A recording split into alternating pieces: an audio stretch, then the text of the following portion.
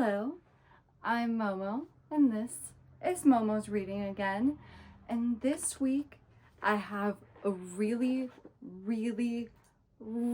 exciting, extra special book that we're covering. You will notice, as I hand up, that I don't have the book. I don't have the book in my hands, because this book is so rare at this point that you cannot find it for purchase anywhere. And if you do, send it to me, because I want this. I want to own this book. Couldn't find it anywhere. Actually, in fact, the only library I could even find that had a copy was ironically my own library. Looked on WorldCat, looked at a bunch of different sites to look at a bunch of different libraries. Only one I could find was my own library. So that being said, we will be switching in between this lovely viewpoint and some, we'll keep them horizontal so it's a little cohesive, but I do have to read off some screenshots, so you will see me at certain points with probably my iPad. I don't know exactly how I'm going to do it yet. We'll figure it out. We're going to intersperse with screenshots. We're still doing quotes. Don't worry, I'll be quoting directly from the book. However, most of what I will be reading, like synopsis-wise, is actually just out of these very copious, exhaustive notes that I took. Because also, this book is 569 pages long. Yeah. So, and you know what? Honestly, though, I got to the end. I don't think it was long enough. Anyways, let me not hold you hostage any longer. Do you want to know what book we're covering today? Do you want to know why I got all glammed up today for this very special book? We are reading 2011's Tyra Banks' Modelland. Yeah, that Modelland. The one that's been going viral on TikTok lately, kind of out of nowhere. It mostly went viral because people rediscovered the music track that she actually created for this book. And I'm gonna try to splice a little tiny bit in here. I'm a little worried about copyright. I'm not monetized though, so I don't think it really makes that big of a deal, but I'm a little worried about copyright. That being said, if I cannot splice it in here, then just go to TikTok or YouTube and literally just type in Tyra Banks Modelland song. It'll come right up. I promise you. So yeah, let's take a wild ride through Tyra Banks' mind. It's Tyra B running in the NY street with 4 chicks in green, and they all look at me. They are running for their life. They're So, as always, I put the trigger warnings down in the description box down below, because this was written in 2011. They didn't do trigger warnings back then. But I'm going to do trigger warnings because you will be actually so surprised. This book kind of gets like pretty violent and like a little gory and like a little extreme at times. Nothing, honestly, nothing really like comparable to what like we usually talk about, but it definitely surprised me, actually. Okay, so we start the book with a prologue, and spoiler alert, I liked this book. Did I think it was the best written book I've ever read? Absolutely not. Did I think the plot was bulletproof and really moving? Absolutely not. Do I think it portrayed great messages? It tried. Don't really know if it succeeded. That being said, was it so campy and so fun? Absolutely. I read this entire book and took all of these notes, this entire like 600-page book in one day, in one sitting. It was 8 hours and 22 minutes. I know because the app that I read my books on, like my library books, tells me exactly how long I've been reading them. And I will say, shoot, we'll just get it out of the way right now. I think my favorite thing about this book, and the thing that sold it and made it actually like interesting and fun to read, whether or not like the story was the best, is the fact that Tyra committed to everything. Like, she created this whole new world. Like, she committed to every single part of it. Every single part of it is camp. Every single part of it commits to the bit. Like, it is so consistently ridiculous throughout that it's just fun. Because I feel like some books, they like try to be camp. Movies do this a lot too, where they're like trying to be camp and they're trying to be like bad but in a fun way, or like bad but in a good way. And you really have to commit to that world that you create. Like, a lot of them, like, it's either just bad and not in a fun way, or they like start out kind of ridiculous, but then you can tell that they're like insecure about the fact they're being so ridiculous, and they end up like not committing to it, and you can just feel that like insecurity there, where it's like not sure if it's pulling off what it's like trying to pull off. This pulls it off. This pulls it off. And I should have expected nothing less from Miss Tyra Banks herself, because I feel like it is well established that she commits. She does commit. So I don't know why I was so surprised by that, but I honestly think that was the best part of this book. And some of the descriptions I'm going to read to you are like actually ridiculous. And it's just so fun. It's fun. I liked it. Okay. The prologue. I read the first couple seconds. I literally think it might be the first sentence of the prologue. And she literally says, like, she refers to us, the reader, as darling, because this is kind of like a omnipresent narrator type of situation. I like to think of it, as I was reading, that it was just Tyra herself.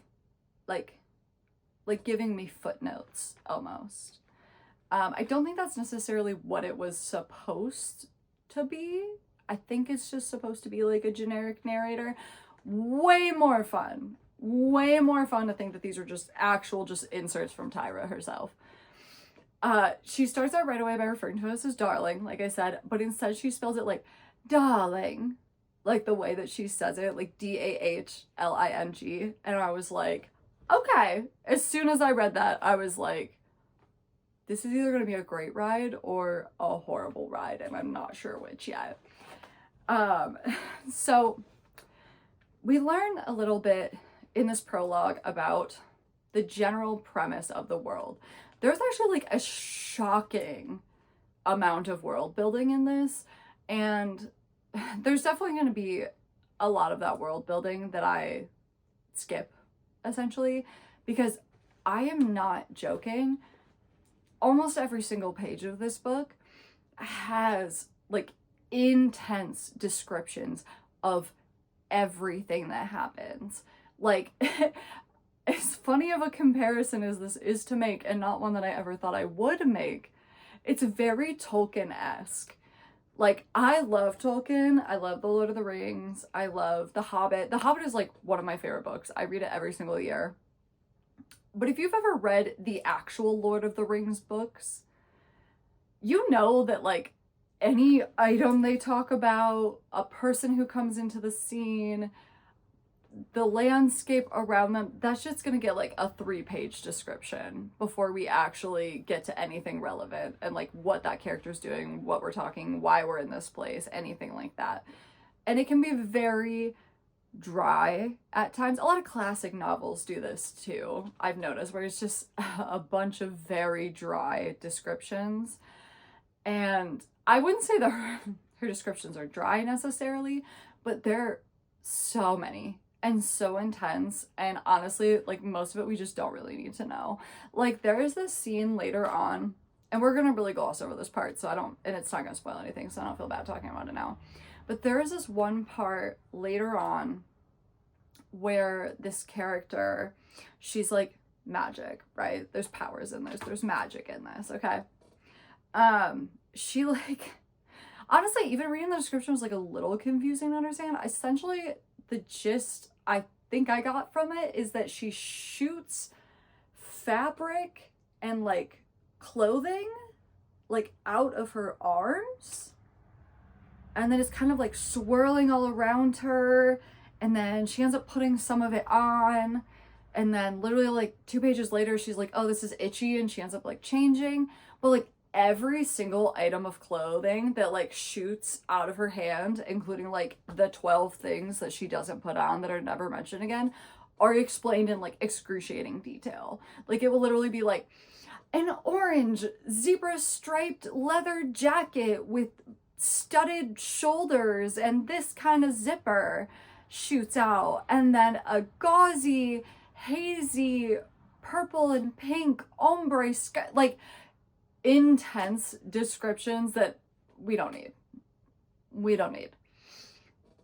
But, and I say this with a caveat because I know I just lectured about how rare and how hard this book is to get a hold of, but oh my god, if you like Tyra Banks or grew up watching America's Top Model, literally anything like that, if you're even remotely interested in this book, please, for the love of God, if you can get your hands on it, read it. I promise you, my like coverage here is not going to compare.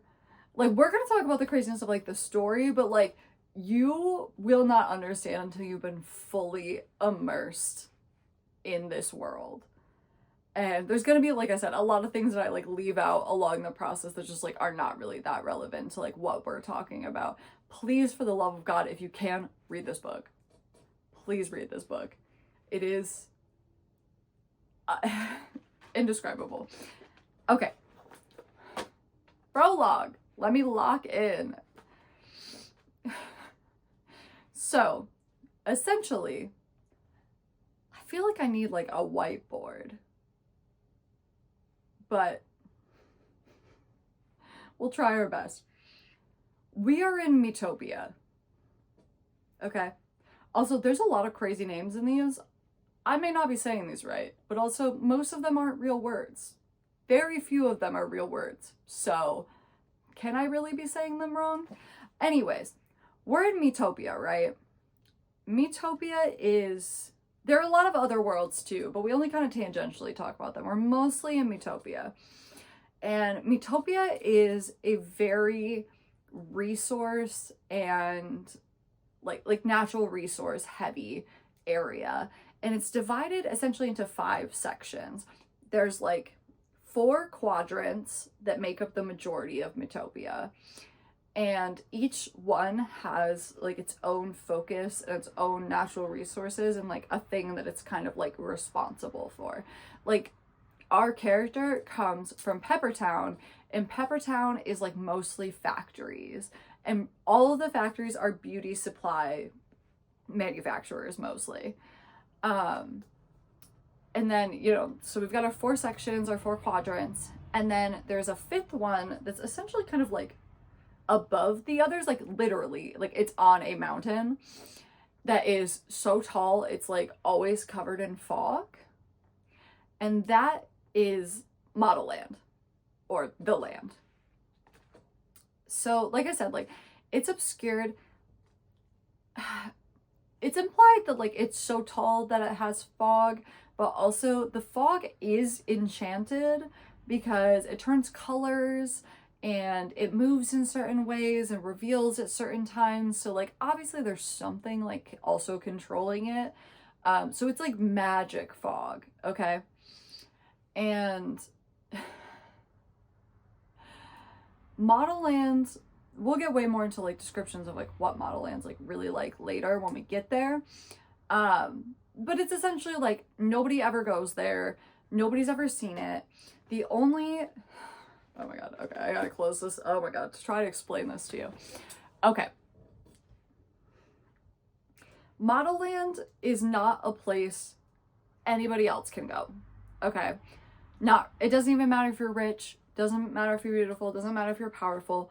Nobody is going up that mountain except for the people who are chosen to go to Modelland. So every year, there is this event called the Day of Discovery. And this event takes all of, like, technically there's no age bracket on it, but it's essentially implied young women. They say around the youngest, like, competing is around, like, 13, and all the way up to, like, there are, like, grown adults, like some old ladies participating, but it's mostly centered on, like, younger, like, late teens, early 20s women, right? They have these scouts who come down from the mountain on this Day of Discovery. So the Day of Discovery, everybody gathers in, like, the center of Metopia, kind of like below the mountain. And all of the girls have a 15-minute segment of time where all they are doing is, like, catwalking. They're, like, runway walking. And basically there's not a ton of rules. Like, you can kind of wear whatever you want. You can style yourself however you want. You don't have, like, music or anything. The only, like, stipulations are that you cannot stop moving during that, like, you cannot stop walking during that 15 minutes. And you're supposed to be runway walking. That's honestly really, like, the main stipulations, really. There are also these devices that they send out ahead of the Date of Discovery, like a couple of weeks ahead of time, a couple of months ahead of time. And they're called smizes. If you know Tyra, you know. And these smizes, they travel through the waterways. So they're released into the waterways. There's 7 of them, I believe. And people find them, like, they may come through your shower, or they might come through your tap, or you might find them out in a lake. I don't know. And it's essentially like this little glowing ball, and it kind of looks like sunglasses. It's like kind of a ball of light, and then it kind of transforms into sunglasses, and then once you put it on your face, it turns into this, like, really beautiful, like, eyeshadow that's, like, otherworldly. That, like, just, like, ups your beauty. And the people who find a smize are supposed to be 91% more likely to be picked on the Day of Discovery. So, obviously, everybody wants the smizes. Every year there's, like, fighting and, like, escalation about the smizes, and everybody runs out of water every year because they're constantly running the taps because they don't want to miss one if one comes through. So it is like a derailing event for the entire country. Section. I guess it's not really said that it's like a country, but you get it. Metopia, they're out of water. It's a whole big thing. So, during these 15 minutes that they're strutting their stuff, the scouts come down from the mountain and they pick out their girls. I don't remember if they gave, like, a specific number of girls. It's not like a super large amount, but it's like a decent amount of girls. Definitely less than 100. Probably like a dozen, a couple dozen. It's not like a ton. So they pick these girls and then they take those girls to Modelland. Cool. And then while they're in Modelland, they will go through this school, academy, program thing that's like a couple of years long, and they have to take all of these different, like, modeling type classes, and they get these special sashes called centauras that like allow them to use their model powers. And some girls do develop powers. There's 7 different powers, which we will get into. And it is possible to, like, get more than one of them, but only, like, very, very special girls, like, can do that. So the people who attend the academy, the people who are just there, they're called Bellas. Okay? So, like, bottom rung, just all the girls who go there who are picked, those are Bellas. Then there's the Intoxibellas, which are also referred to as, I'm gonna be so real with you, I actually don't know what they're referred to as, because it's spelled like the number 7 and then the word 7. So I don't, and like together. So like, I don't know if it's supposed to just be the 7 or if it's supposed to be the 7. I kind of think it's supposed to be the 7, not only because of the repetition, but because I think she may be referring of like there's 7 girls and 7 powers, but I'm really unclear. And I may honestly interchange those throughout this, because the whole time I was reading it in my head, I was just calling them the 7, but now that I'm thinking about it, it probably is the 7. So we're gonna interchange those. But anyways, there's 7 Intoxibellas, which are essentially the best of the best. They're like seniors, they're like kind of like graduating essentially, and they're like the top of the top. They are the people who go around, you know, and they're like in all the advertisements. So like they're advertising a new lipstick, like they're gonna be the model for it. They're doing all the runways, they're going to really fancy parties, and they're networking, and they're like essentially kind of like in America's Next Top Model. If you won, you like got the photo shoot and the money and like the networking and stuff. Essentially that. Like they are the it girls, like automatically, essentially. And then there is the, why am I blanking on what they called her? Well, I don't remember off the top of my head. I will insert it on the screen here when I have time to look it up. But there is this girl, her name is CL, and it's literally CI tilde L, just like the letter L. But it's pronounced CL. That's the only one that is specified in the book, so I know for a fact that is how it is said. But she is like the top of the top of the top. She not only was an Intoxibella, but she got all 7 of the powers. And usually as an Intoxibella, like each girl will have like a power. She got all 7. So she was like the it girl.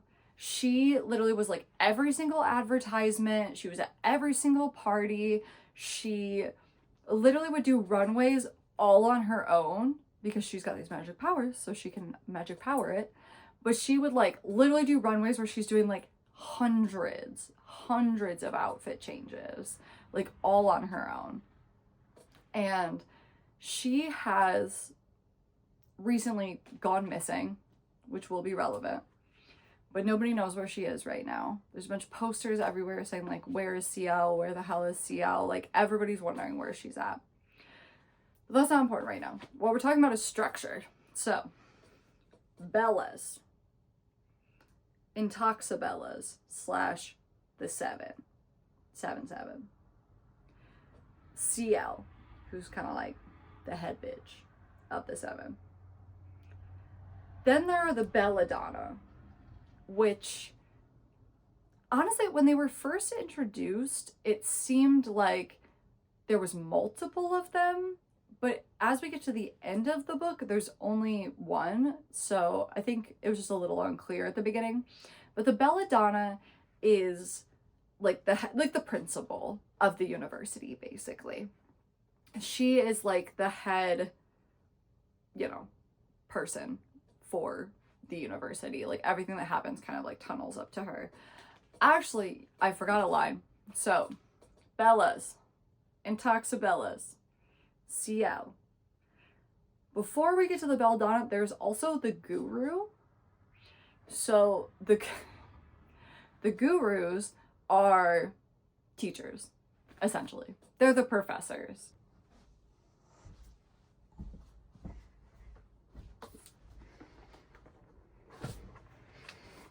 Okay, I literally went and got the whiteboard to make this less confusing.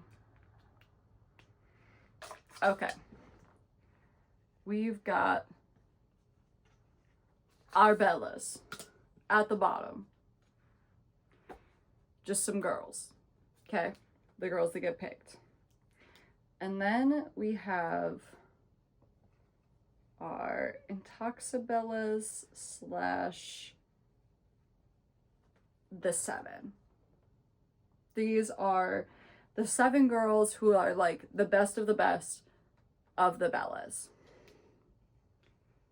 Now we have the best of the best of the Intoxibellas and the 7, CL. Okay? The stuff that I forgot is the gurus. So, the gurus are... So, the gurus are the professors, essentially.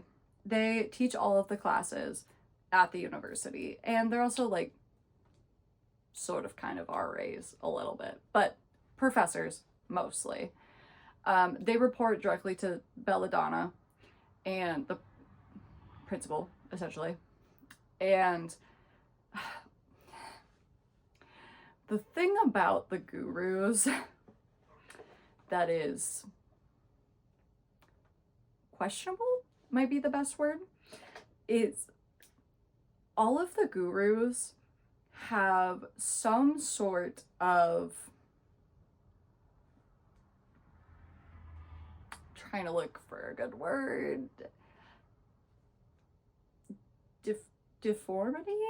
I'm pretty sure that's honestly how they directly refer to it in the book. But essentially there's something about them that makes them much different from either the average person or like someone who would be chosen for Modelland. Like the most memorable one is this guy who literally is like here down, normal guy, just normal guy, normal body. Instead of a head, he has another hand, and then his face is in like the palm of the hand.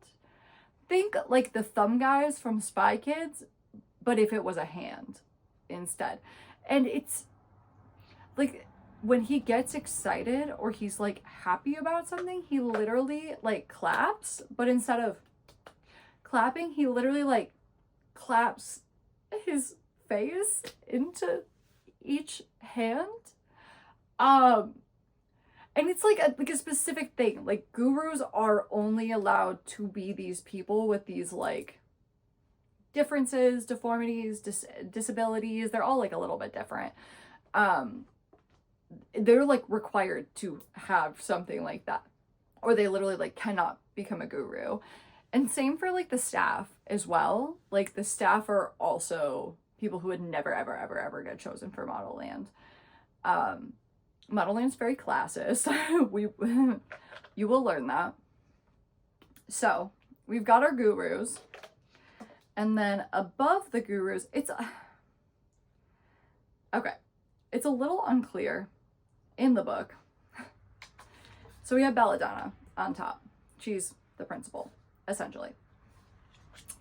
At the beginning of the book, it kind of sounds like there are like multiple of these Belladonnas, because they also use the word Belladonna interchangeably for like she can be like royalty, or she can be like the principal.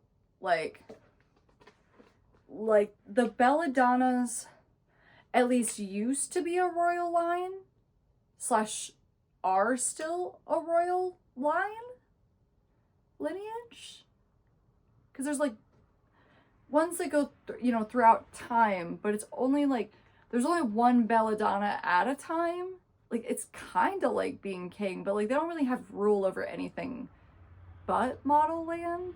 It's, like I said, a little unclear, because at the beginning it kind of sounds like they were like a committee, like the Belladonna was like a group of people, but no, it just ends up being one person. But then it's also, like I said, used interchangeably with like the past and like referring to like the royal line. So yeah, it's just a girl right now though, just one. So, and we'll get into her later.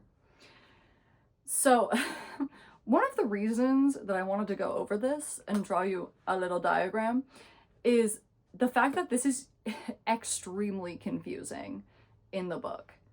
Like, Tyra at no point just like outwardly just like says that this is what's going on. Like, it's very like given to you in little tiny pieces at a time, and it's very unclear, and there are like pieces that are conflicting. So it gets very confusing. Like, honestly, I feel like I felt like I had a grasp on it probably at least 400 pages in. And honestly, swear to God, I still don't know if I'm right. I cannot promise you this is exactly how the structure works, because it's so unclear throughout the book that I left the book still not even being that sure what an intoxibella even is.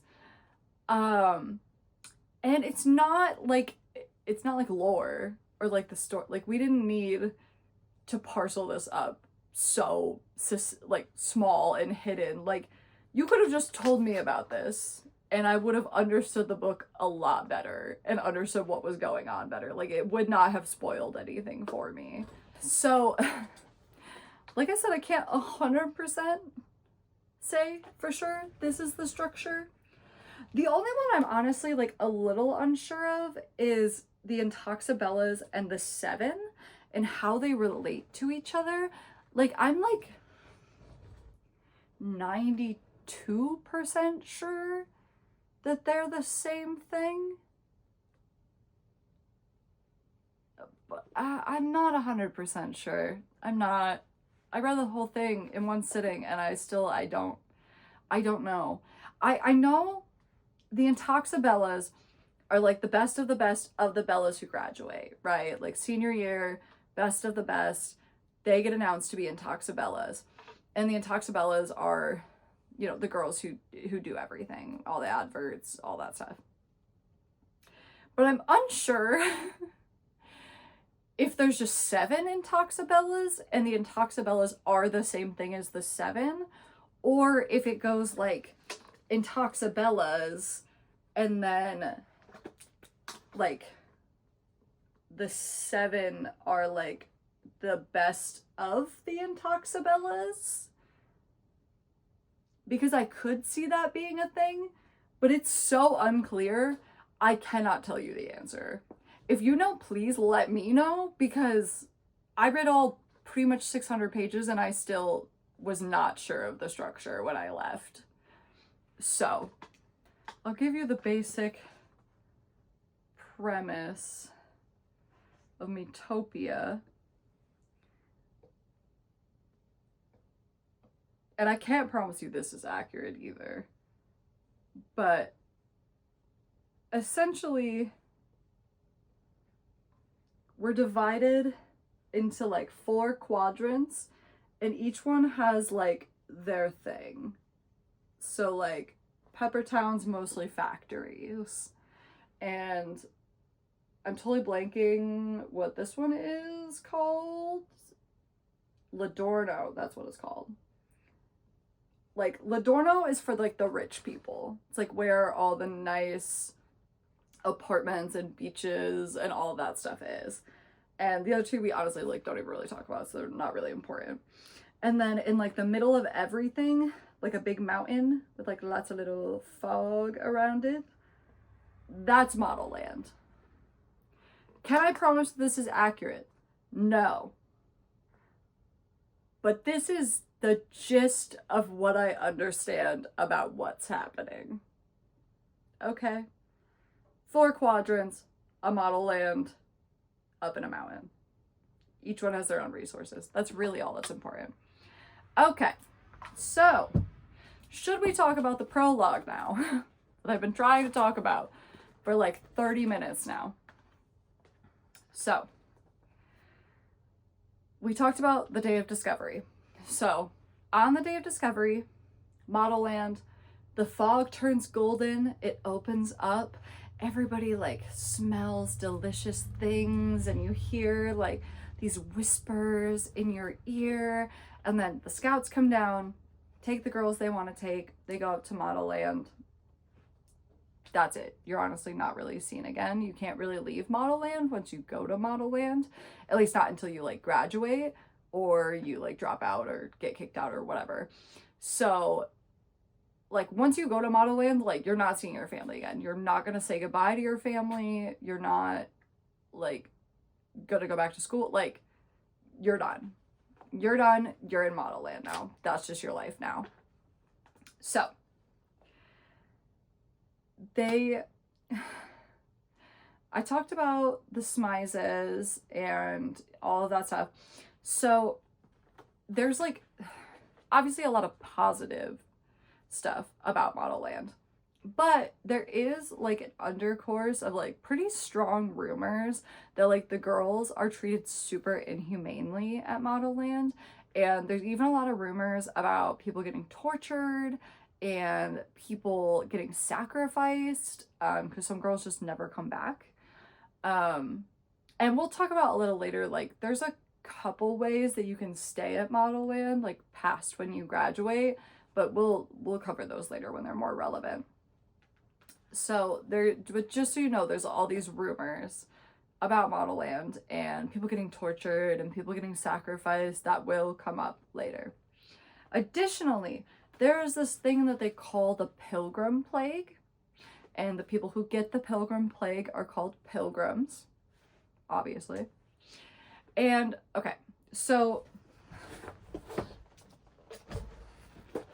in between, like say, you know, Ladorno and the land, or in between like Peppertown and the land, there is this section,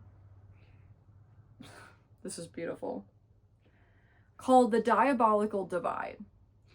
And essentially the Diabolical Divide is a desert / jungle wasteland. There's kind of like stages to the divide, and like the different stages are different.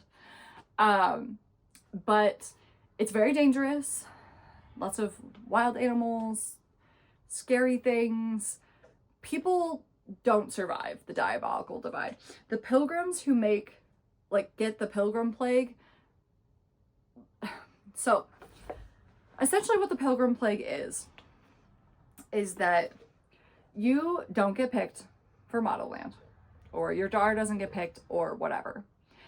And then you decide that there has been a mistake and that you should have been picked and you shouldn't have been skipped.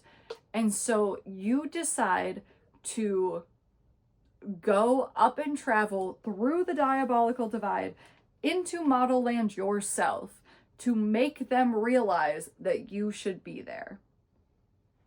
That being said, it's called a plague because not only do the people get like a little physically sick, they get headaches, they get like fevers and stuff, but also no one makes it through the Diabolical Divide. If you go into the Diabolical Divide, you are dying there. That's just kind of what it is. All of the pilgrims who get the Pilgrim Plague, they die. That's just it. So, to make that a little clear. Right. And these things will like obviously become relevant later, but like I said, it's so much and so complex, and it's so sparsely given to you throughout the book that I feel like it would just be much more helpful to just know that information at the beginning.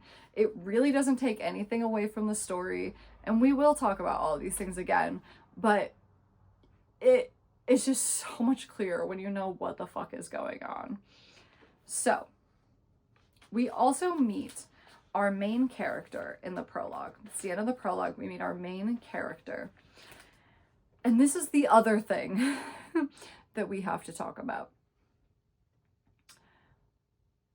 The names that Tyra Banks picks for these fucking characters are so insane and completely manufactured. These are not real names.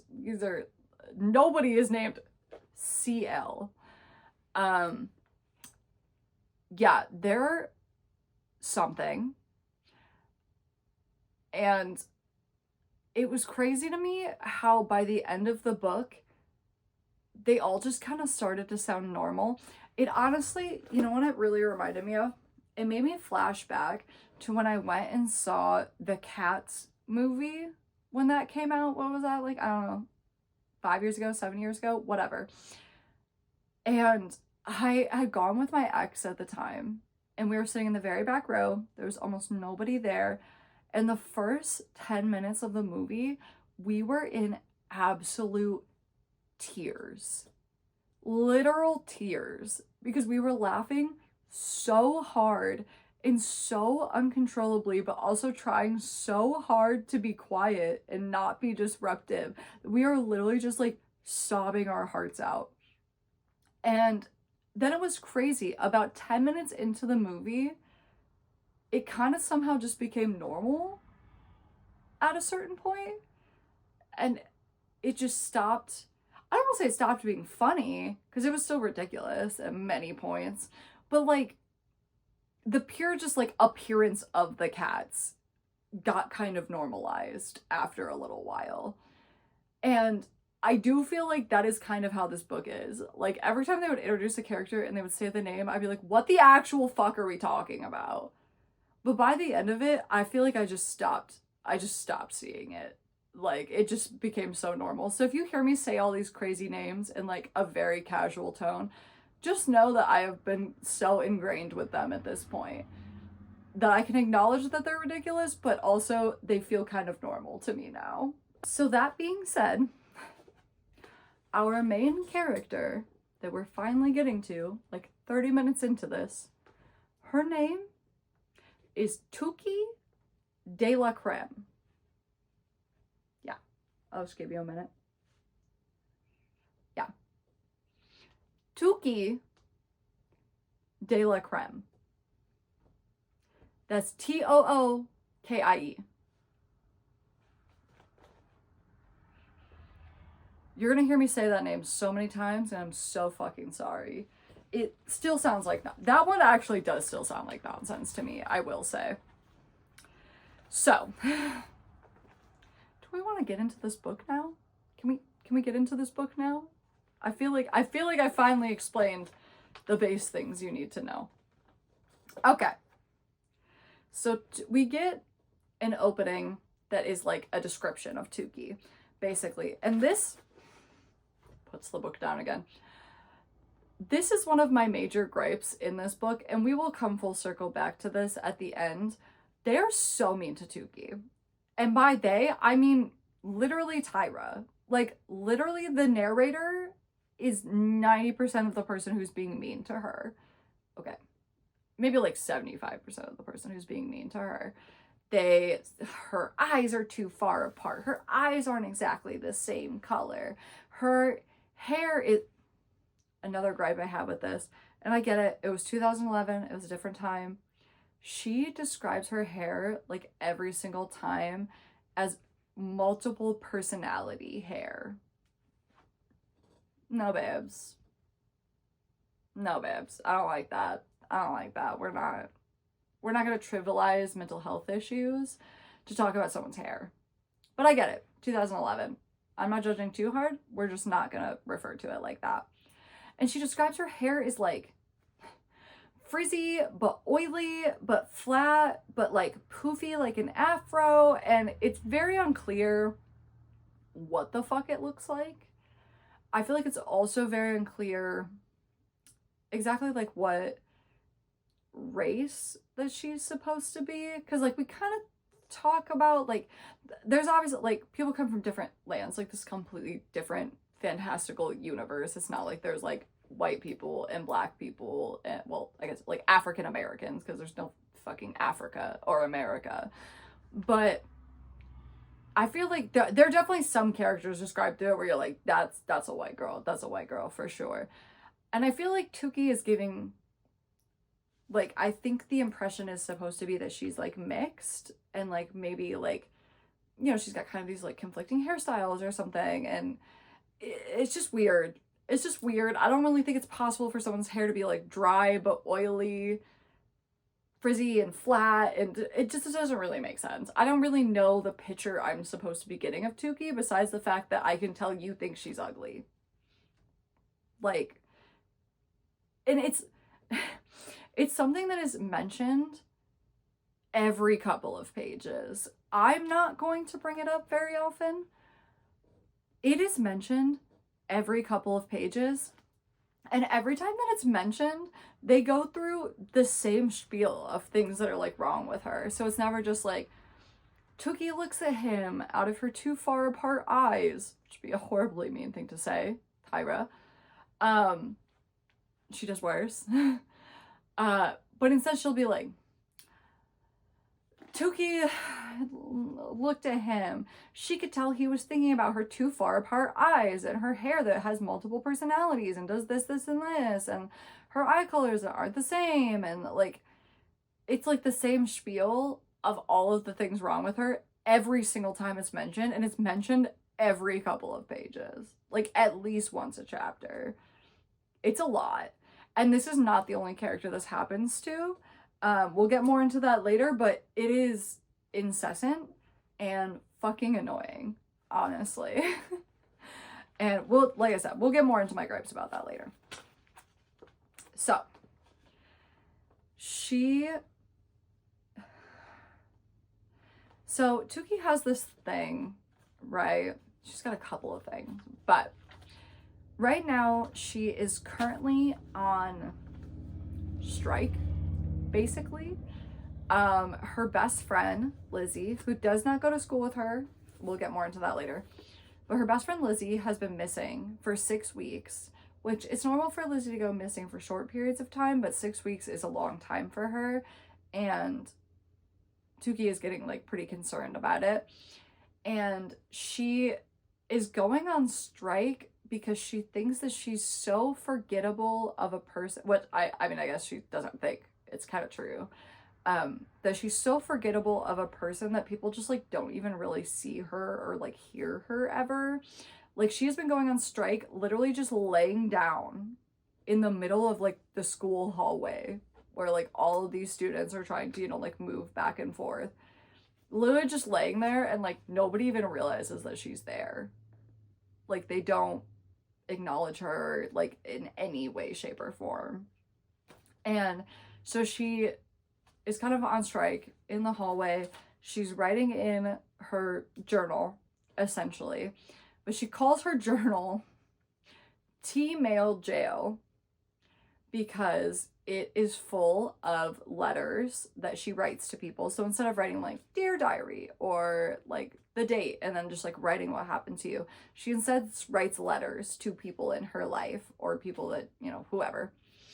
And she uses these letters to, you know, essentially like a diary, express her feelings, and then she never sends them. That's the jail part of the T-Mail Jail. And she also is like a linguist to like the top order. She knows like basically every language that's like on their like planet or whatever it's supposed to be. And she can speak them all like fluently, and she writes in her journal in like each letter she'll write it in like a different language, so that way people can't necessarily like read it.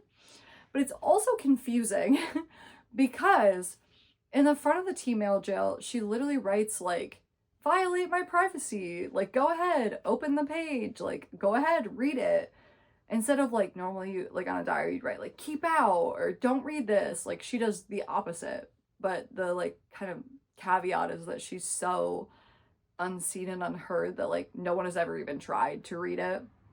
But also, if you want people to read it and you want people to hear you, why are you writing all the letters in different languages? Because they don't speak those. They're not going to know what you're writing about. She also does this thing, which I get it shows progression. I hate it. It's stupid. Where she signs her name. So at the bottom, you know, you sign a letter. She writes Tookie. And how she dots the I is she dots it with an FG.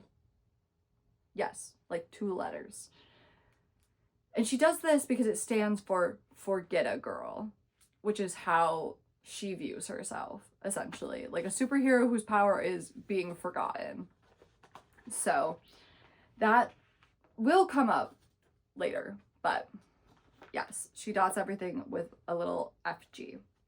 So she is at her school, and her school is a converted factory. So it used to be a factory, it's a school now. And it like still like releases smoke and smog, and like it's still kind of more like a factory than it is like a school at this point. And they literally nickname it, so it's called B3, which I don't know if they even ever tell us what B3 stands for, but they jokingly call it B4 for bile, barf, belches, and butt bombs. I was like 4 pages into this, and I was like, this feels really immature for Tyra. Luckily, we don't like talk about that too long. They don't really focus much on that, but I thought that was like a weird interjection for Tyra. So, you know, she's kind of sitting here feeling forgettable. We get a brief glance of her sister Miracle, which Miracle is spelled Myrrracle.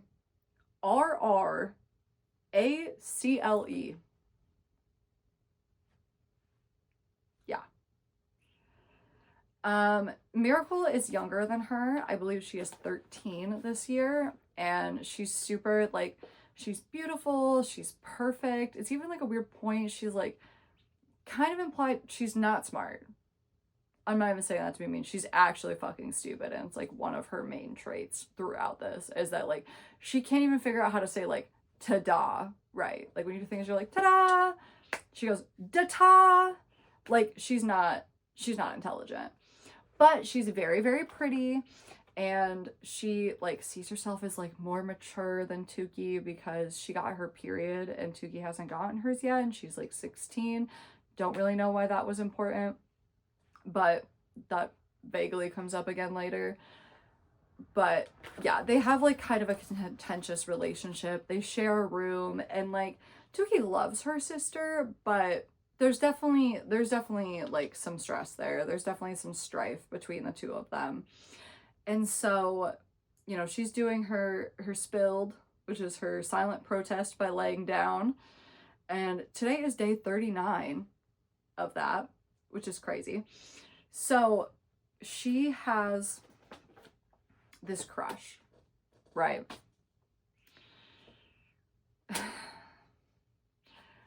The crush's name is Theophilus.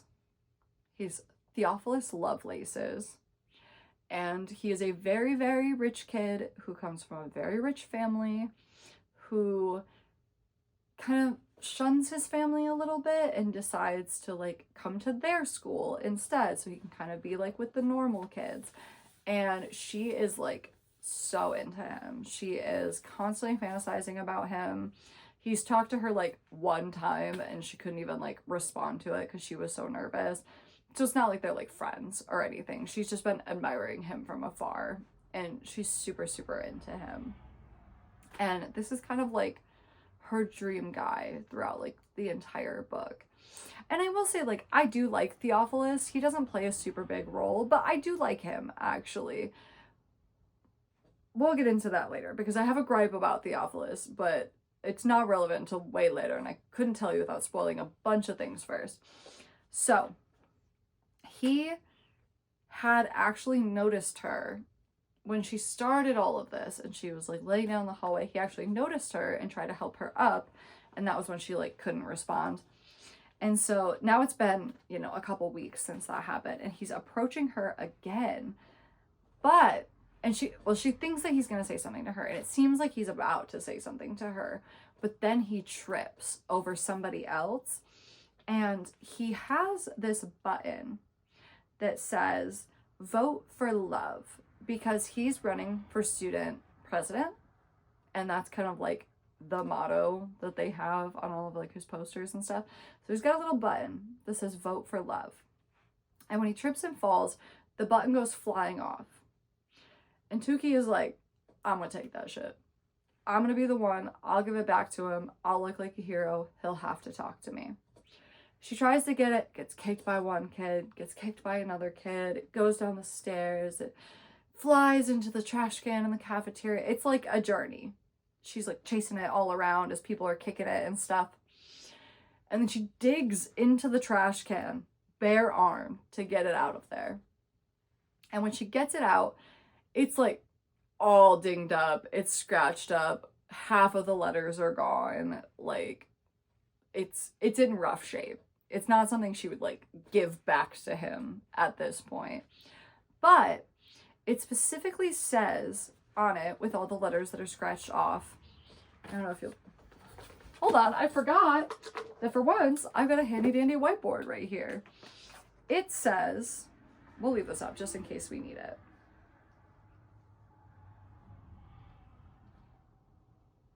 It says that. Not me actually drawing on my very expensive shirt that this is literally the first time I've ever worn it. Anyways, just pretend that didn't happen. And so will I.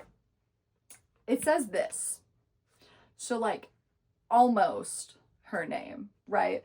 Like this was the V, but it gets like a little scratched off and somehow now it looks like a K. I don't really understand that. That doesn't really make sense to me. I don't think that's physically possible, but sure. I'll go with it, Tyra. Whatever you said. But it basically says her name on it. And so she's like, oh my God, this is fate. The universe is saying, like, we're gonna be together. Like, that's what this means. Like, so she decides to keep the button. So Theophilus sees this happen, right? And so he goes after her. And he is like, you know, she's got it out. She's looking at it. She's all gross. It's all gross. And he walks up to her like he's going to talk to her. But he gets interrupted by his girlfriend, who happens to be like the most popular and like the prettiest girl at school. And her name, are you ready? Are you ready? Zarpessa Zananau. I'm assuming that's how her last name is pronounced. It's a lot of letters and it looks French. But I don't think they really ever say her last name after the first like chapter. So Zarpessa. She's Zarpessa. And you will get so tired of me saying that name because she is one of the main antagonists of this. So Zarpessa walks up and she steals Theo away. And so Tuki doesn't end up actually getting to say anything to Theo. She does have this internal monologue where she says, she's like fantasizing about Theo, right? Like she's fantasizing about kissing him. She's fantasizing about like their future together and if he was with her. And she fantasizes about what it would be like if they had kids and what they would name them. And she suggests that they would name them after a combination of their two names. And bringing the whiteboard is like the best thing I ever fucking did, because I don't think I could talk about this book without the whiteboard. I didn't know going into this how crucial this would be, but I feel like it is actually very crucial. Also, if you want to know, oh God, I think I did spell that wrong already. God, why is her name so complicated? Yep, I did spell it wrong. This is Zarpessa's last name. Yeah. Okay. So, what does Tuki think that her kids with Theo are gonna be named? She thinks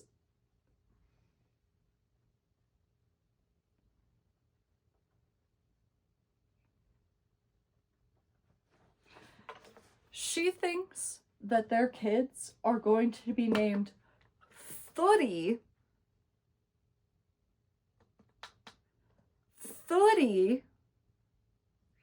and Tukophilus. Like he's fucking King Tut or something. Yeah. Yeah. Uh-huh. Uh-huh. Yeah. Tukophilus. Isn't that a beautiful name for a baby girl? So, we get another like weird prologue at the beginning of this. She like it's weird. She's like talking about how she can't wash her hands or anything. She's still all like trash covered because all the water is gone because of all the smizes. So she literally just like talks about leaving her last class, and it's just like, oh, you're just covered in trash that whole time. Like that's, you didn't even try to like wipe some of it off. Like that's kind of crazy.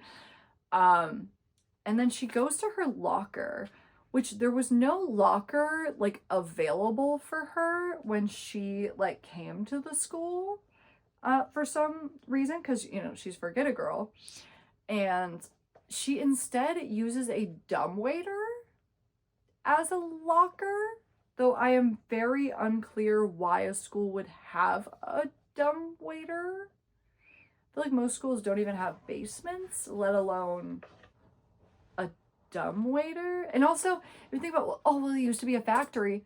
Okay, what fucking factory has a dumbwaiter either? I'll wait. That's not a thing factories have. That's like a thing like rich people's homes had in the 1800s.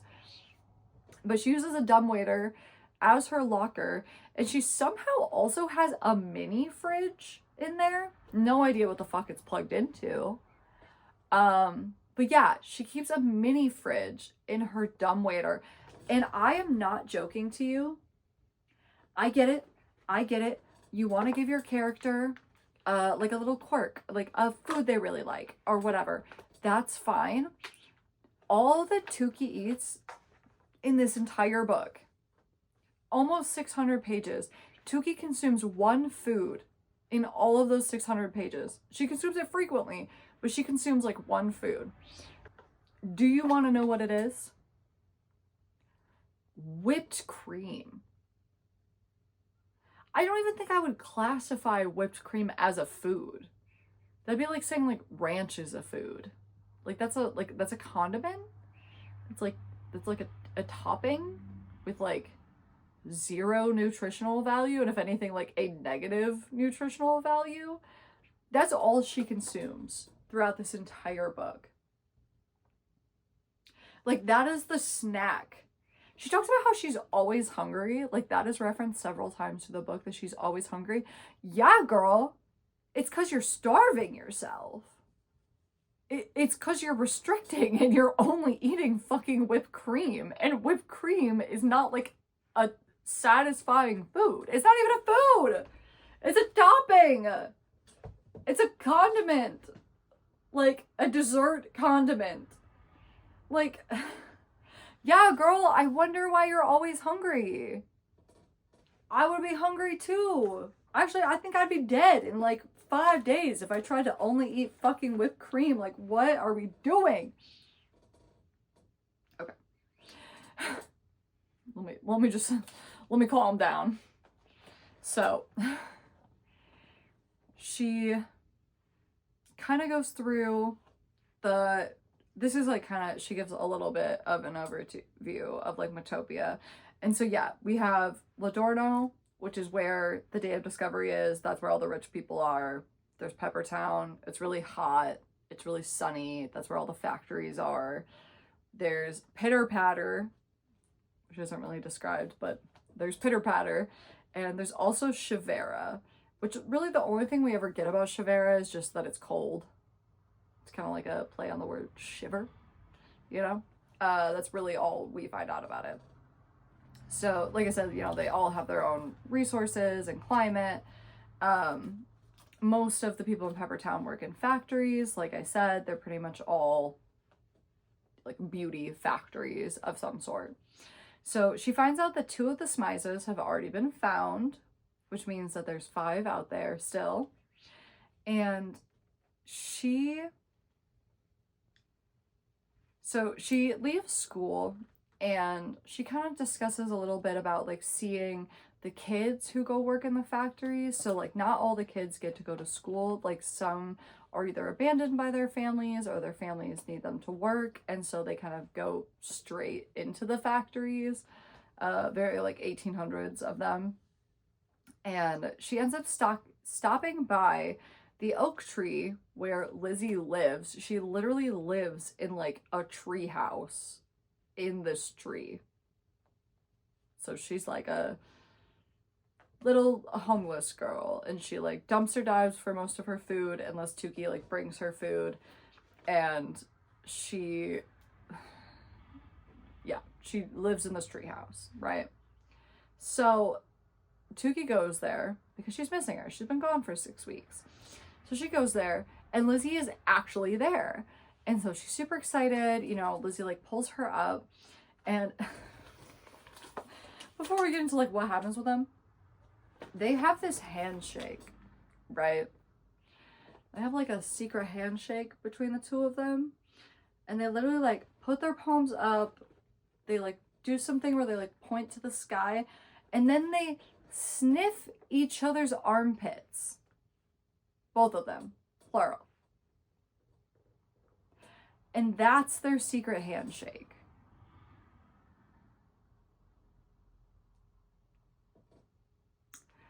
I don't really remember doing it like that when I was a kid, but yeah, sure, man. Sure, man. Whatever. So we find out that Lizzie, the reason she's been gone for so long is she was in Shivera County Hospital. She is in what's called the Melancholia ward, but it's essentially just a mental health ward. And we never really get told what happened. I kind of have a gripe about Lizzie because Lizzie is really relevant for like the first like third of the book, and then Lizzie is like never really addressed again after that. And it's really frustrating because I feel like they opened to having like her as this really interesting character. Like she has a lot of depth to her story. Well, not a lot of depth, but she has some interesting things that you're like, okay, like I want to know like what happens to her in the Melancholia ward. Like it's very hinted at that it's like not good, you know? It sounds like torture. We're never really told what actually happens to her there. We just know that it is really not good. And it's crazy that it's like, why the fuck did we even put that in here then? If we're not ever gonna like explain like what happens to her there, like why that's relevant. We also never really find out. So the thing about Lizzie is not only does she have some other mental health issues, but she specifically like sees things. And it's like pretty kind of hinted at that it could be like, say like a schizophrenia type of situation, because she does tend to have like paranoid delusions where she's really concerned that she thinks people are after her, that they're hunting her down, and she, to feel better about these delusions that she's having, she self-harms. And she'll cut herself, she'll burn herself, she'll self-harm to feel better from these very, very scary, very, very like emotionally impactful delusions that she's having. That never goes anywhere. We never find out what she's doing, because it's also like every delusion she has is like, you know, they're after me, they're hunting me. So it's kind of like implied like she thinks the people from the hospital are coming back for her, which she has been in and out of this hospital dozens of times. So like that actually could be a reality. Obviously she's like delusional about it in the moment, but like that is like a real thing that could happen, you know? And we just never go anywhere with this. We never find out what happens in the Melancholia ward. We actually never find out what happens to Lizzie. We never find out why she self-harms herself, when she'll stop, like if she stops self-harming herself. Like, don't get too invested in Lizzie because she will get dropped like a hot potato and we will never pick her back up again. So, and I was kind of mad about that because I liked Lizzie and I thought she was a really interesting character, and I was like, oh my god, like she's got all this crazy stuff happening to her in like this mental hospital and this and that, and I was like really like, oh my gosh, like I want to know like what's going on with this girl. Too bad we had 600 pages, but too fucking bad, You're not gonna know. So don't ask me. I don't know. So it is also funny too, right? So Lizzie's been missing for 6 weeks. She just got out of this hospital where she's been essentially tortured, it seems like. She's covered in burns, she's covered in cuts. Like, really seems like things have not been good. And we just gloss right the fuck over that. And do not talk about, they immediately start talking about the button. The button. Like, that's the relevant and important thing that's happening right now. Yeah. Okay. She just like gushes over Theophilus the whole time. And so Lizzie takes her, you're kind of like walking and talking as they go. And they end up going to this, like, the only fancy restaurant really in Peppertown. And because Lizzie likes to dumpster dive there. Obviously, fancy restaurant, good food. So when they go there, though, they see a group of other people who are like wearing masks who are digging through the dumpster. And who is one of the people digging through the dumpster but Zarpessa? So Zarpessa is also the daughter of a very rich family. She's not only the most popular girl in school, but she's like basically like the richest girl in school. And Lizzie tells us, actually lost their fortune several years ago, and they have actually been like dumpster diving and everything like ever since then. And she just like keeps up appearances at school. Like, nobody knows this. Like, the only people who really know that this is happening are like Lizzie and Tukey. So that will be very relevant later. So Zarpessa ends up seeing them. She's wearing the mask, so she's got like plausible deniability, but like it's very obvious. She's literally wearing the same outfit she was wearing earlier. And they hear her voice and everything. But she ends up running off, and then, you know, Lizzie gives all the exposition about it. And then after Lizzie is done explaining this whole plot point about Zarpessa, she falls into one of her paranoid delusions, and she doesn't know where she is. She thinks that people are coming after her again, and she starts like literally cutting herself to feel better. And obviously, like, Tukey tries to stop her, and she's like, no, like, it makes me feel better. Like, this is much better than anything that they do to me in the Melancholia Ward. Don't get too excited about that. We're not going back there. And she, like, Tukey tries to like distract her away by talking about this like future that they have. And this like future that they have is like something that they've like concocted together about like what they want their future together to look like. So essentially they want to run away to a place called Exodus. It's not really like super explained. I'm not really sure if Exodus is like a subsect of one of the places of Metopia, like it's like a real place, or if it's just the name that they have given this like imaginary place. I think it's the name that they've given to this imaginary place. And they talk about, you know, laying and hanging out at the beach all the time, and Tukey's gonna run a whipped cream factory, but they're also gonna like treat their workers really well and give them rights and all that. And so yeah, they're gonna talk about like eating their favorite foods. Tukey's going on and on about how like Theophilus is gonna be the mayor. So I guess it's just a whole town now. And they have this plan to run away to Exodus together. And they've made this agreement that like their sign or their symbol that they're like ready to leave for Exodus is like Tukey will paint like an XO2 on her door. And when Lizzie sees that, it means that she's like ready to run away for Exodus. And Lizzie is like ready to go right now, but Tukey is not. But also, I mean, I feel like that tracks, because like Lizzie is a homeless girl living in a tree house, who's in and out of a mental hospital. Of course she wants to run away. Where Tukey is like going to school, she like lives with her family, they live in a nice house. It's like a little rundown, but like it is a nice house. Like she has a lot less she's not dumpster diving for her food. Like she has a lot less to want to run away from. So Tukey, you know, she's like kind of trying to distract her from, because she was like trying to distract her from self-harming by this Exodus conversation, and now she's trying to distract from the Exodus conversation by talking about the self-harm again. And so she's asking her like the truth, like, you know, what happens there, like what are they doing there. Lizzie won't tell her, and if she tells, she says if she tells Tukey that they'll kill her. Why do we never come back to this? This is so interesting. I want to know about this. Why do we never come back to Lizzie? Like, why is it fuck Lizzie? Tyra, what happens to Lizzie? Okay. And she kind of runs off saying that, Lizzie does. She kind of runs off saying that, you know, she'll wait for Tukey to be ready.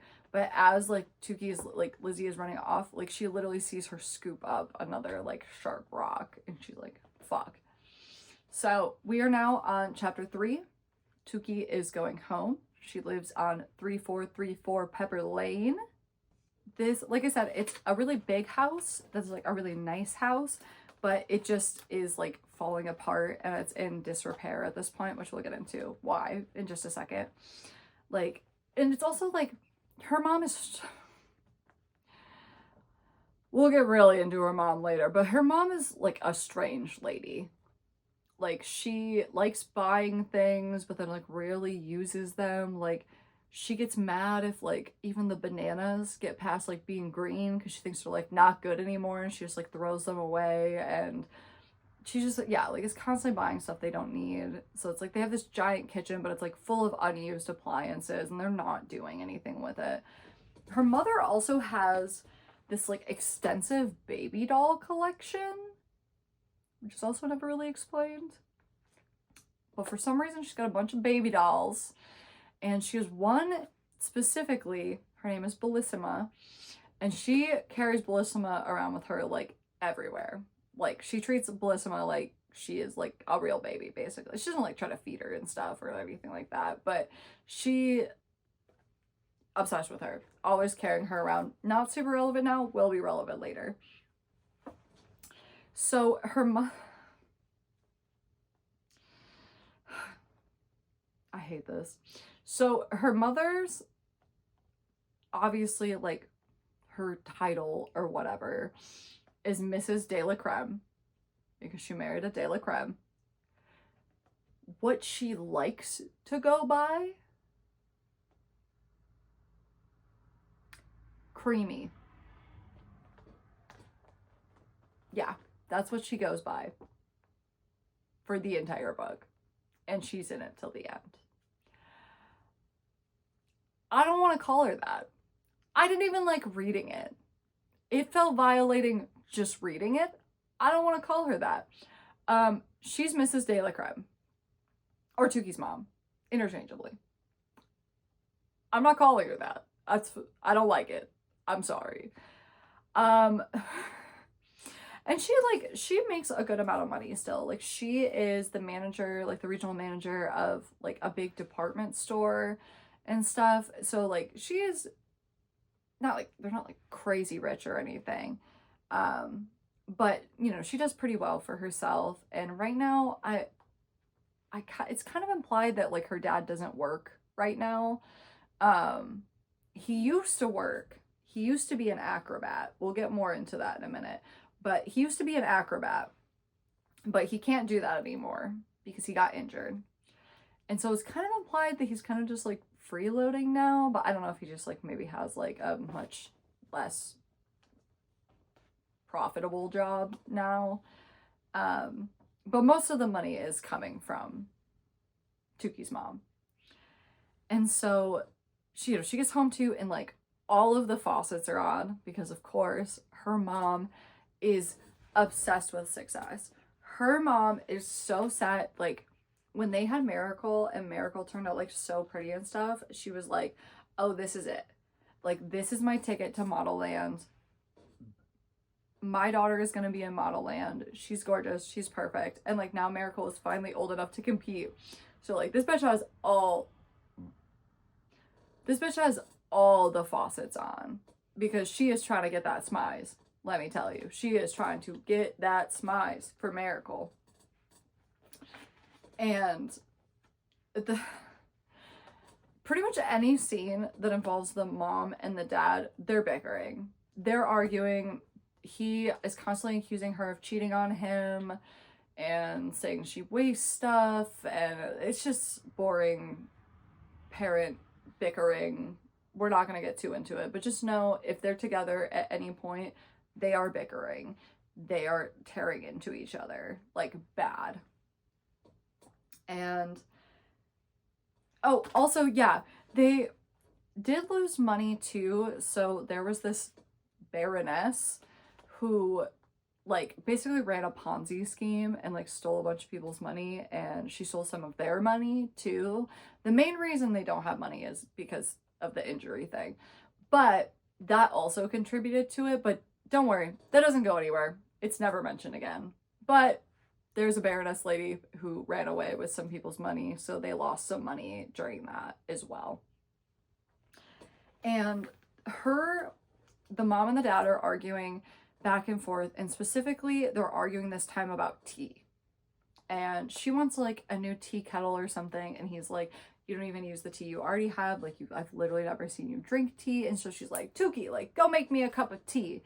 And he's like, yeah, if you're gonna make it, like you gotta drink it too.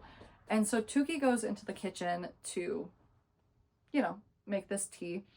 And she's getting water. And as she's getting water out of the faucet, what pops out? But a smize. But don't get too attached to the smize, because she's not going to have it for very long. But before I get into that, there's also like this moment where like Miracle comes in with like her friend Brian, who's also really not mentioned again after this. And it's like a strange mention because he's like not a very good friend. Like he like nags her the whole time, and he's like kind of insulting her, but she's like too dumb to realize that he's insulting her. And again, it's a really weird introduction for a character who literally goes nowhere and who we like don't really ever see again. And the part of that is important though is that, they're dancing. And that's like a big thing with Miracle that will be relevant later, is like Miracle just wants to dance. She just wants to dance, man. That's all she wants. She just wants to groove. But she's supposed to be practicing her runway walk, because 15 minutes of runway walking, not 15 minutes of dancing. That's important. But the girl just wants to groove. She's got it in her soul, And this also too, like, is where we find out that the dad, because they get a little bit more into what happened to him in a second, but like I said, he used to be like a dancer / like acrobat, and he literally went by. Do you want to know what he went by? The incredible Kris Cream Crobat.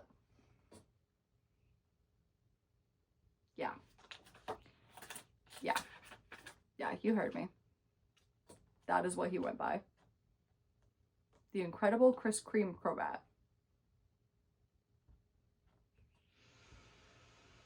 How many drugs was Tyra doing when she wrote this? Like, I want to try them. Because, like, where did any of this come from? So, chapter 4, like I said, they immediately take that smize from her. She gets it for like a whole 5 seconds, and then they snatch that shit from her. And they're like holding it like transforms into the sunglasses, and it pops out a little flag that says like, welcome to the De La Cremes, or welcome, like congratulations to the De La Cremes. And they are like freaking out, obviously, like so excited, like, oh my god, Miracle for sure is gonna win. She's absolutely gonna win. And there are some rules for the smize, like I said before. You have to dress to match your smize. So like I said, when you put it on, it like gives you your eyeshadow or whatever the fuck. You have to dress to match it. You can only wear the smize at the day of discovery. You can't wear it any other time. You can only wear it at the day of discovery. It can only be worn by a girl. A little sexist, but okay. and you're not allowed to tell anybody that you found it, and you're not allowed to get it wet.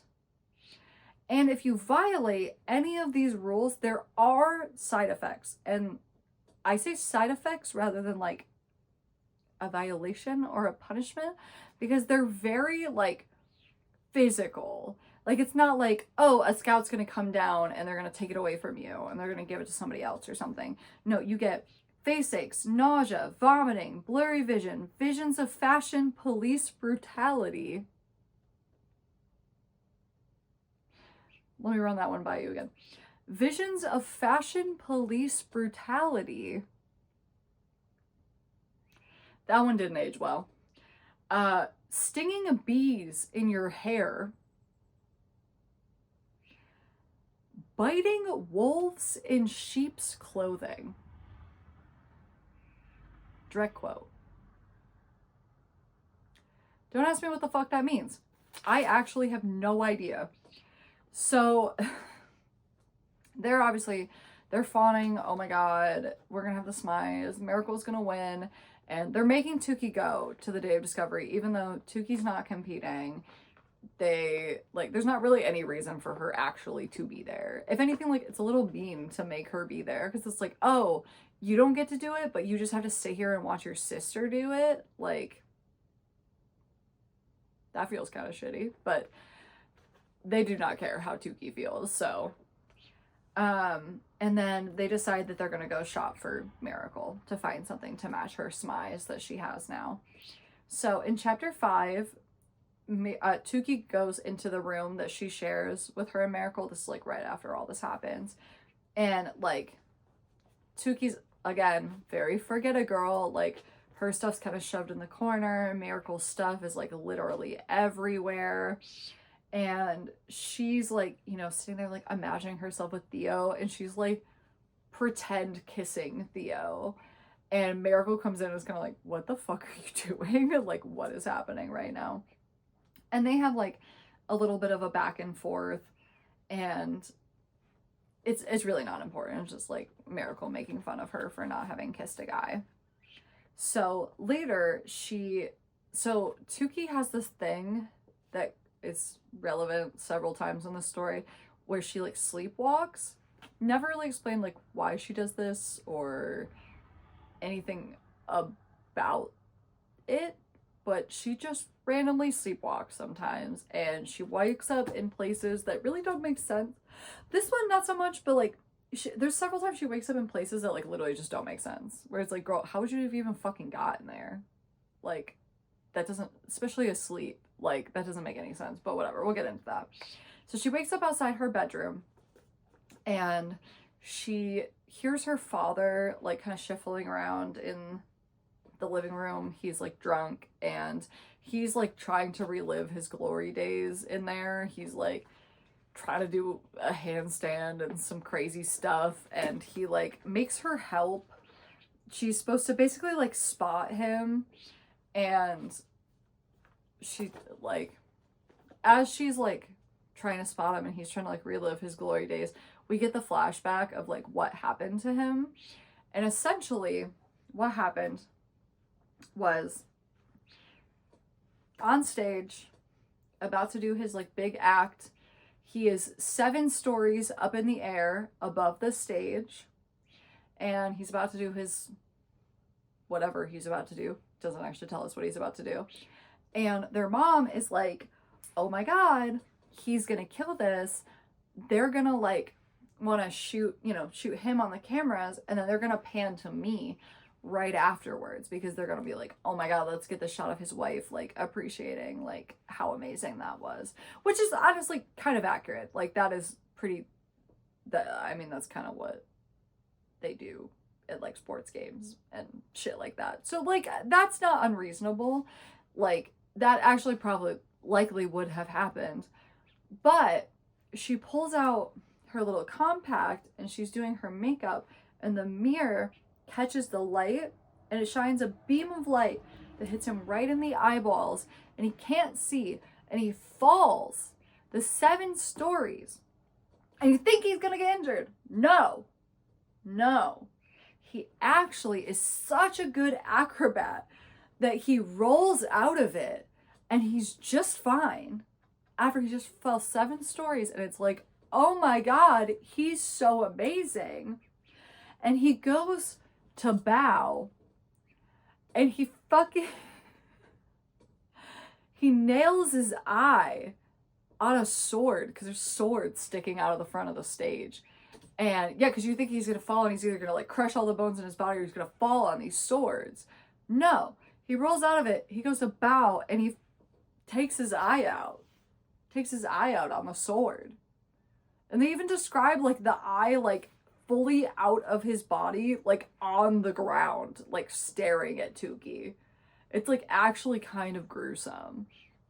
And which honestly, I loved how much like this book like slipped in the gore at times, or like slipped in these like crazy like violent things, because like that was the last thing I ever expected out of a book from Tyra Banks. Like, when have you ever heard Tyra Banks like I know she can be bitchy, but like I don't think Tyra Banks is like a violent person, and like I don't think of her in the same context as like horror movies or like things like that.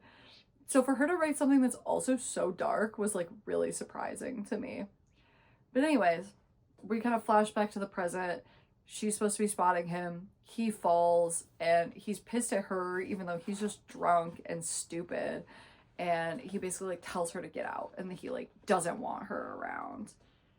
And then we're in chapter 6. So chapter 6, her mom and her and Miracle, they all go to the mall at Ladorno. They went to the rich people mall, and they find like a dress for Miracle that's vintage, which is like kind of scandalous, because like everybody's getting like new like impressive things. So like for them to get a vintage dress, that's kind of like, ooh, like a little passe. And the dress is relevant. We will get into that at the very end of the book, but they just get a vintage dress. Okay, we'll come back to it. And outside of this mall, they run into a homeless man that Tukey refers to as Wingtip. This will also be relevant later. And Wingtip is like, he's definitely a homeless man, but he's dressed like nice still. Like, it's obvious that he's been like wearing these clothes for a while and they're kind of like bedraggled, but like they are nice clothes. Like, she calls him Wingtip because he literally wears like wingtip leather shoes. Like, it's clear that this man had money and like had maybe not prestige, but like he had something at some point. And he's very kind to Tukey. So she sees him outside of the mall and he starts to ask her if she's okay. But in the middle of their conversation, they get interrupted because the fog turns golden and it opens. And it's only supposed to do that on the day of discovery. So they're like, oh my God, what is happening? There's something happening in Modelland. And a giant like booming voice that like comes from nowhere, like it's never really said who it is, but it's just a voice. A large announcing voice. Oh, I got it finally. And it announces the 7 graduating girls of Modelland. So the Intoxabellas, or the seven, and the 7 stands for something. Yeah, you didn't just think it was numbers, did you? No, this is Tyra Banks. Of course, it's not just numbers. No, it stands for something. And are you ready? Are you fucking sitting down? Because you're not ready for what it stands for. It stands for stunning, statuesque, strobotronic stars with stupefying stratospheric struts. Let me run that by you one more time. It stands for stunning, statuesque, strobotronic stars with stupefying stratospheric struts. Also, if you're wondering what the word strobotronic means, so did I. Because, you know, when I'm reading a book, especially like when I'm reading classics and stuff, and I stumble upon a word I don't know, my first instinct is to Google it and find out what it means so I can add it to my own personal lexicon. If you look up the definition of strobotronic, you will find out that it is a word that Tyra Banks invented herself for this book. It's a mix of, did I write it down? It was a mix of like oh, it's gonna bother me. It was a combination of electronic and like strobing. Like, she made the word up, okay? So if you're wondering what strobotronic means, it means whatever the fuck Tyra Banks wants it to mean. And does she describe what it means? No. But it's something electronic. Anyways, the big voice announces who the 7 for this year are. So, and also, don't think about these too hard. They also never come up again. We're never going to hear about these girls again. But it does give you an example of like kind of what the 7 are like and what powers they might have. So we're still going to go over them. So we've got Evangelinda. Not Evangelina. Evangelinda. Get it right. And her power is chameleon. And they're all spelled. They're all spelled kind of crazy.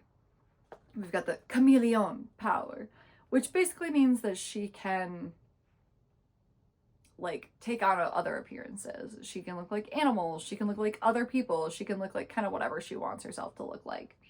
We have Simone, who has the multiplicity power. She can make multiples of herself. We have Bev Jo, and she is what's called a 30 never. So as soon as she ages and she hits like 29, instead of going from 29 to 30, she reverts back to being 17. Like, in all contexts, like she physically changes back into 17, and she just relives that like 17 to 29 over and over again and like never goes past that. So she's essentially kind of implied to be immortal. But don't think about that too hard.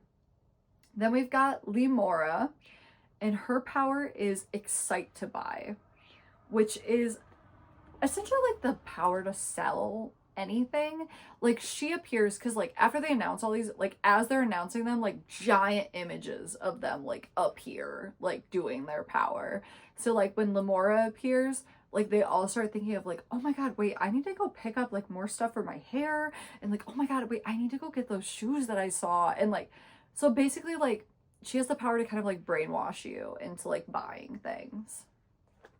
Then we have Sindizi, and her power is seduction.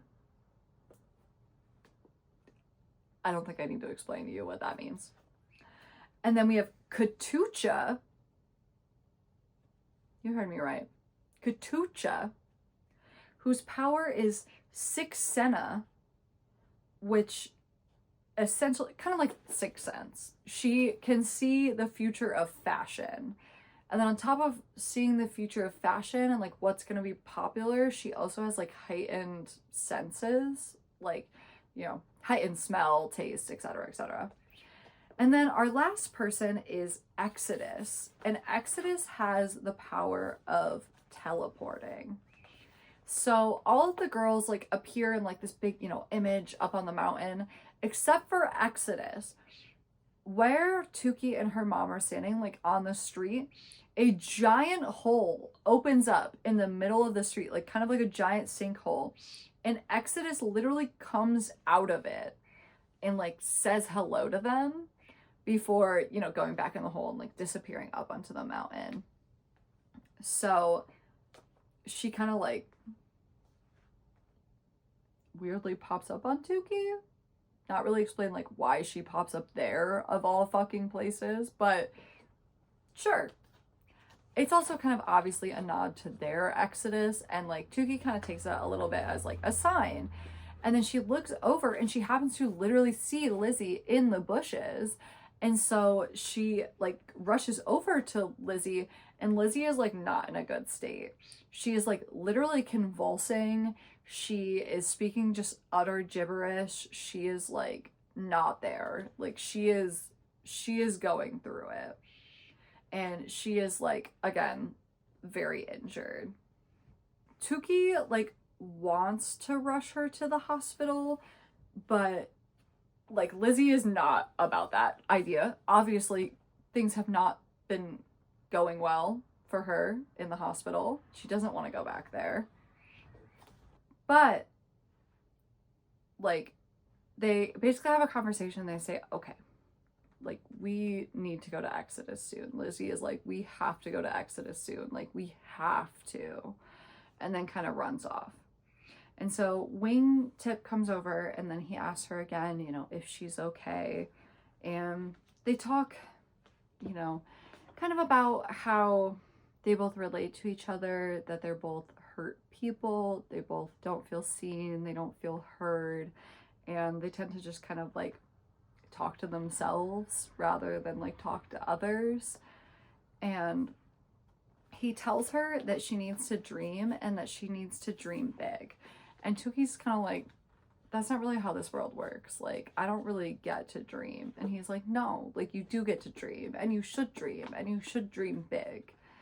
And he like, her mom like calls her over while they're like having this conversation. So Wingtip ends up leaving. She ends up returning to her mom, who's like, you know, pissed that, you know, she's not there and like whatever. She's like, you're supposed to be helping me a miracle. And they're like, oh my god, okay, sure, whatever. So chapter 7, we're back at home. This is like, you know, after they go shopping.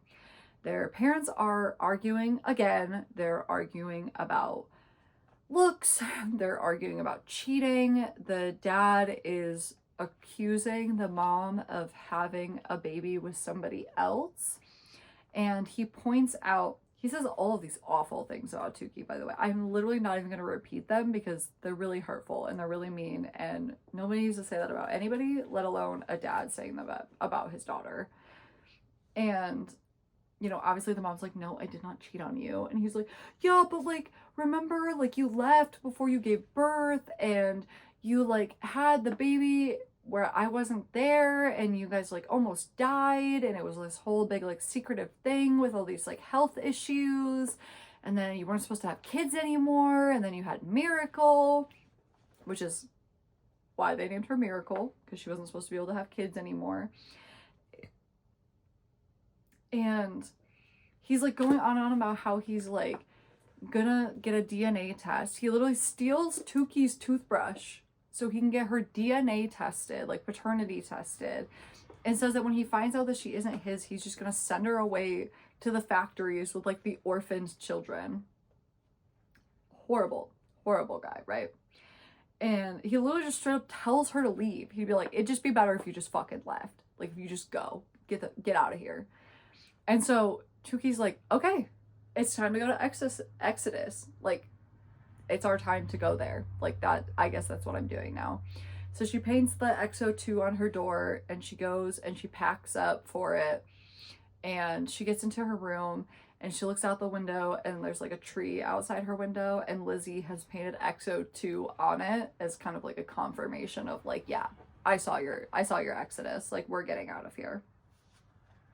But when she's, you know, it's real late, like at this point it's like early the next morning and she's got all her stuff packed up and she's trying to sneak out of the house because her and Lizzie agree to meet at 7 because she paints like XO2 and then like 7 to like indicate when they should meet. And she's trying to like sneak out the door and her mom catches her and is like, oh perfect, like you packed a bag for Miracle, like that's so helpful, thank you so much. And they literally like force her to get in the car. They basically literally like drag her and shove her in the car and lock her in. So she has to come. And she's like, no, I don't want to go. I don't want to go. I don't need to be there. And she literally sees Lizzie outside, like waiting for her. And she is screaming to Lizzie saying like, I don't want to go. I'll be back. Like, I don't have a choice.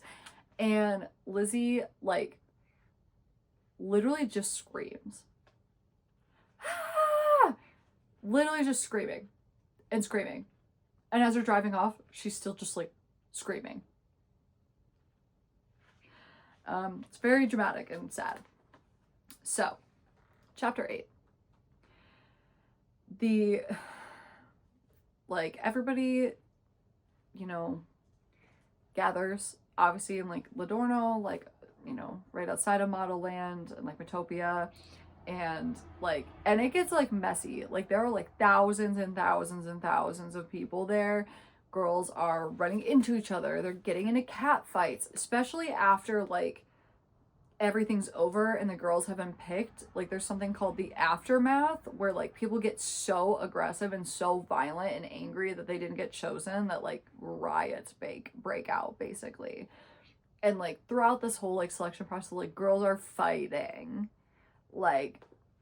It's chaotic. They're and they don't have an actual runway, so they kind of have to just walk wherever they're at, but most of them literally only have a couple of feet to walk in, because there's just so many girls there.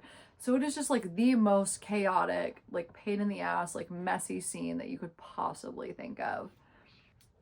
So they prep Miracle, they put her makeup on, and they do end up actually opening the bag that Tukey packed, but it doesn't have things for that, but it's things that still help. So they do still just think that she packed that to help Miracle. It's got a bunch of food and snacks in it, and it's got flashlights, and which they hang up so they can see better, because they have a little pop-up tent for her to change in. And there's one other thing, but it's stuff that still is kind of applicable. And so they just think that Tukey is trying to be helpful. And so, they prep Miracle, they put her makeup on, and they put her smize on, which makes all the girls around her really jealous. And they're giving her a bunch of speeches over and over again of hey, don't dance. Do the walk you're supposed to, or you literally won't get chosen. Do not dance. You are not supposed to dance. Also, this is kind of an aside, but it is relevant later, and this is where they're first mentioned. They also mention that in this big town square, essentially, for lack of a better thing to call it, there are these 3 obelisks that appeared about 6 months before this happened, out of nowhere. They have no idea who made them, no idea where they came from. They didn't come from the city or anything. And there's a golden one, an ivory one, and a bisque one.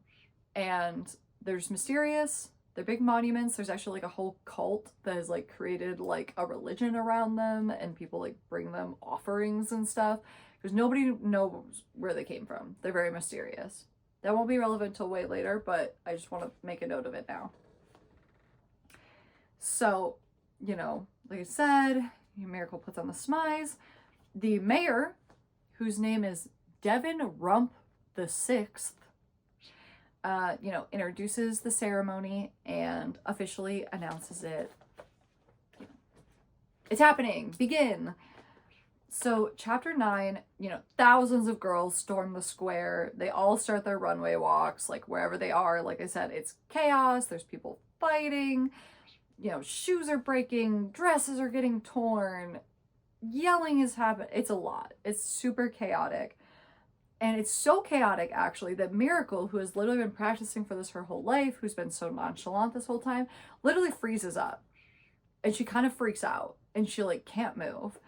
And Tukey ends up going and, encouraging her. Because she, freezes up, but then she almost starts trying to dance. And Tukey's like, girl, you've been ready for this. Lock it in. Lock it in. We gotta walk. We gotta walk. That's what we're doing. And Miracle does end up locking in, and she ends up locking in so hard that she shoves this girl out of her way. And when she shoves that girl, she shoves her so hard that she hits her head and passes out. Somehow we never talk about that again, but that was crazy. And it was also very out of her character. It was really strange for her to just do that out of nowhere. And while this is happening and Miracle's doing her thing, Theophilus actually comes up to Tukey and starts to have a conversation with her. And, he asks her why she's not participating. And he obviously thinks a little better of her because she's not participating. She's not like the other girls. And she actually doesn't even end up getting to answer. And he just ends up like praising her for it. And then he actually asks her name because he doesn't know it. She's about to answer, but then Zarpessa drags him away. Well, Zarpessa's actually doing her runway dance, but she yells for Theophilus and figuratively drags him away. All of this is happening, you know, she's focused on Theophilus, Miracle's doing her strut, Zarpessa's doing her strut, and out of nowhere, the lamppost next to them transforms. It turns from a light post into a scout. Yeah, a scout's here now. So, they're, like, that one turns into a scout first, and then there's more that, like, start appearing. And the first scout takes a girl who is, like, sobbing her eyes out. And this will be relevant. This girl is sobbing her eyes out and begging not to get chosen. We don't find out why for a little bit, but she is begging not to get chosen, and the scout takes her anyways. She doesn't really get a say in it. They, like, because there's all this chaos going on and, like, the scouts are starting to appear, her family, like, climbs up on top of this car that's there to try to, like, you know, like, just get out of the way and, like, give Miracle some more room. And there's this whole scene where, like, a scout appears on top of the car, but there's all this stuff with, like, fabric, and the car turns into fabric, and there's fabric all around.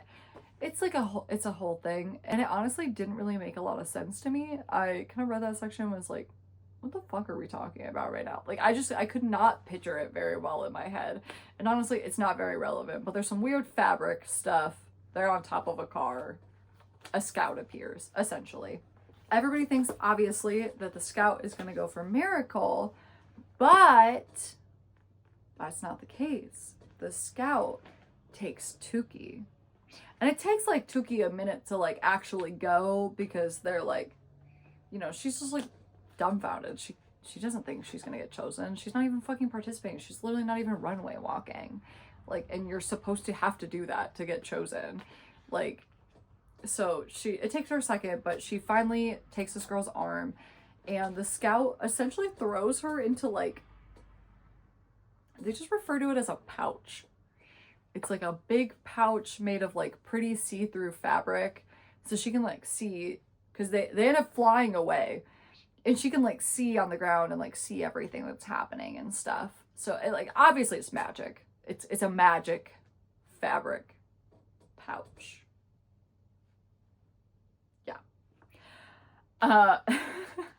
As, like, Tukey is having this, like, oh my god, this can't be about me type of thing, like, her mom and Miracle are like, no, like, you want Miracle, and her dad's like, shut the fuck up. If she wants to take Tukey, she can take Tukey. Like, isn't it better for us to have, like, a daughter who gets taken than no daughter who gets taken? Like, take Tukey.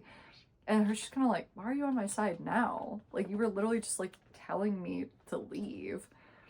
But the scout and Tukey go flying off together above everything, like I said, in the weird magic fabric pouch.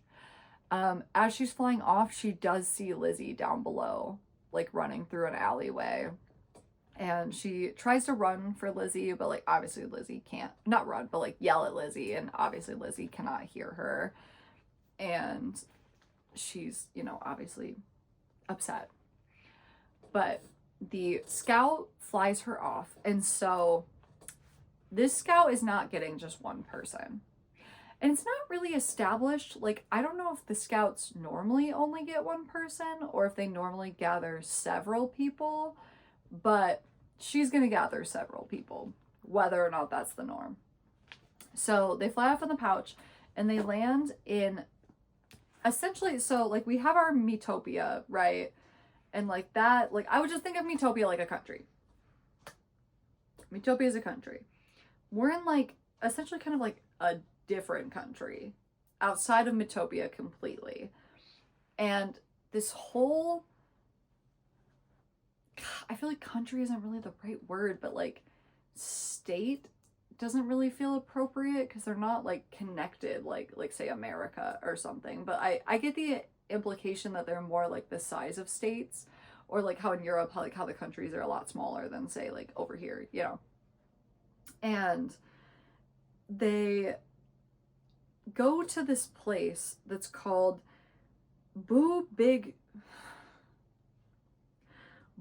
Teak Shopping. So kind of like big boutique shopping, but you put the big in the middle. So, and this is a store that is so big.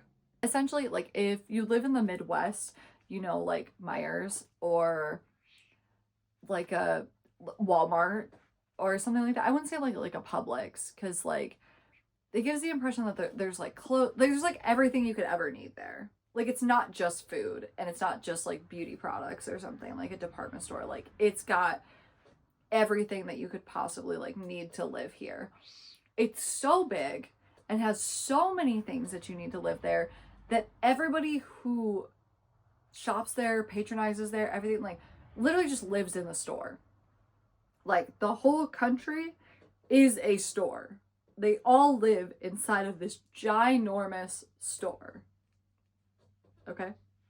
Obviously, they also have the Day of Discovery. Like all of these countries have Day of Discovery, not just like Metopia. Even though Metopia is like where Modelland is, they all have the Day of Discovery. And so they, you know, go into this boutique and everybody is doing the Day of Discovery things. There's girls, you know, model walking up and down all the different aisles. But she ends up taking someone who is not model walking again. It is someone, a young girl, her name is Dylan, who happens to actually work at this boutique store and who is like trying to work and like take care of her family while this is happening. And she gets chosen. And at first she's kind of like, no, I can't go. Like I have all these siblings to look after. And her mom comes up and is like, no, like go for your dreams. Like do it. Like go for it. And then Dylan's just kind of like, okay, yeah, all right, I'll go. Okay, sure, fuck my family. And let's just get it out of the way, because all of these girls are going to be like Tukey, and they're going to have, well, Tukey's got a lot of flaws. But they all have like a flaw, right? And they all have like a reason that they would like not be chosen for Modelland. And Dylan's thing is that she is overweight. She's described as like a very pretty girl, and like it seems like from the description that her curves seemingly are in all the right places. Like she's not described as like unattractive, or like they're really not too negative to Dylan, honestly, which I did appreciate. But that's Dylan's flaw. Do I really see that as a flaw? No, but that's Dylan's flaw, is that she's overweight. She also, at first, I was like a little unsettled because like the way they describe her, like she's blonde hair, blue eyes, like she's probably a white girl, right? And she, at first I thought that they had her speaking purely, I don't know why I'm saying they, like anybody but Tyra wrote this, but like Tyra had her speaking in what sounded like kind of a bastardized version of like AAVE. Like she's calling people like honey child and like all this stuff. It was just really unsettling. And after the first couple of pages, I feel like it kind of morphed from AAVE into like some kind of down home southern, very exaggerated accent. And then it kind of sort of bounces between the two. Either way, I don't like it. It doesn't make sense because they talk to other people while they're at that boutique place. Nobody else talks like that. Like her mom doesn't talk like that. Her siblings don't talk like that. It's just Dylan that talks like that. And it's fucking weird. It's weird. I did not like that.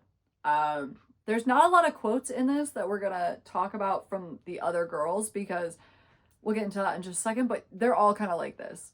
It's weird. The dialogue choices are strange, and I did not like them. So, you know, the scout takes Dylan. She throws her into the pouch, literally, with Tukey. And, like, they kind of... Well, Dylan like faints because she faints from like excitement and stuff like all the time. So like Dylan like faints and the girl like throws her into the pouch and now she's in there with Tukey and she kind of wakes back up and they're kind of like introducing themselves. So chapter 11, they again fly off. Now just two of them in the pouch.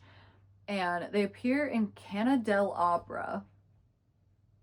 So they appear in Candelabra. And this is like the world's candle manufacturing center, because what else would it be? Here they do speak a different language as well. They speak Labrian, not really sure how that's supposed to be pronounced. We'll say Labrian because candelabra, that makes more sense. Which Tukey obviously does speak, because remember, she speaks every fucking language that exists. And there's a messenger girl whose name is Shiraz, who's, you know, running around, delivering things, doing things on this, like, day of discovery. And the scout, you know, shows up and takes her. And Shiraz's flaw is that she's short. She's, like, super tiny. She's literally, like, 4'7", I think they say. So she is, like... And obviously models are supposed to be taller. So she's a real tiny girl, not really like, I wouldn't really say that that's like a flaw per se, but that's her flaw. Okay, she's small.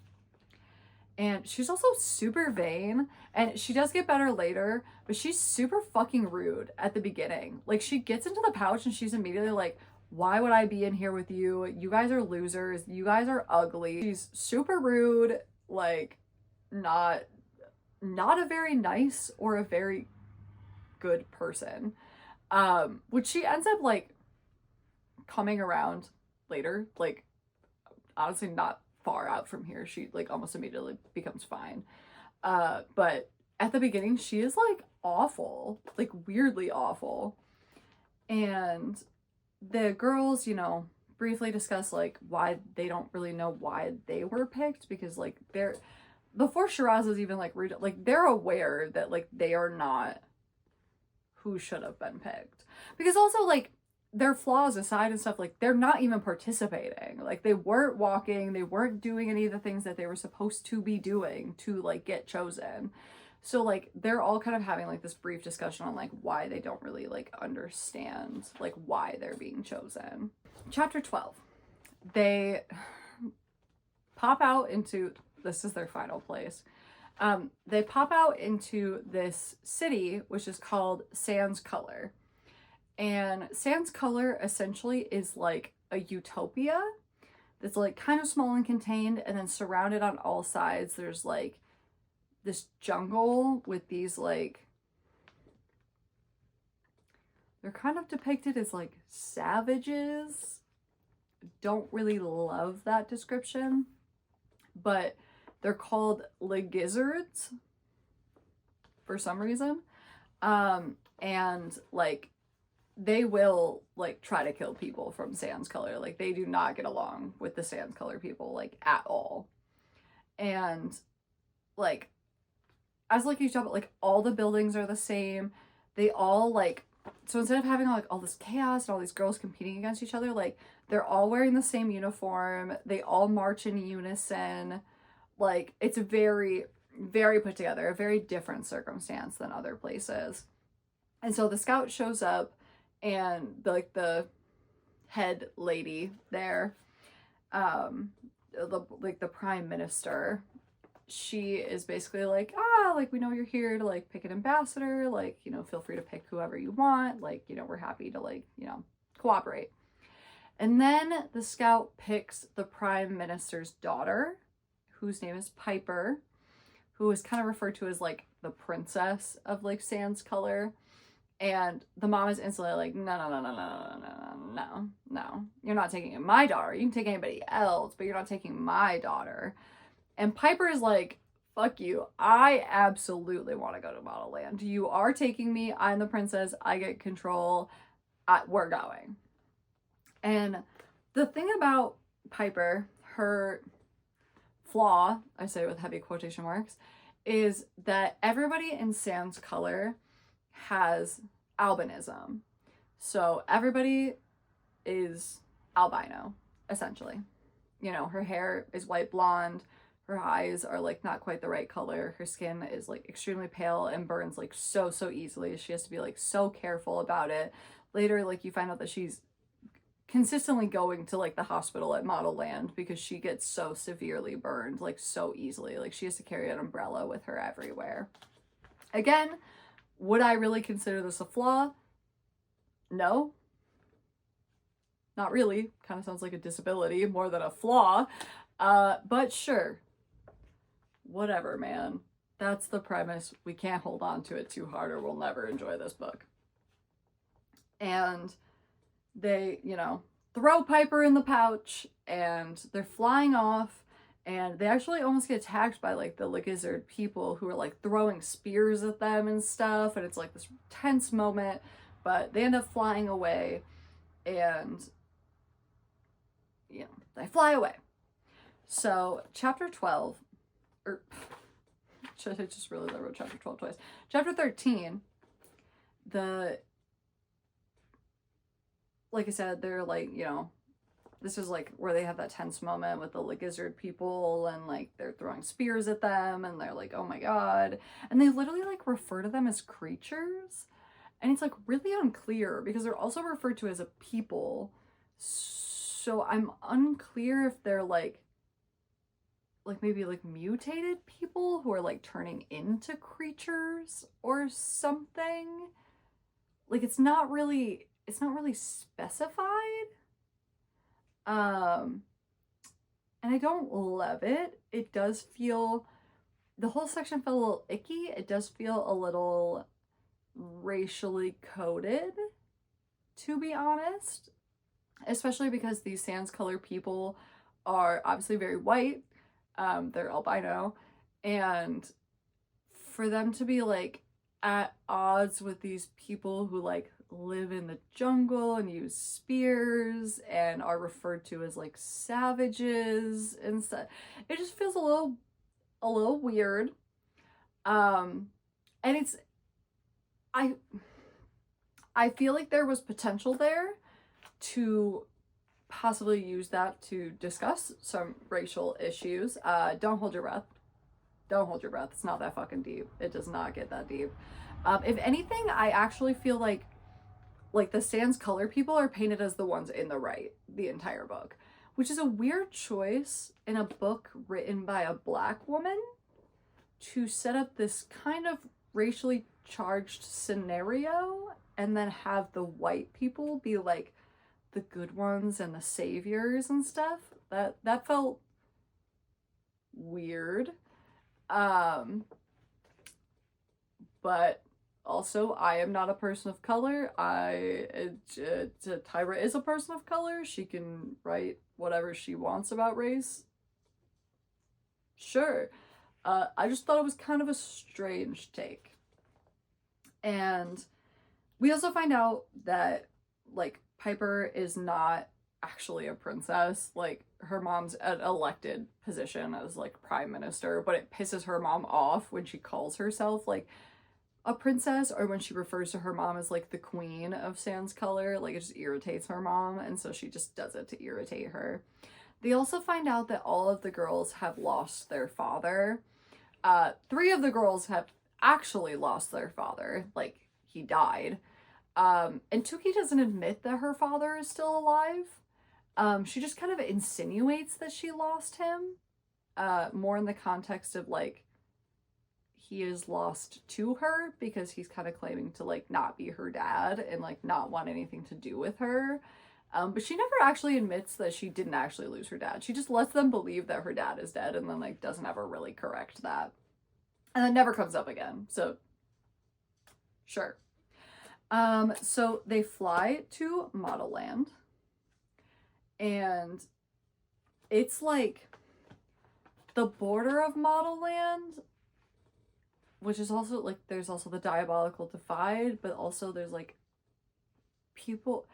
I was really unclear about this point because it was not like described that well. So like there's people like at the gates and they're like throwing fireballs. Because some people really hate Modelland. So they're like throwing fireballs at Modelland.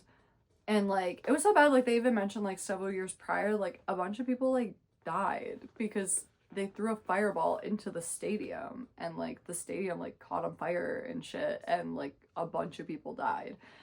And but it's a little unclear like who's doing this, and like I thought Modelland was surrounded by the diabolical divide, so like I don't know who could be at the gates throwing fireballs, but okay. Sure. And they're kind of like gossiping as they're like flying up to Modelland. Like Shiraz is talking about how her people like very firmly believe, actually, because like when they were in Canada del Abra, like it was not the same where like girls were like strutting around everywhere and like doing all the Day of Discovery stuff. And she reveals that like her people think that like these girls are getting sacrificed. Like they think that's very much a thing. So like they're not as excited about the Day of Discovery as like other people are. And Dylan also kind of thinks people get sacrificed. She kind of believes the rumors, but Piper like she's like, no, that shit doesn't happen. No, that's not a thing. So they end up passing the diabolical divide on their way there, and they see like evidence of like the girls and the pilgrims who tried to make it and like didn't make it. Like they'll see like, you know, a single shoe with like blood on it, or like a sweater dangling from a branch all ripped up, or things like that. And so they're dumped at the gates out of the pouch, and they like run into they run into they run into Guru Applause, who is the one I described to you earlier with like the hand for a face.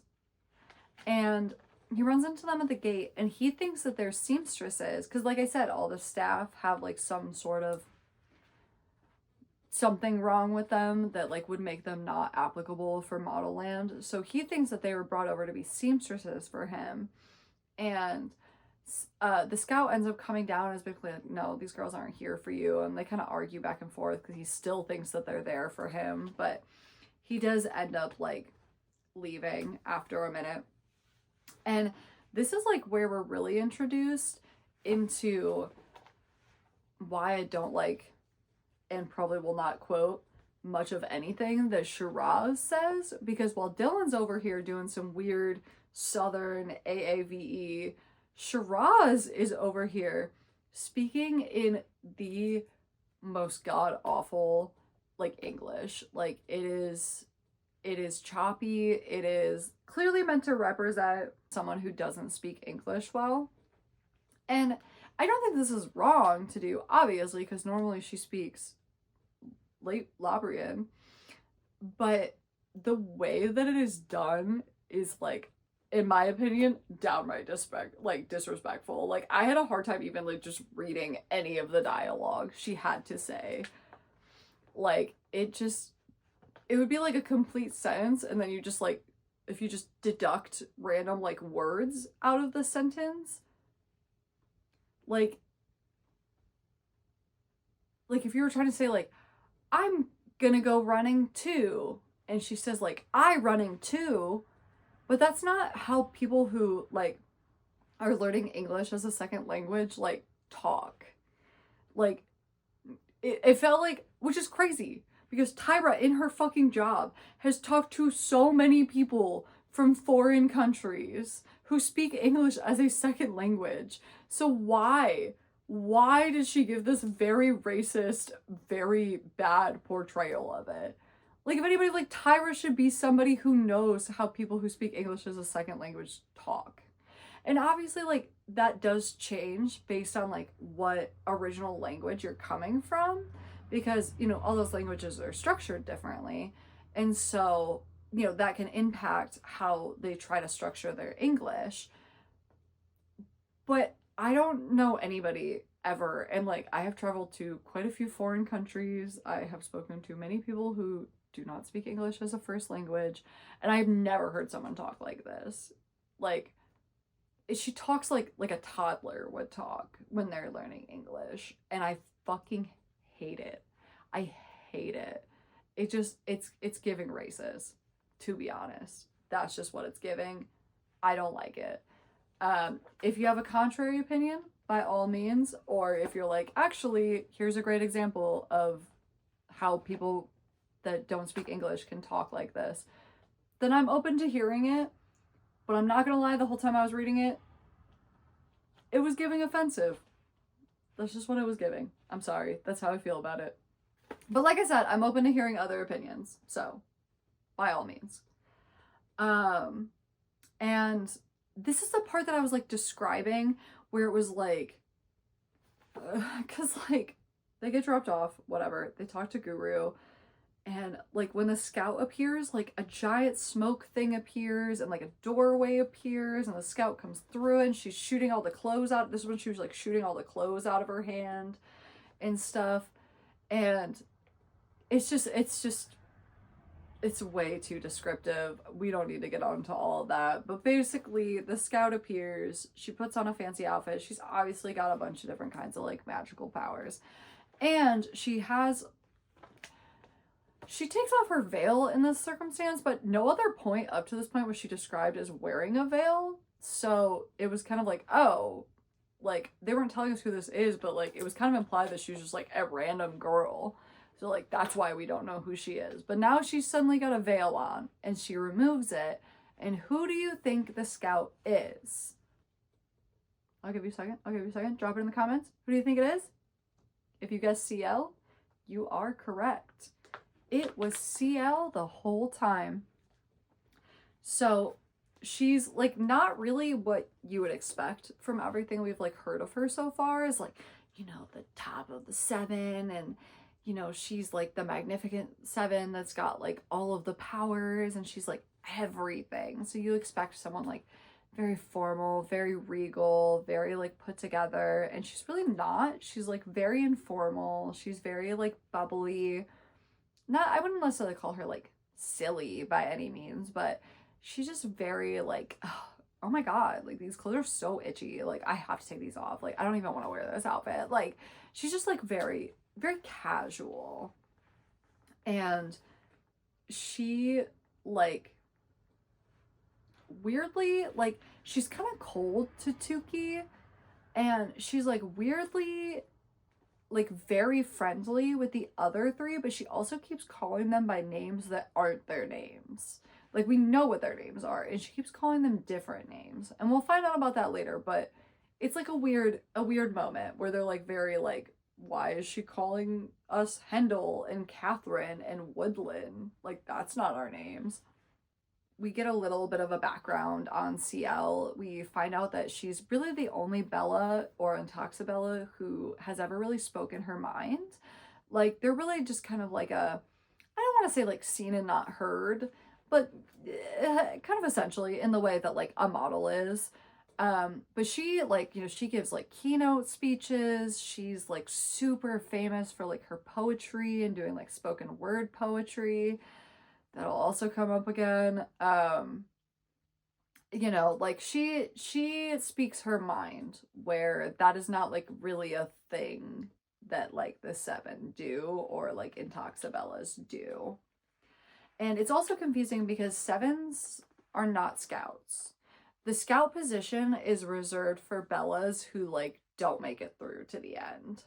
Like that's kind of like one of the ways that they can get to stay on the mountain is like by becoming scouts. So it's like extra confusing that like CL would be here, or she would be the one who like picked them up. And they are like super into CL, obviously. They all look up to her. They all have idolized her like their entire life. So they're like immediately fawning over her, and she is not having it. She does not like it. She does not fuck with it. And she like starts to give them the welcome speech, and she's like, ugh, I literally don't even want to do this. And she's like one of the only people throughout it too who uses profanity.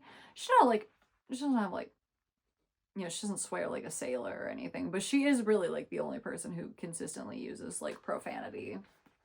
And like I said, she changes because her like get-up's all itchy, and she's like, I should do the welcome speech, but like, I don't really want to do it, and I don't want to wear this outfit. Like, this is the outfit I'm supposed to wear. I don't want to wear it. I'm just gonna put on something I want to wear.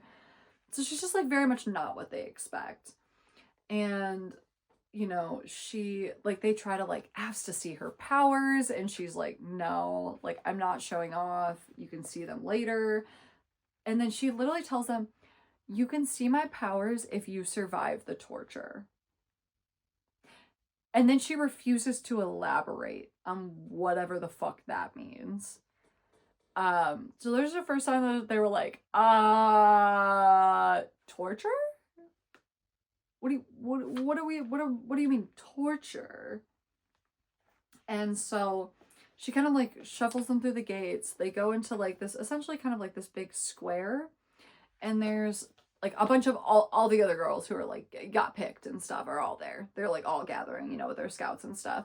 And there's like a big like face that's kind of like in the gate, or like in this like square, and you have to like walk up to the big face, and you have to say like your name and where you're from, and then they'll confirm you're like on the list and like, you know, approve you, like you're like registering essentially.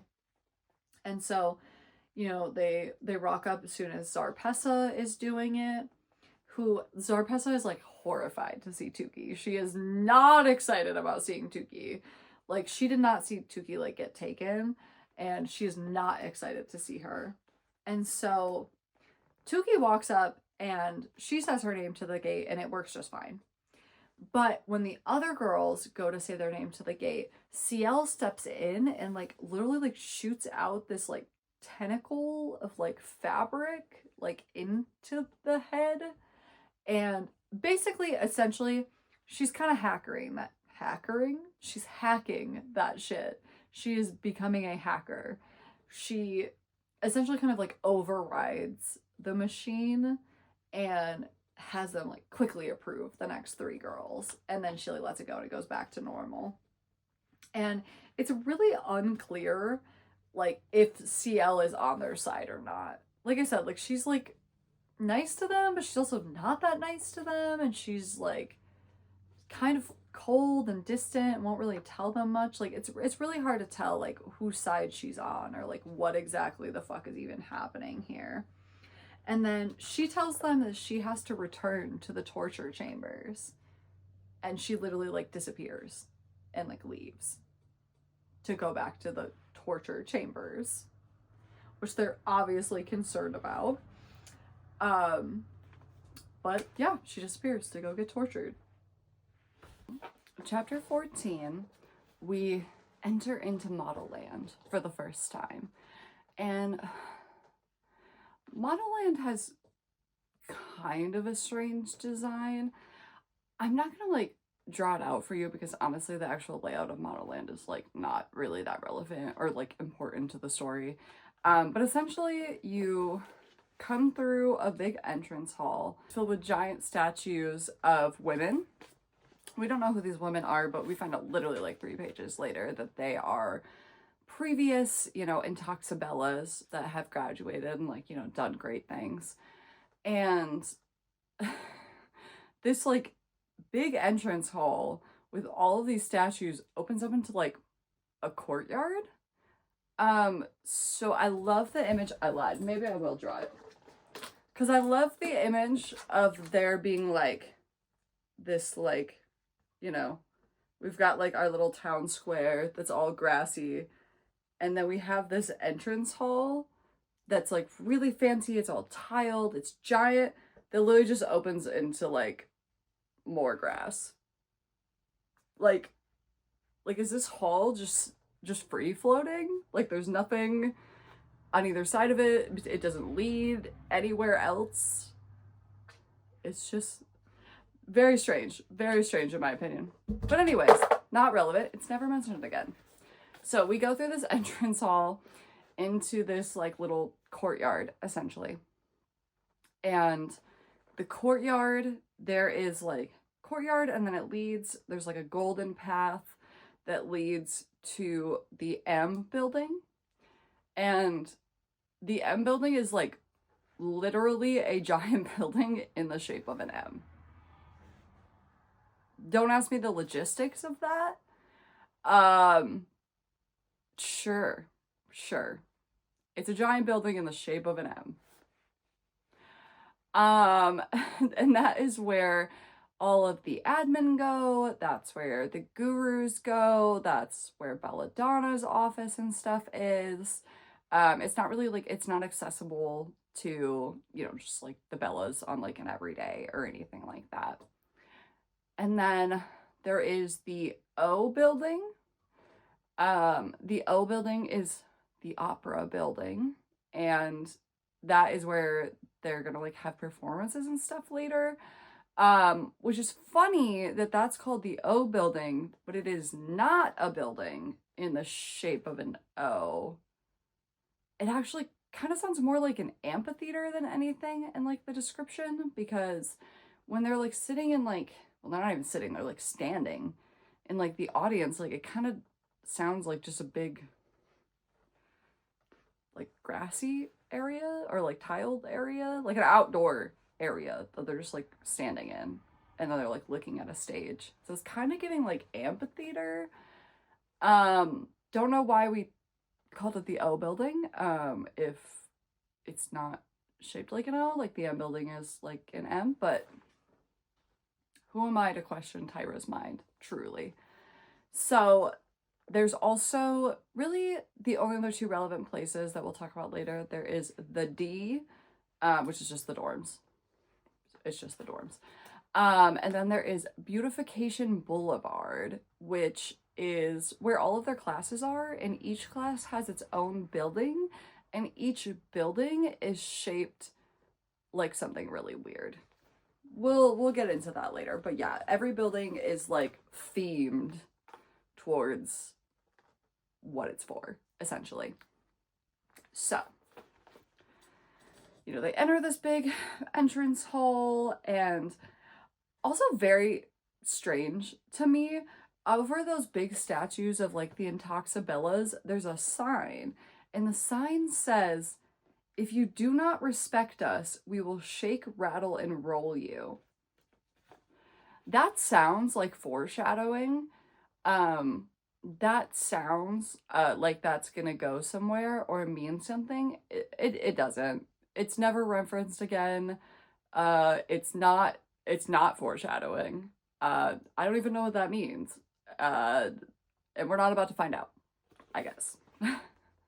They go into this clearing.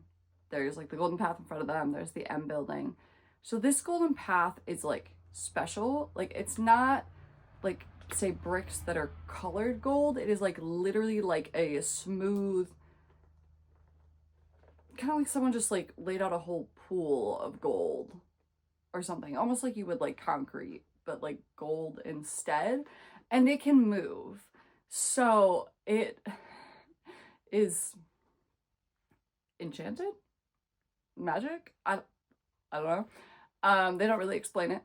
But you go up to it, and it essentially rises up from the ground and takes the form of you. Like basically like a one-to-one replication of you. And then you can then look at this replication, and if there's something wrong with you, you can like fix it, if that makes sense. It's kind of like looking in a giant mirror, but the mirror is like a 3D version of you instead of a reflection. And it's so the girlies can like fix their hair or fix their clothes, which is interesting. But when our girlies, and I'll probably like refer to them as the group, later they come up with like a name for themselves, but we're not there yet. We're not going to spoil it. So our group, our little 4 girlies that shouldn't be here, they walk up to the path. Path literally just makes a big question mark for all of them. So everybody's kind of like, I've never seen it do that before. Like, what could that possibly mean? Like, what is it doing? But they don't question it for too long, because, so the girls are essentially here getting snatched up by their tour guide. So the older Bellas, like the second year Bellas, are now, you know, like the tour guides and like the mentors for the younger kids. And so they are kind of getting snatched up by different tour guides, and this really like tall, beautiful girl comes up to them, and she tells them that she is their tour guide. So her name is Zen Zen. Yeah. So she was not their original tour guide. She becomes their tour guide because she literally like switched with somebody and like took over. She found out that CL was their like scout, and she is like unhealthily obsessed with CL. Like literally she's like, anything CL wears will like look good on me, and like I don't want it if CL hasn't done it, and I'm gonna do my hair exactly like her and dress exactly like her. It's weird. It's weird. It's a little weird. But obviously she wants to hear all the tea about CL because I don't think she's ever even like actually met her. She just like really, really admires her. She's looking through her list and she's like, okay, well, I see like Tuki on here, which is why I like took this tour guide group, but like I'm not seeing the rest of the girls' names. And CL literally like appears in the corner of the courtyard, just like, remember, she can teleport. So she just like appears and she's like staring them down all like menacingly. And as she's doing that, like their names literally appear on the list. And like Zenda does not question it. She's just like, oh, okay, well, your names are here now. I see them. Awesome. And she like takes them off, right? To like, you know, go do tour guide things. And she like gives them this warning that like really reminded me of like CL's warning at the beginning, where she's like, you know, make sure you stay close and that way you won't get clawed. But then she like doesn't explain what that means. Like we do find out what that means later, but like she doesn't explain that at all. She's just like, well, don't get clawed. And they're like, clawed? Why would I get clawed? What does that even mean? So, you know, she goes through, explains, you know, the M buildings, the O buildings, you know, where they can go, where they can't. So she also explains like kind of the structure. So she explains a little bit about the gurus. She explains that, you know, the Belladonna is part of a royal line and they're like in charge of the school. Also like walk through at one point and they see a bunch of like holograms of all of the different like 7, but CL's specifically is like flickering. But this also confused me because it's implied, I guess, that the 7 are like different every year. Like they're updated as like the girls graduate and stuff. So I'm confused because CL's like been a 7 for like a while. Like this isn't like new.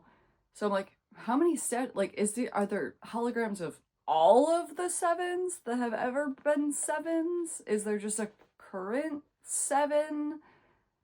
It is so like I enjoyed this book, but I should not get to the end of your 600-page book and still not understand the basic structure of literally everything we're talking about. Like I still don't understand the 7. I don't. Like I want to. I don't. I really don't. And you think that I should. I should at this point. And they do run into Zarpessa again, and she is a bitch. That's just kind of her shtick. She's gonna consistently be like that the entire book. If Zarpessa is involved, just imagine she's saying something very rude, because that's kind of all that her character does most of the time. And Zarpessa does point out that they, like, CL's hologram is flickering lightly because, like, she's gone off of the message that they're, like, demanding that she have. And which is funny because they keep, throughout this entire thing, they keep saying, like, CL's gone off message, CL's gone off message, CL's gone off message. I get that. And I do feel like that's, like, kind of manifested later in the book, but, like, we never ever get, like, what that means or like what she did, because like obviously she was already getting tortured. That's why she like came up with this whole plan to like take these 4 girls or whatever. So she had to have already been off message and pretty severely off message to get to the point that she's getting tortured like way before this, because obviously she's been missing for like a while. And like he just keeps saying she's off message, and it's like, well, if she was off message, wouldn't everybody know like that, like what message she was spreading? Like they never tell us like what message she's off of and like what she's been saying. But like everybody should know that because she's super famous and she's giving these like keynote speeches and stuff. So if those were off message, everybody would have heard them. I digress. It's not that important.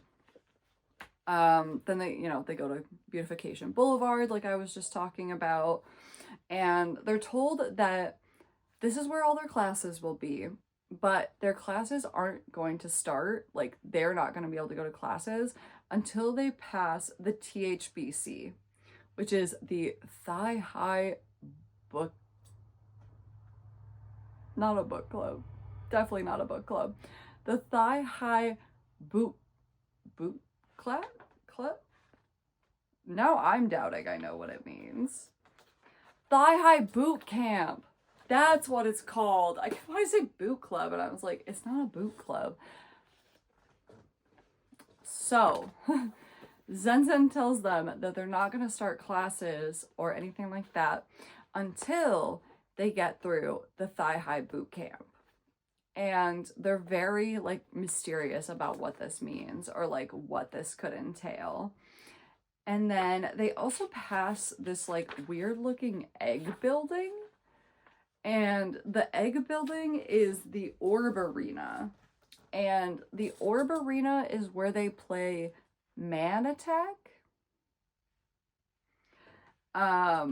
And it's not explained. We're not going to find out what Man Attack is until like the end of the book.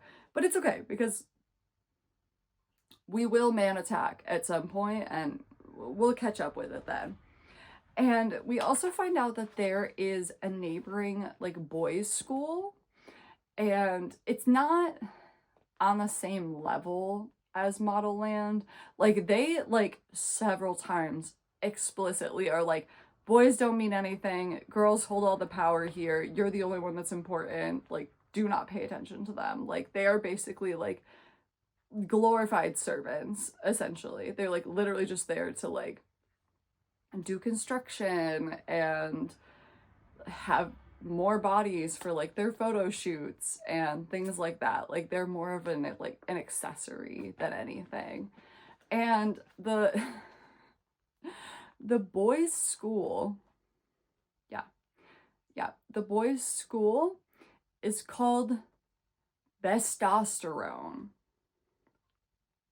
Yeah, like testosterone, but with a B at the beginning. Bestosterone. That one got me a little bit. I'm not even gonna lie. And she also kind of takes this moment too, which I appreciated from her. I love Zen. She's a little cutie. But she also takes this moment to like warn them and say like, hey, like, I understand, you know, you maybe whatever, like looks are a thing here and they're important, but looks are not everything, because every single person here is pretty. That's part of the reason they were chosen to be here, and that there is so much more than just looks that goes into succeeding at Modelland.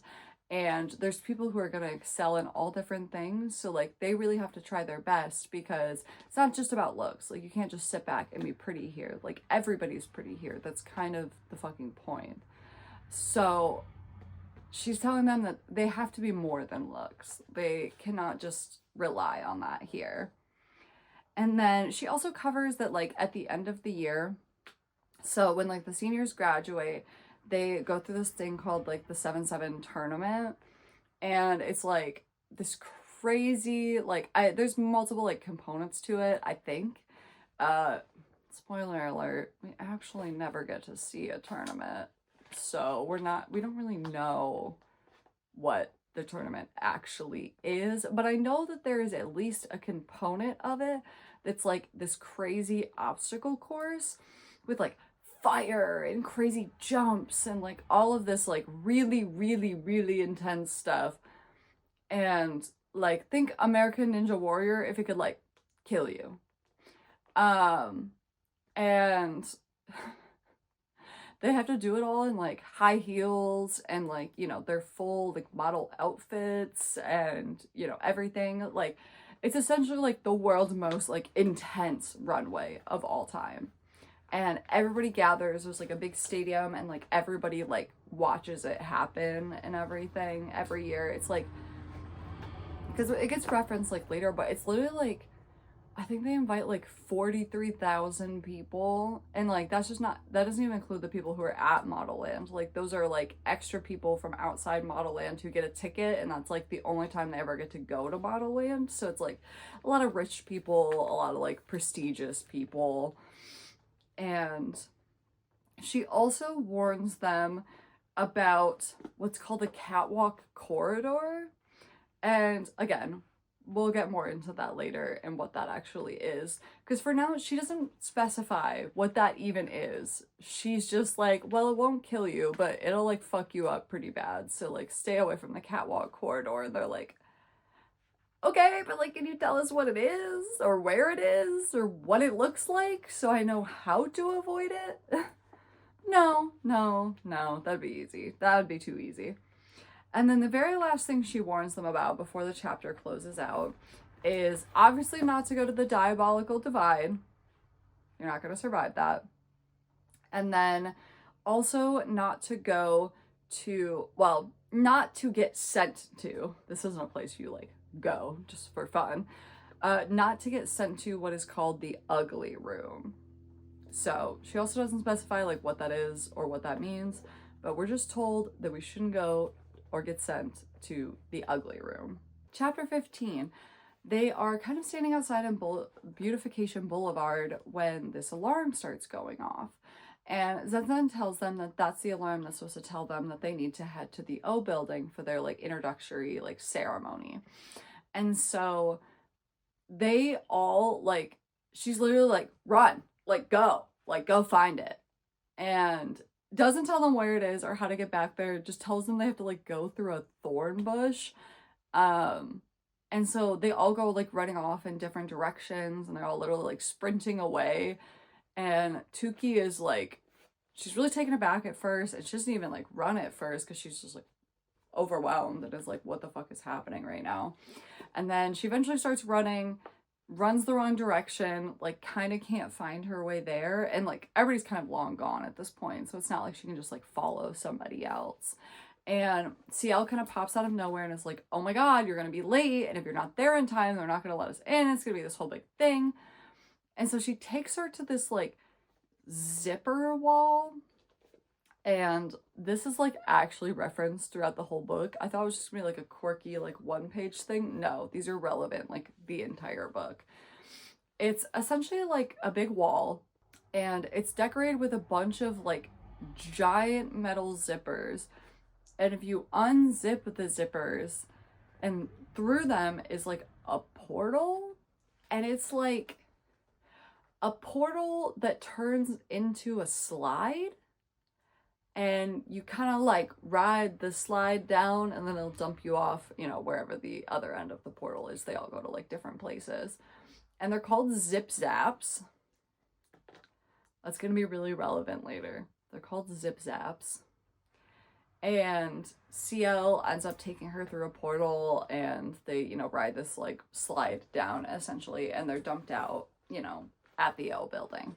They get into the plaza, and, you know, they see the other girls in the group, and CL kind of gives them like a brief warning that's like, you know, you guys are different, and the girls here may be like really, really mean to you, but like that's a reflection of like them, not you, and like don't take it too seriously, and like don't stoop to their level, like it's not worth it.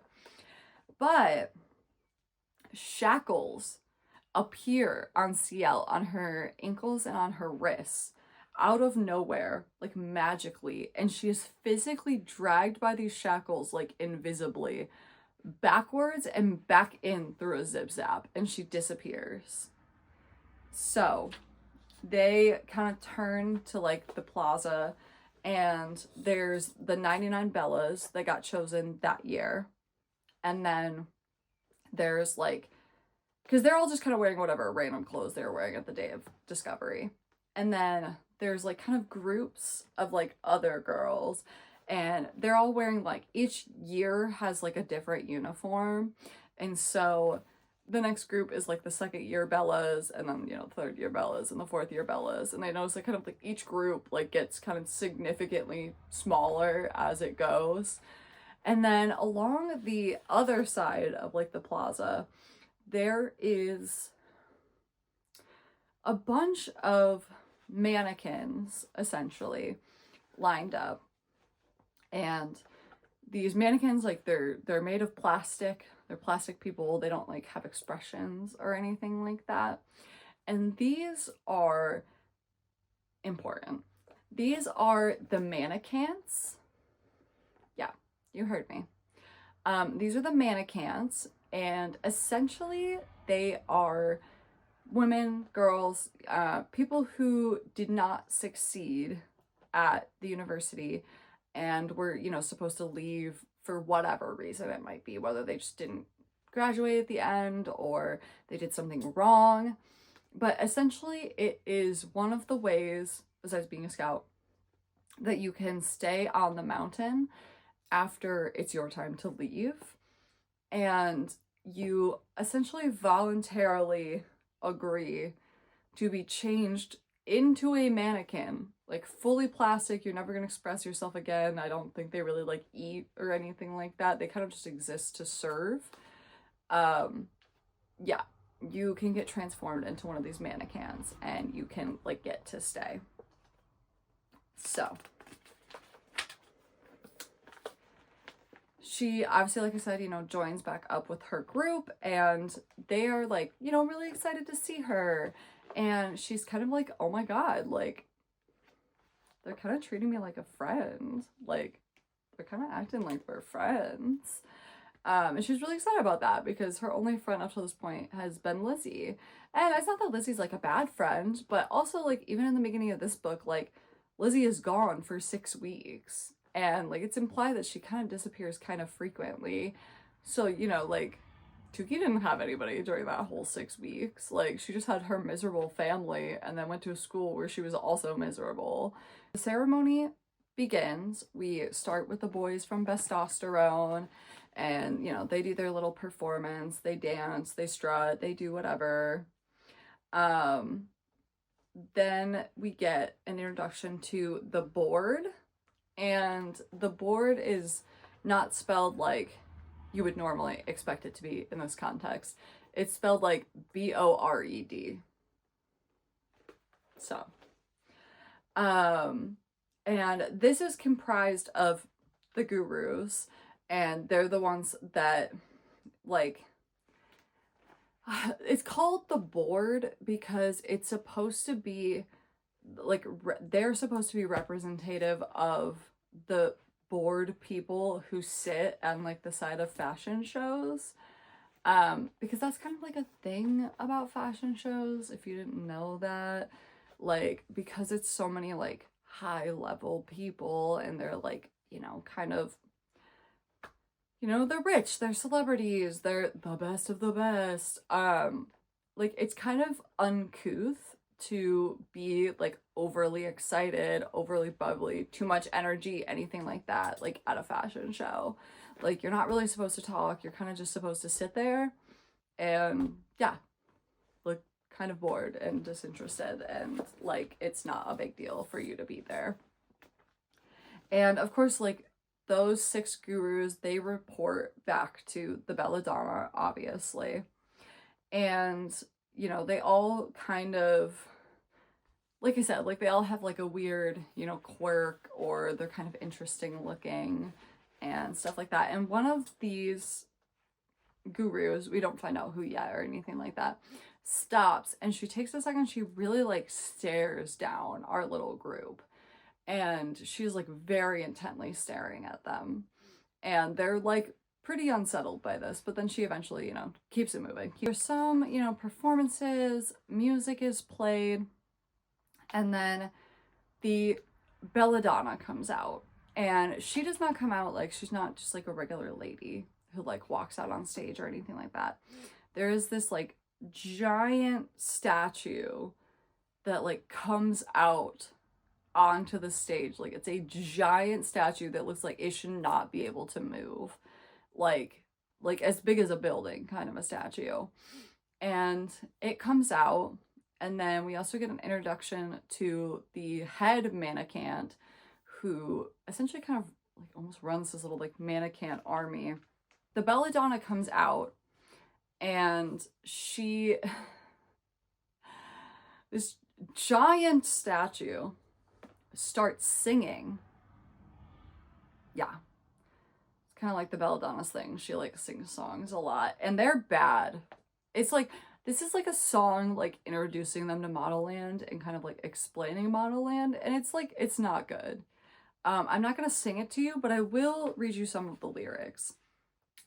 Its walls rich with memories of yesteryear. Our laws antiquated but must be respected, or I'll discard you like moth-eaten cashmere. Listen to me now, my spanking new no-sees. Your infants, your rascals, and oh so askew. You've entered a world that most would slave for, but amongst them all I have chosen you. And if you're wondering what a no-see is, a no-see is, you know, just the new girls. It's just what they call a new girl. And then, you know, she keeps singing, and it somehow gets worse. So she says, you know, Modelland is your new home. Welcome to this Superdome. You'll wear waistcoats, wedding dresses, wetsuits, and lingerie, leotards and yellow belts, deodorant every day, hosiery and houndstooth and rougy lips to chalets, bandeaus and bodices, and LBDs at soirees. You'll exfoliate, emulsify, dilapidate, depilate, and moisturize, sell glycerins, jojoba oils, fragrances, and fluorides, cocktail dresses, cardigans, concealers for tight eyes. I can't fucking talk. Cocktail dresses, cardigans, concealers for tired eyes, and practice all your posing tricks from sunset to sunrise. And it just keeps going on like that. It just keeps going on like that. It's not good. So they sit through this entire long, boring, you know, whatever song. And then CL is like, so we get to that whole part where they're talking about like, oh, you're gonna model all of these things and you're gonna advertise all these products. And the next 2 pages of lyrics, because this goes on for like 6 pages of her singing this song. The next 2 pages of lyrics are her just talking shit about CL and like essentially like kicking her out of Modelland and just kind of like tearing her apart. Which is also funny because it like kicks her out of Modelland, and then she continues to be in Modelland for the rest of the book. Like, she's never not at Modelland. So I don't know why we sang a whole song about kicking her out of Modelland when we didn't kick her out of Modelland and she's there the entire time. But I digress. And we also get a hint, we'll also talk about this more in detail later. We also kind of get a hint that you can't just leave Modelland. You can't just be like, I'm not really feeling it. I want to go home. Because if you leave without permission, then you like become old, essentially. Because there's kind of like, you don't age as quickly at Modelland. Like, obviously some people have like the 30 never power, but like, even the ones that don't, like, you do stay young and beautiful for like significantly longer. And then they also kind of end this chapter on another little, like, you know, you guys have thigh high boot camp. And they like keep hinting that like, they're like, oh, if you survive the thigh high boot camp, if you survive. And even at like the end of this chapter, the Belladonna kind of like leaves them with like, oh, for some of you, like it might be your last day. And it's kind of like implied like it might not be your last day at Modelland, but like your last day on this planet. So again, haven't been told what thigh high boot camp is, just a lot of hints that you literally may not survive it. Chapter 16, I have to start this with like a little bit of an aside. Tyra was really bad in this chapter about doing this, but Tyra kept doing. She kept doing the white people thing that like they're describing a person of color in, you know, their book or whatever, their media, and they are using nothing but like food related words to describe their skin colors. And this is like, obviously, like this book was written in 2011 and a lot has changed since 2011. But this is like a complaint that I've heard from people of color, you know, especially in like online spaces for a really long time. I can't say all the way back to 2011. I don't really remember that well. But like this is something I've heard about for a very long time. It's actually been like a really big thing. I used to be like really into like the beauty community back in, you know, like 2015, 2016, like that era.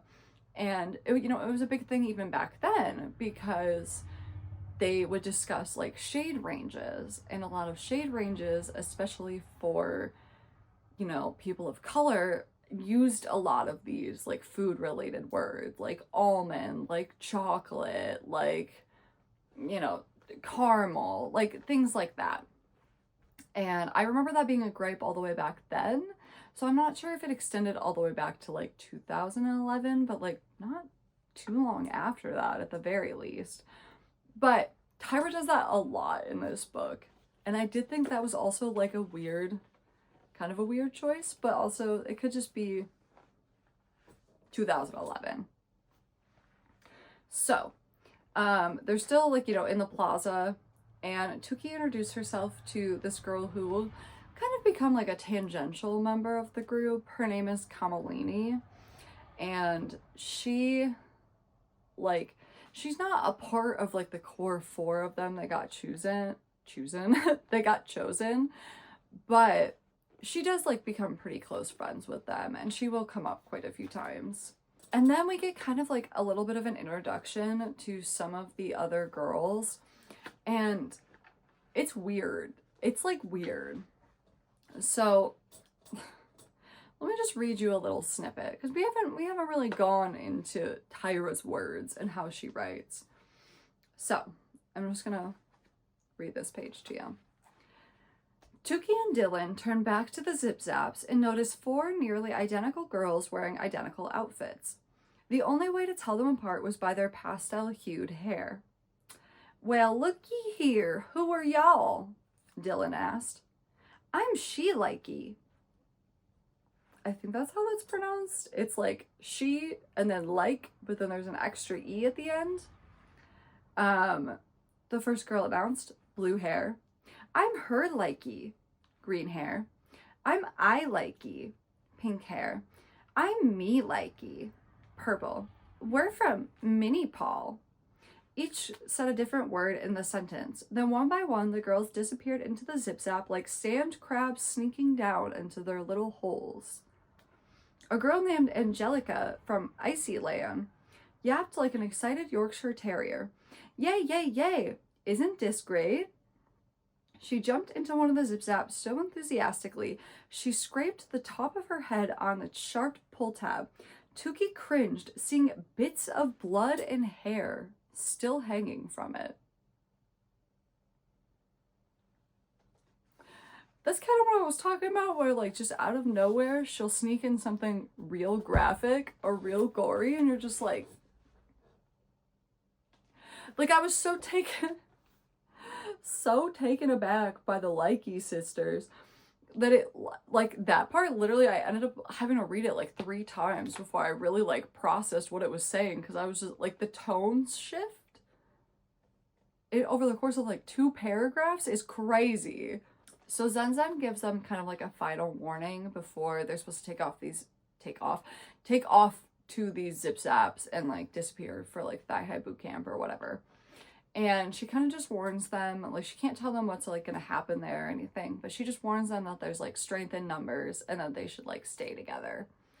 And Tuki runs into Zarpessa before they like take these zip zaps, and Zarpessa like kind of confronts her, and she ends up telling her like, hey, I'm not gonna tell people back home that you're like poor and you're like dumpster diving. Like, don't worry, like, I'm not gonna say anything. And Zarpessa's just like very mean, very rude, obviously not excited about hearing this, and like threatens her not to tell. Then she takes the zip zap. So, you know, the group takes the portal and they appear in this room that's like all metal. There's nothing in it. There's just like a single light bulb hanging from the ceiling. And like they kind of fall into like, you know, the spotlight made by the light bulb. But they have to like move out of the way really quickly because like more and more girls are like falling into this room and like literally falling from the ceiling like to the floor into this spotlight. So like more and more people are having to like move out of the way because more and more girls are like pouring into this room until this room is like packed full of girls.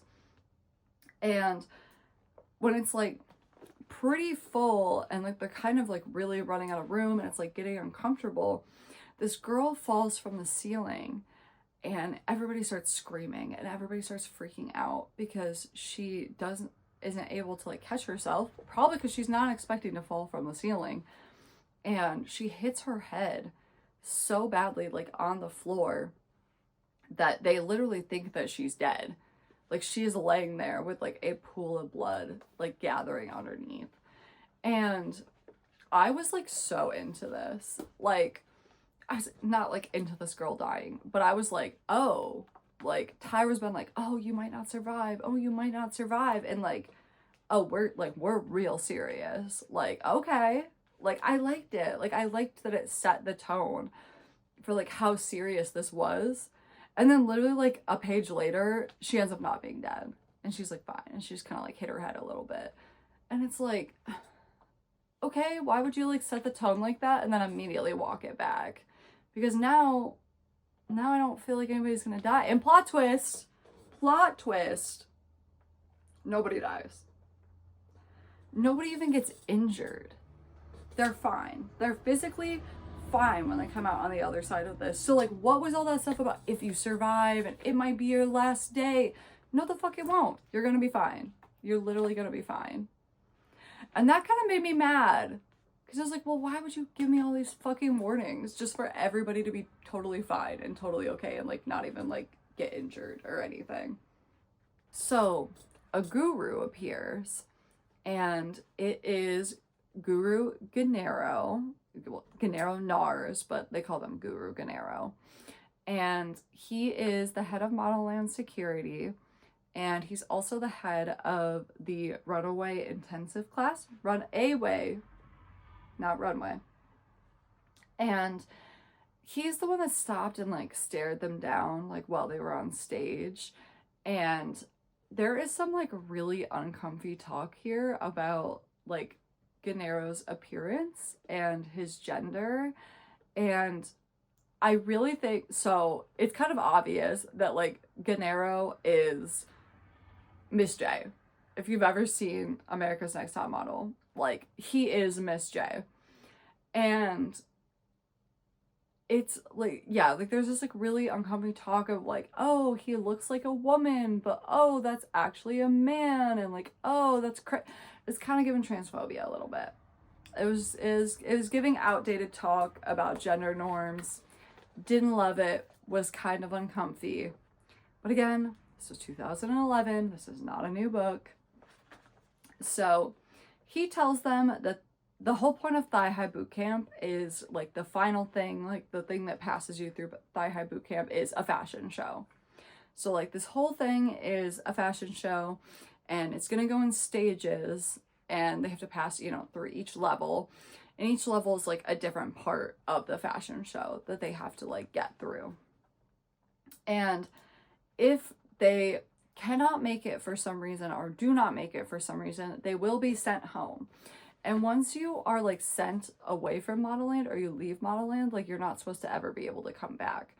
So essentially, like if they decide they can't make it and they need to go home, like they're never coming back to Modelland. Like that is going to be it for them. And so there's 5 phases. So we start with phase 1, which is measurements. So a bunch of mannequins pop out and they start measuring everything about the girls, and they are like not nice while they do this. They are like consistently insulting the girls like as they do this. Like, you know, they're obviously telling Dylan that she's like, her measurements are too big, and they're telling Tukey that her eyes are too far apart, and Shiraz is too tiny. So, you know, they're kind of talking shit about them the entire time. And when it's all done, Gennaro kind of comes up and he's like announcing like, oh my gosh, like almost every single person in the class has perfect measurements except 4 of you. And then kind of like stares them down. Doesn't like call them out by name, but specifically calls out those 4 of them and then looks directly at them. So it's like very obvious who he's talking about. So then they go into phase 2, which is makeup. So, oh, also there's a funny moment where you hear like Zarpessa like in a like kind of shouts something out at Gennaro, and he shuts her down immediately and literally tells her to shut up, and it was very satisfying. So a bunch of salon chairs appear and a bunch more mannequins come running out, and so they're all getting like their hair and their makeup done, and you know, they all look really beautiful, and they're kind of like having this moment of like, oh my god, like I can't believe this is me. And then they have this scene. They're all admiring themselves, right? And then Shiraz like points off, like for, you know, like you would if you want somebody to look at something. And this is what happens. Tukey turned to see what Shiraz was pointing to. An older, unrecognizable person was staring at Tukey. It had a boil growing on its nose, letting out a smoke that smelled of rotten eggs and animal droppings. Much of its hair had fallen out in clumps, and many of the hanging strands had fused together into what looked like chunks of petrified wood. Its eyes were bruised, swollen nearly shut, and its ears were swollen into what looked like blobs of cauliflower.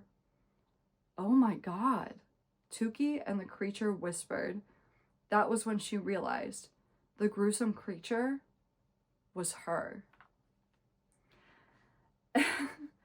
And we go right into 17, which I'm just gonna start with the screenshot because, so obviously Tukey sees this like very mangled version of herself, and then everybody else kind of has the same experience. So everyone in the room screamed, their faces melting and warping just like Tukey's was. Piper's skin was so raw it was transparent. Her blood was visible, pumping wildly through her face. She resembled a skeleton with muscles and veins, with a thin layer of clear plastic keeping it all together. Dylan's ponytails had completely fallen out, and she was cradling them in her arms. Her nose had become detached from her face and was sitting on top of the bed of hair. Shiraz's grapefruit-sized eyes bulged and bulged like they were about to pop out of her head. The spot where the ruby had been on Kamalini's smize was now a gaping hole 4 inches wide, exposing her brain. Angelica's zip-zap head injury had split open wide from the top of her head to the base of her neck. Yeah. So, we got real gruesome, real fat, which I think is so funny that, like, first challenge, you know, the girls are gonna come out and they're gonna measure you and they're just gonna be like ever so slightly mean to you. Challenge 2, your face is gonna melt off and your hair is gonna fall out and your brain is exposed. Like, Okay, we kind of went 0 to 100 really, really, really, really fast here. So, all right. Obviously, some of the girls are super freaked out, and there is, so like when he said all this stuff about like, if you go home, you can never return, blah, blah, blah, blah, blah. Like, there's doors that appear in like every section of this, and they're like marked home. And if you go run through them, it's like essentially a portal, and you're gonna be sent home. But as soon as the girls run through the home door, they're like transformed right back into like their normal selves. And so, you know, obviously quite a few girls are freaked out and they end up running through. But a lot of them do kind of realize like, oh, this has to be like some sort of optical illusion, like some sort of trick, because like those girls are fine now. So like this has to be some kind of trick. So 12 girls end up leaving, but all the rest of the girls stay. And essentially, so each section kind of has like, well, first section had like nothing. There was no moral. There was nothing to like learn. He wasn't like, this is the lesson for part 1. But part 2, we suddenly have a lesson. And for the rest of them, each level is going to have like its own moral, essentially. Do you want to know what the moral to all their faces melting off and like deforming are? The moral is not to share makeup. And I'm sitting here thinking it's going to be some like, don't rely on your looks too hard because like looks don't last forever, or, you know, something about their worth and their looks, maybe not being too overconfident. Like, I thought we were going somewhere in that direction. Nope. Don't share makeup. Don't share makeup. That's the moral. Don't share makeup. It'll make your face melt off, apparently. So then they go into phase 3, which is embellishments. So the mannequins come back out and they give them jewelry and purses and like these beautiful, like expensive accessories that they've, you know, obviously like most of them have never even been close to like something like that. So all the girls are like, oh my God, like these are so beautiful, and they're freaking out and like, oh my God, look at this purse I got, look at this jewelry. And, you know, they are feeling it. But as soon as the mannequins like walk away, they immediately, like the stuff that they're holding, like literal items, start like, honestly, the scene really reminded me of Beetlejuice, in that scene where like all of the sculptures and stuff in the house like come to life and start attacking them. It's like basically that, but their jewelry and their purses. Like the necklaces start like strangling them, and the purses start like trying to attack them. And another 11 girls end up running through the home door because they're like choking to death and they don't want to die. And, you know, Gennaro comes out, everything stops attacking them. Do you want to know what the moral of this one was? It's not like, you know, the confidence has to come from yourself. Like, you can't just rely on accessories, or like you need to be careful who you take gifts from, or you have to wear the item, not the item wear you. There's so many options. No. It's don't support fake brands. Which, like, on one hand, like, I'm not arguing, because they do talk a little bit about like fast fashion and how like fake brands are like exploiting people to get made, and they're like harmful, and that part of it, okay, yeah, no, like I think that's valid. And like, especially coming from, because I feel like that's such a problem now, like with Shein and, you know, all those like fast fashion places, that I feel like that also kind of surprised me, because I was like, wow, this is like a 2011 conversation that feels very like relevant in 2026. But yeah, that is the lesson for all of their jewelry attacking them, is that you shouldn't support fake brands. But then they also ignore the fact, because he's kind of like, well, you should have just known that that was like a fake brand of necklace that we put on you. Most of these girls, like, are not rich. Like, they don't have money. They have never seen a fancy necklace like that before in person. They don't know what those brands look like in person. How would they know that they were fake? But sure. Whatever. And then Gennaro, at like the end of this phase 3, literally just like calls Shiraz a slur. Like, not like a real slur that like exists out here, but like a Modelland version of a slur. And let me just read this to you. Oh, and we also get a little snippet on how Shiraz's broken English sounds. Yay. And so Gennaro says, "How dare you all? So the lesson for phase 3 is what? For Gennaro designer friends, buying of the fake no good," Shiraz offered. Gennaro looks pleased. At least one of you is listening, even if it is a knee-high Lilliputian. Which is an interesting, like, thing for him to pull in, because that is a word that is created by Gulliver's Travels for one of the countries that he goes to in Gulliver's Travels, is like all these little tiny people, and they're called Lilliputians.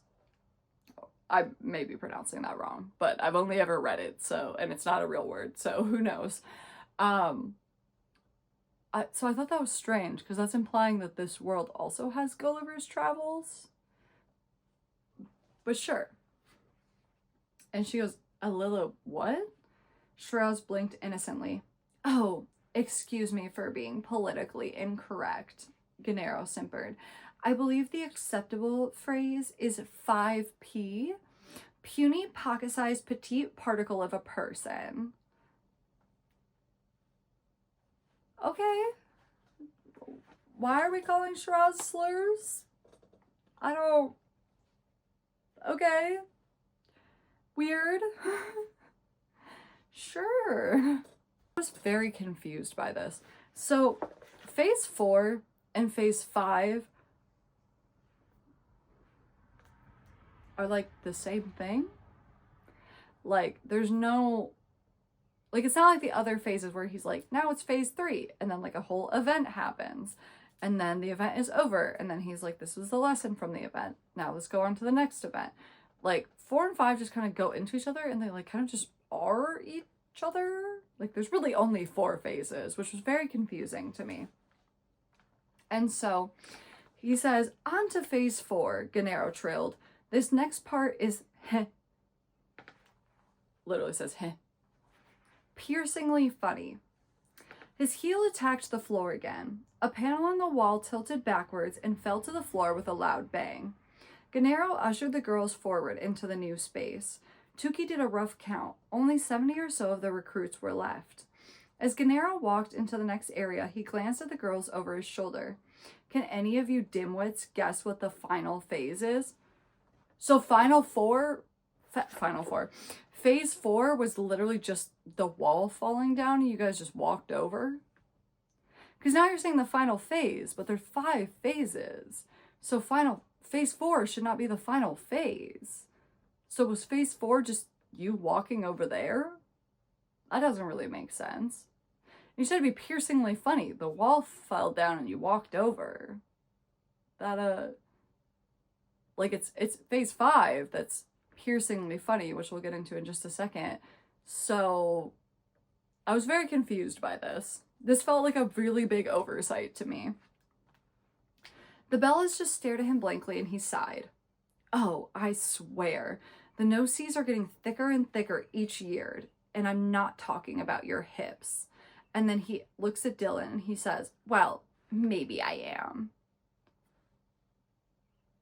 Dude, chill the fuck out. So he says, the final phase is the actual end. And he lays blah, blah, blah, blah, blah, blah, blah. He just refers to it in a bunch of different languages. And he says, the fashion show. And ladies, you'll love this. It'll allow me to drill into you all you need here at Modelland. One by one, 10 exits marked home lit up around the perimeter of the space. The ceiling opened, revealing a gigantic, loud mechanical contraption. Tukey realized it was a giant sewing machine with an enormous needle that was as long as her dining room table in Peppertown.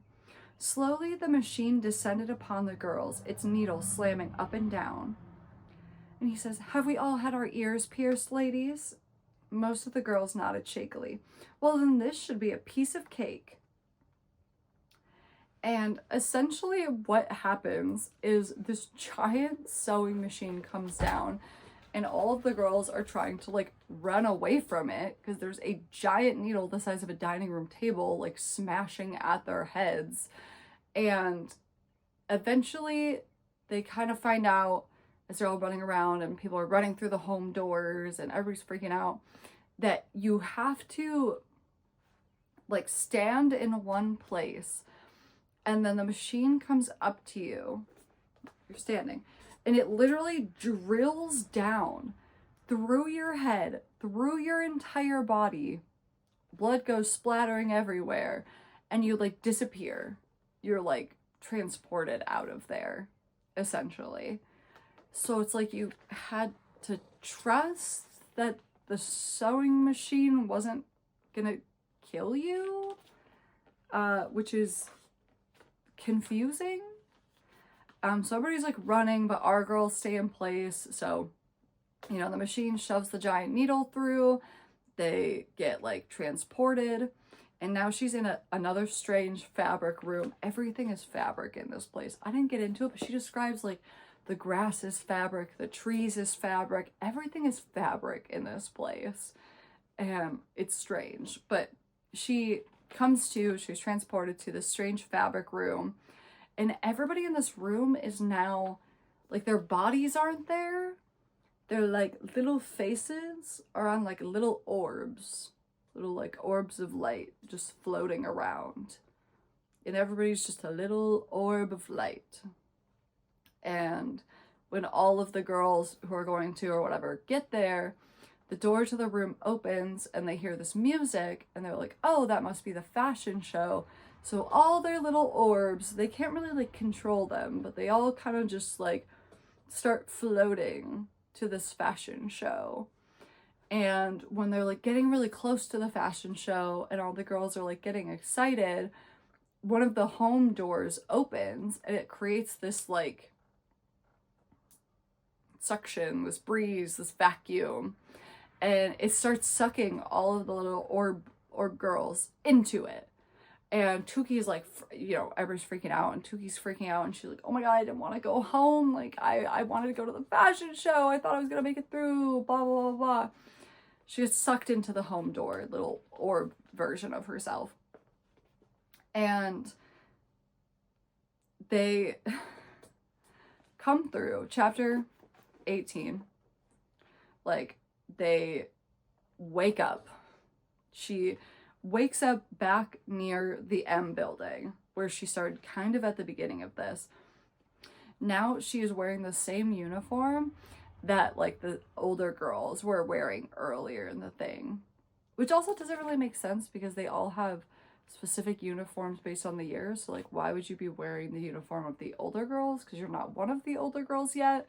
But maybe they just mean that because they're all wearing like essentially the same outfit, just like the colors and patterns are different. So maybe they just mean that they're wearing like the same outfit, but it's not necessarily like the same color. The group meets up again. Zen Zen is there. She's congratulating them. They're congratulating each other. And they actually find out from Zen Zen that they were actually supposed to walk into a fashion show. That whole weird like orb thing and them getting sucked into the door, like none of that was supposed to happen. Like, it was supposed to end in them doing a fashion show.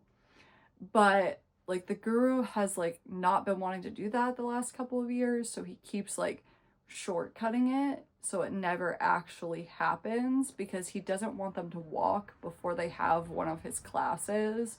So he's been like fucking with the structure of it. So they were actually supposed to walk into a fashion show. They just didn't get to. So they find out that only 54 of the 99 girls made it. And then they go to the dorms, essentially. They're like, okay, cool, you passed like Thigh High boot camp, like you can get your rooms and you guys can go to the dorms.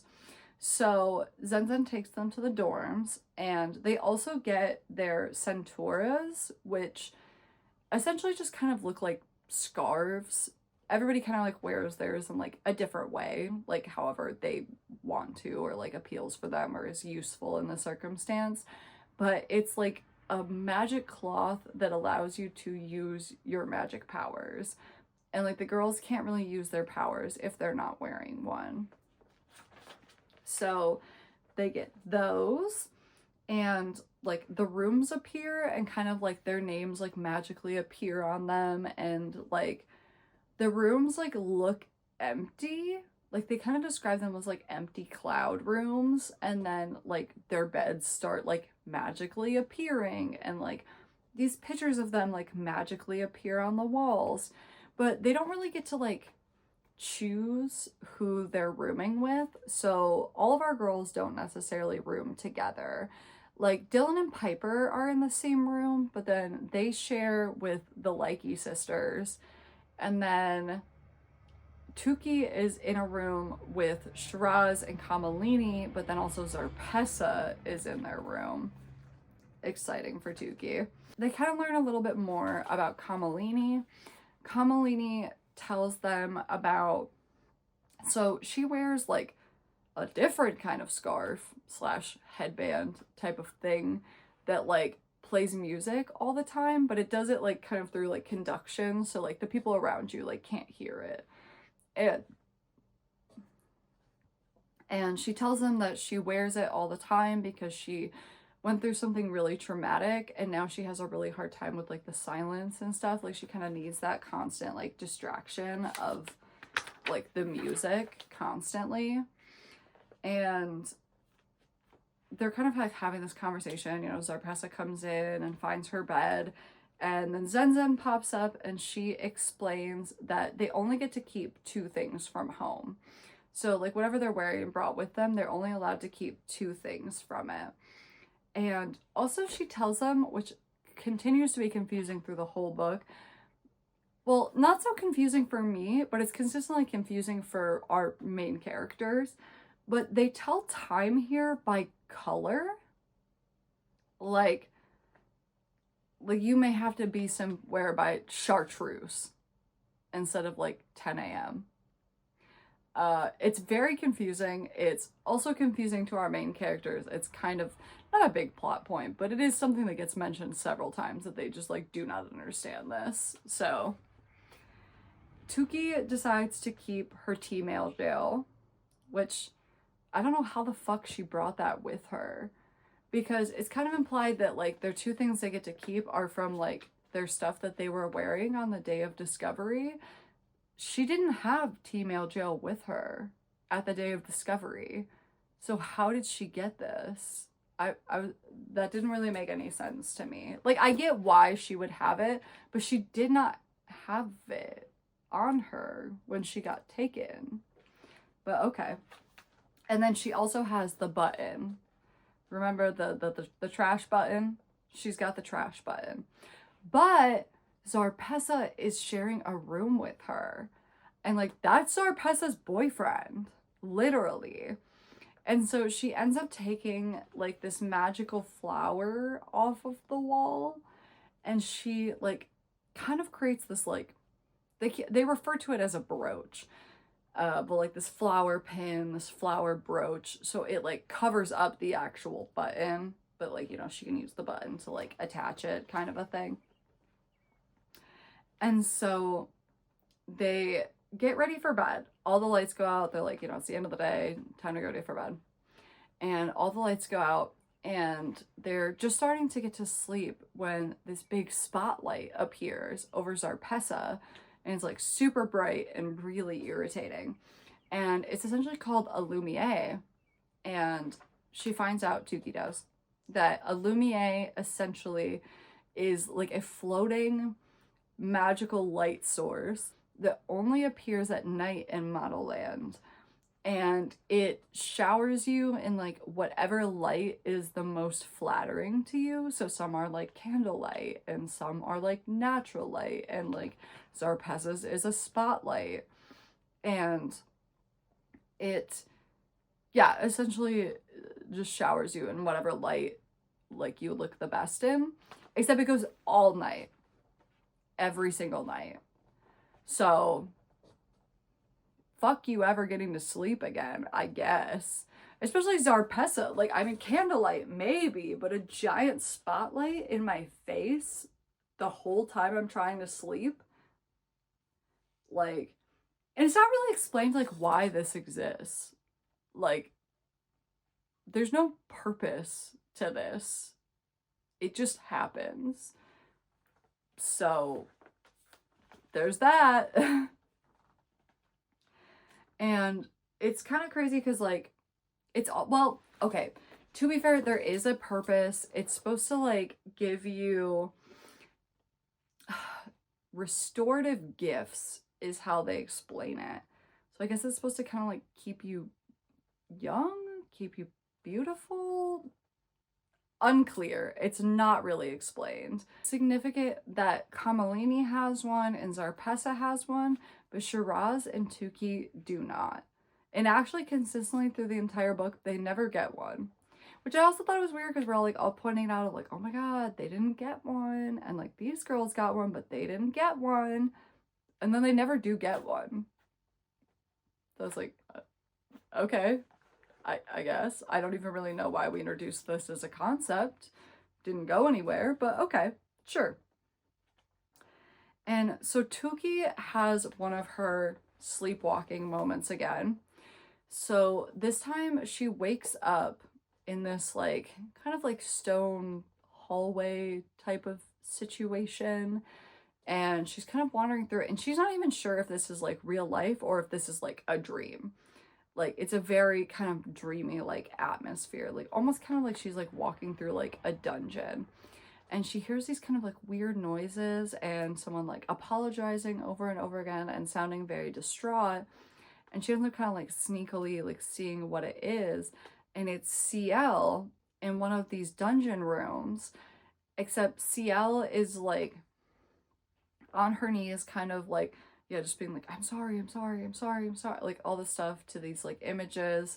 And she's literally like whipping herself. Like she is like self-flagellating. It like to the point that she is like bleeding and she is like drawing blood. And it's clear that she is like begging for forgiveness, and she is like getting pretty injured from this behavior.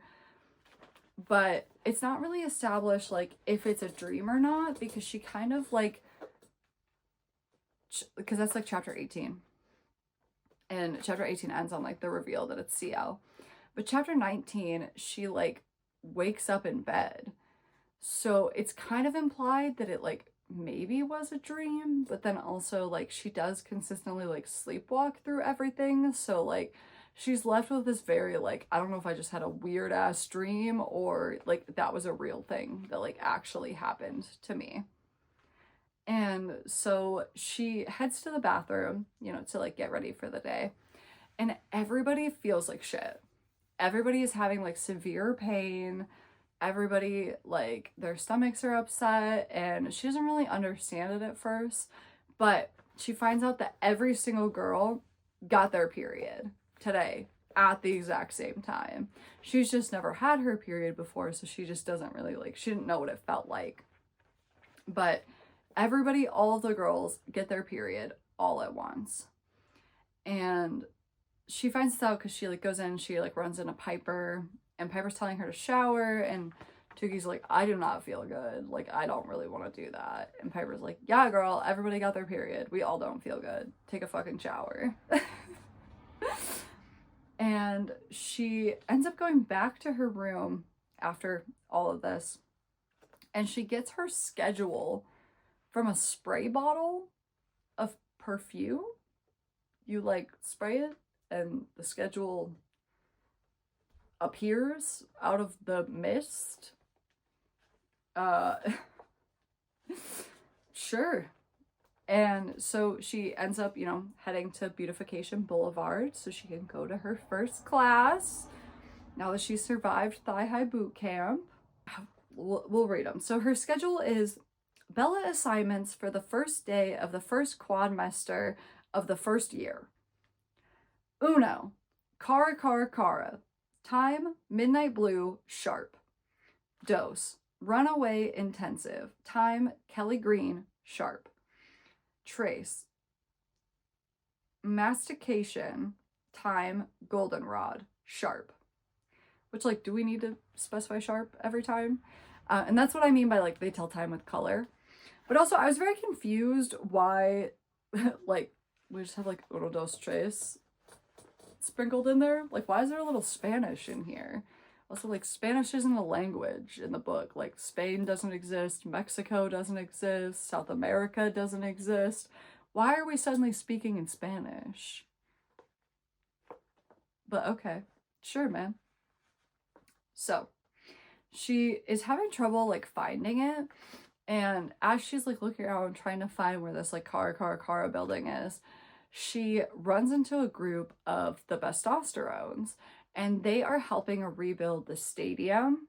So they're doing, like, hard manual, like, construction labor. And this is where she meets the annoying love interest of this book. His name is Bravo. Yeah. I don't know why, but I don't like his name. It bothers me. Bravo? I don't know. Something about that one, I didn't like it. Not that Tukey is any better, but I don't know. Bravo just got under my skin a little bit for some reason. I don't really know why. So she just kind of, like, they really kind of just get an introduction. Like, they barely really, like, talk or anything. And she's kind of taken aback because it's like, oh my God, like, this boy, like, talked to me. And, like, that's so crazy. And, like, he must think I look crazy because he must know that I don't belong here, kind of a thing. But she eventually ends up finding the Cara building, which it was also confusing to me because this building is described as a giant, like, boat. Like, they're having a class inside of a giant boat. But then also at other times it is described as they are having class inside of a giant shark. So I'm really unclear on if it's a boat building or a shark building because it's referred to as both, or if there's, like, a boat part and a shark part. It's very unclear. I'm not 100% sure what's going on there. And, they go in, all of them have the class together. So Dylan and Piper and Shiraz are there. And Guru Pacifico Cruz comes in. He is also very weird looking. He's described as very rubbery and, like, just kind of bizarre looking. He's also, like, dressed like a ringmaster for some reason. He's got, like, a cape and all these epaulets, and it's a strange vibe from Guru Pacifico. And he says that his class is held in a shark because it's supposed to remind them about all the sharks around them in the world and, like, all the people who are going to want, like, a piece of them. And he also tells them that they all got their period to learn that they basically have to show up no matter what. Like, they don't really have an excuse to, like, not show up for work. And he also tells them that this is the last time, magically, this is the last time that they'll ever get their period. So they, are, like, essentially kind of, like, enchanted, and they're able to, like, reproduce later, but they are never going to get their period again. And they kind of hint that, like, this can sometimes cause issues from time to time because without getting their period, there's no way for them to really know that they're pregnant until, like, farther down the line. So it's kind of like a blessing and a curse. And so he tells them that for Cara, they are learning how to, like, mask themselves, essentially, and, like, mask what they're feeling inside to be able to like work successfully. Because I mean, obviously, like at a photo shoot, you know, need to have control of your face, and like you can't, if your tummy hurts, like you can't be showing that your tummy hurts. So they like, essentially he like shows them all these different things, or things like rushing at them, like crazy wind blowing at them, or like the whole boat shaking, or things like that, and they have to essentially like show the opposite on their faces. So like he'll show them like kind of a gruesome picture, and then they've got to keep like a happy face, or he'll show them something really sad and they have to like smile, or they like tickle them and they have to like not laugh. And Tuki is like not good at it. She is not good at it at all. She is failing pretty hardcore, and she ends up failing so bad that she ends up throwing up, because she's shown a picture of like an acrobat, and it's just kind of like a little too far. She's already like not feeling great, and you know, she's like stressed out that she's not doing well, and then they show her this picture that reminds her of her dad, and it just kind of pushes her over the edge, and she ends up throwing up. And Zarpessa is declared the winner for the day, even though Piper did better than her. I will say too, I did think it was kind of like funny, a little side eye, whatever. But Piper is like kind of autistic coded. She's like very good at math. She's very like scientific. She's always got like an answer for everything. Like, and it's kind of implied that she's like good at this because she's good at like masking, and she's good at like mimicking like human emotions and stuff. And I thought it was really funny that this was written like 2011, but like I feel like that's like very like a 2026 thing to like write. Like, I don't know, I just thought that was like really, really interesting. But she, yeah, is kind of like autistic coded, and so she actually does really, really well at this. Like, she's really, really good at masking. But they give Zarpessa the win, and it's kind of like implied that like Zarpessa only got it because she's like classically chosen to be here, and like Piper doesn't get it because she's not like the stereotypical like pretty girl. And so they end the class, and as the class ends, like, because you know, boat, the masthead, like the figure on the masthead, literally like comes to life and turns around and talks to them, and it's like the belladonna, like a representation of the belladonna, and you know, tells them about the last period thing. And then they get to see like photos from the activity that they just did, and they're like rough. Like, they do not look good. Like, I mean, some of them, like the girls who did good, look good, but like most of them do not look good. And Tuki especially, not it. Not the vibe. Chapter 20. So the next class is the Runaway Intensive, run by Guru Gennaro. So this one has Shiraz, but also Zarpessa. Well, actually, it's introduced as just Shiraz, but then later they vaguely reference like Dylan and Piper being there. So I think tentatively the whole group may be there. And then also Zarpessa. So at the beginning of it, they like, so Garnero's coming out and he's like introducing the class, and then Persimmon, who is like the head mannequin that's like working with the belladonna, pops out of nowhere with CL and is like, oh, actually the belladonna's decided this class is going to be like co-led by CL today. And so we get this kind of introduction that's like kind of the concept of Runaway Intensive is just kind of confusing in general.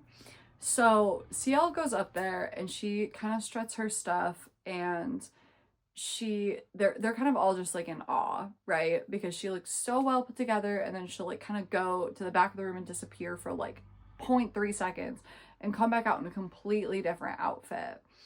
And you know, Kyle mentioned like earlier that she was doing all those runways and she was literally doing like hundreds of outfit changes, like all on her own. So it's like clearly something, you know, kind of magical. And they have these big mirrors up, and like, so she looks like she's just calmly walking down the runway, doing her thing. But when you look in the mirror, you can actually see that she's like fucking sprinting like a crazy person. And that's how she changes so fast, because she's like moving at like hyper speed almost, essentially. But it's very confusing because they're like walking casually but also running at the same time, which doesn't really make sense, because wouldn't the hyperspeed part be like when they're changing, not like when they're walking the walk? I don't, it's honestly very confusing, and honestly not really that important. But really what's important about it is that Tuki's not good at it. She's just not good at it. She doesn't really get it, and she can't really master it. And it's hard, to be fair, for like all the girls. Like all of the girls are not doing well at it. So it's not like just Tuki that's bad at it, which was kind of how it was for the masking thing. And CL does this whole poem thing, and normally I love poetry. I write poetry all the time. None of CL's poems are good. They're real bad. They're real bad. Like, I'm just gonna spare you from it. It was real bad. It was real cringy. But she gives like a whole poem, and then the belladonna like statue that's there literally comes to life and like enchants her as like a punishment, and little like flowers and like bushes are like growing out of her mouth, and she has to like pull them out, and then more just keep forming like over and over again. And she, you know, obviously eventually is like, oh my god, okay, I'll stop being a shit, like I'll get on message, like I'll do what you say, belladonna, like leave me alone. And you know, the flowers finally disappear. And then so they're kind of like trying to describe like how to use the Centaura. And they also mention that like, because most of them have like the Centaura like wrapped around their waist, and they mention how they have to like suck in their stomachs to get it to work. Because yes, Tyra, that's a good message for people who could read this book, that you need to be sucking in your stomach. Okay.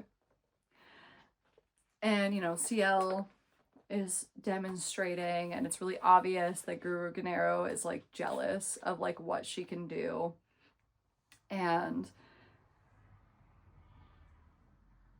you know, like I said, like nobody is really doing well, and Tuki is like definitely not doing well. She literally ends up like running off the end of the runway. And but she finds out, because like Tuki does so bad that it's like, oh my god, like how is it even possible that you did like so bad? And she finds out it's because Zarpessa literally switched out her Centaura with just like a scarf. So like she doesn't even have the ability to like use those like magic powers, which is why she like fails so spectacularly. In the future they talk about how she like has to wear the Centaura while she's sleeping and like keep it in bed with her, so that way like Zarpessa can't like switch it out on her again. And CL ends up leaving the class, but as she's leaving, Tuki notices that she has like literal blood like dripping down her back that's like soaking through her clothes. And this is kind of the moment where Tuki is like, oh, like maybe that wasn't just a dream, like maybe that was a real thing that I saw, because like obviously she has the wounds from it. So chapter 21, they go to the third class, which is mastication. And she, you know, has gone back to the dorms at this point, and she put on, you know, her actual Centaura. And so this one is, it's giving Hansel and Gretel. The whole building is like made out of food, but you can't eat the food. And if you try, like it's not gonna end well. You cannot eat the food. And Tuki is kind of having this realization, well, they're all kind of having this realization at once, that they have not eaten in more than a day, because they have not eaten since the day of discovery, like early, and that was like yesterday early in the day. So Tuki is like starving at this point. And this was also confusing to me too, because she walks up and like Dylan's outside and they have a little conversation, and like Dylan's the one who tells her like she can't eat the food, whatever. Except for the fact that Dylan asks her how her last class was. But Dylan has been in every one of her classes. She's only had 2, and Dylan was in both of them. And I even went back and reread this part because I was like, okay, I remember Dylan getting mentioned, but then Dylan wasn't like part of the like doing the runway stuff. Like only Shiraz and Zarpessa are mentioned. And so I went back and looked, and I think this was actually a plot point that got changed, but then there wasn't any real editors or anything, or they just didn't catch it, and nobody went back and edited out the changes, because I went back and read, and at the beginning when she walks up to her second class, Shiraz is talked about first, that like it's kind of like implied like only Shiraz and Zarpessa are in her class, like those are the people that she knows. But then there's like a side note sentence where she sees Dylan and Piper there too, and then she's kind of like, oh my god, the whole group's here.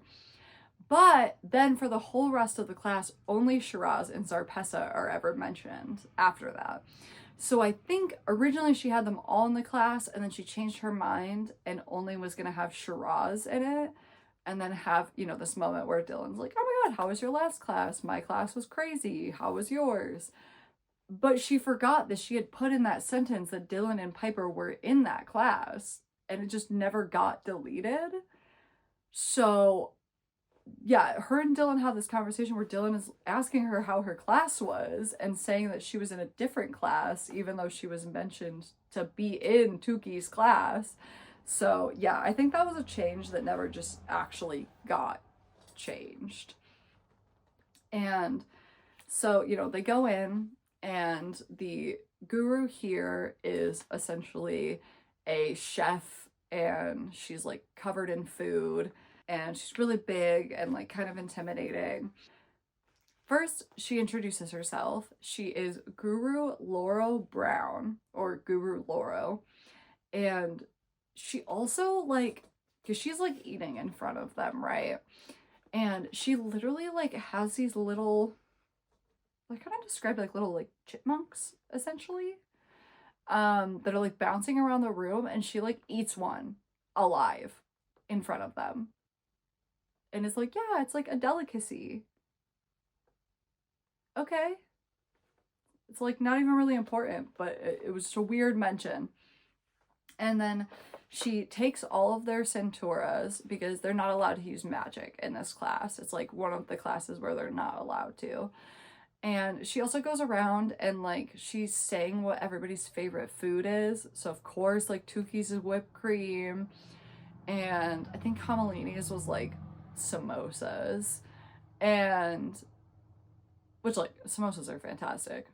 And then she gets to Zarpessa, and originally she's talking about like a fancy food, and she's kind of like, oh, but I'm also getting hints of like dumpster food and this and this and that, and like Zarpessa is like, shut the fuck up, shut up. But all Zarpessa's been eating for years is like dumpster food, so like now that's kind of where her taste buds lie. So essentially they have to get into these like harnesses that kind of like hold them up in the sky, and underneath them are like these big cauldrons basically that are filled with their favorite food. So Tuki's is literally just filled with like cans of whipped cream, and like they're kind of like getting lowered down towards it, and they're all, you know, like scrabbling for it, trying to reach for the food, and they keep getting like pulled back up, and they're like out of reach of the food, so they like can't eat it.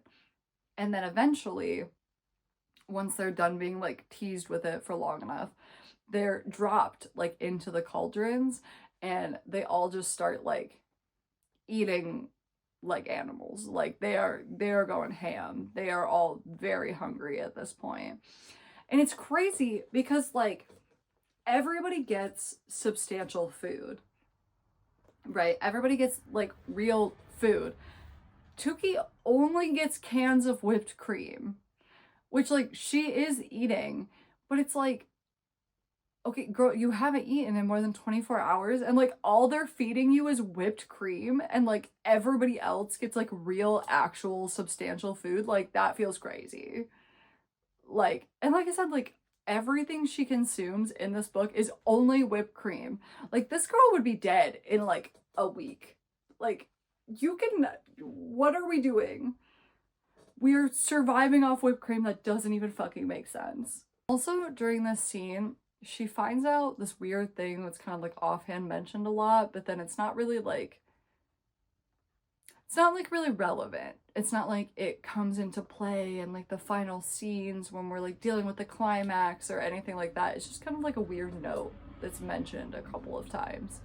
But her brooch that she's like manufactured for herself, if you like reach into like the center of the flower, it like, it's like, okay, in Harry Potter, if you've ever seen Harry Potter, Hermione has that bag. I don't remember what they call it, but it looks like a little bag, but you open it and it's like endless, essentially. Like you can store like anything you could possibly think of in there. It's essentially that, but in like a brooch. And she uses it to like store extra cans of whipped cream for later. Because of course girl's gonna be hungry later. She's only eating whipped cream. But okay, I would have grabbed some of those samosas, but sure. Grab the whipped cream. Okay. They then get sent into this like secondary room that's kind of described like Willy Wonka's like the chocolate room where like everything is food. It's like that. And they're eating like maple syrup and chocolate sauce. And it's like nothing substantial like it wasn't like Willy Wonka. It's like literally just like the chocolate river, the caramel river, like a maple syrup fountain, like, and they're like eating it. And so when they're all like stuffed, cannot eat anymore, Guru gives them all a designation. Like she gives them all a label for like what kind of eater they are. So this girl named Chase, who's like not really important, and Kamalini, they get gut chower, whatever the fuck that means. And it's when you eat like slowly and then you stop, you know, when you're full. Because like neither of them like gorged themselves. They kind of just, you know, ate kind of normally. And then when they just were like a little full, they just, you know, stopped. The Likey sisters get gut poacher, which means that they are restricting themselves because they like do not want to eat basically in this whole scenario, even though they also have to be starving. And I did like, they go on like a whole, Guru goes on this whole speech here about like why restricting yourself is bad and like why we should not be doing that. So I did like that part because restricting yourself is bad and we shouldn't be doing that. So I did like that part of it. And especially for that to be coming from Tyra and like a model and stuff like that. Like that's important to like have this person that you would think would be the one restricting being like, hey, no, that's not healthy. That's not the way to succeed. The Zarpessa gets just gut, and it's because she ate so much, like just gorged herself. And then Tuki is gut jammer, which means that she can eat a lot but not really get full off of it. Like essentially they're kind of just saying throughout the whole thing that she has like a crazy high metabolism basically.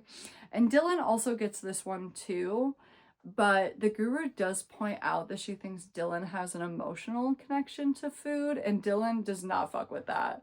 And also, we never come back to that. There's no speech about how, you know, we should break this emotional connection to food, or if that's good or if that's bad. There's no future lesson about it. She literally just tells Dylan she has an emotional connection to food. Dylan gets upset, and then we never talk about it again. Okay.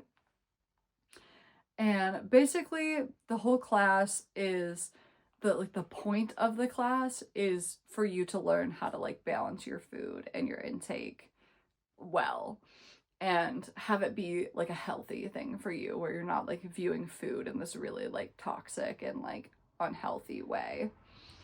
And they happen to see, after they're like gorging themselves, and they're like covered in food at this point, right? Like they look disgusting. And they end up looking out the window, and they see some of the boys from Testosterone are like out there, and they're like staring at them. And Bravo is out there, and he is very specifically like looking at Tukey and like clearly like not like talking to her or anything, but like he's clearly like engaged with Tukey, like to the point that the other girls notice that he is like paying attention to Tukey, and they just are like, what? Like, what? A boy is paying attention to Tukey of all people? Like, oh my god.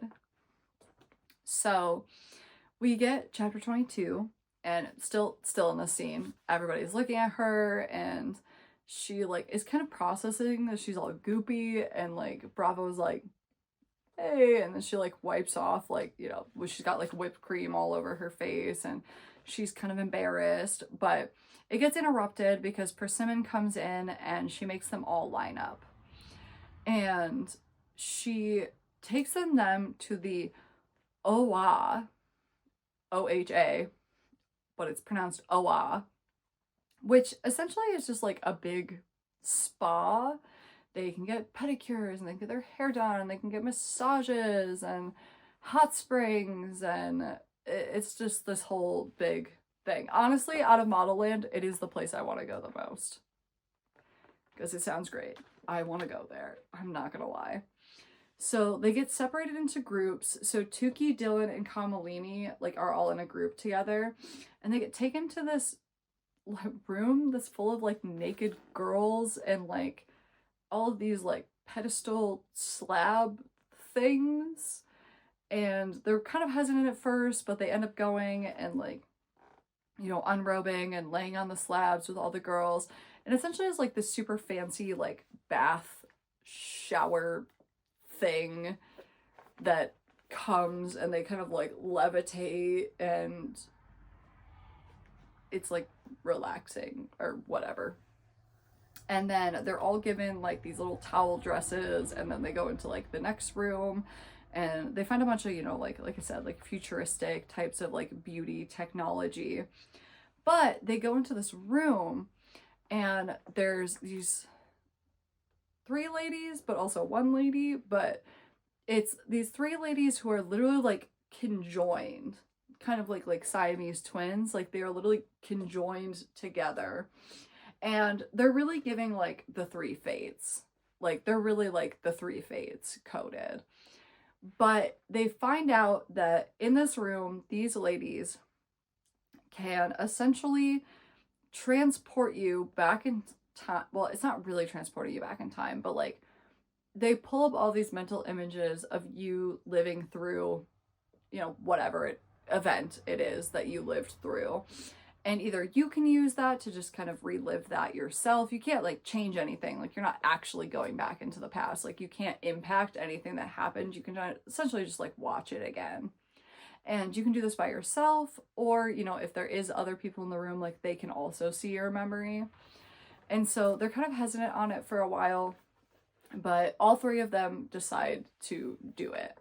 So we get a shot of Kamalini first, and she's like kind of warning them about their house, and like they think it's going to be all run down, but when we're transported back, she actually lives in like a giant mansion.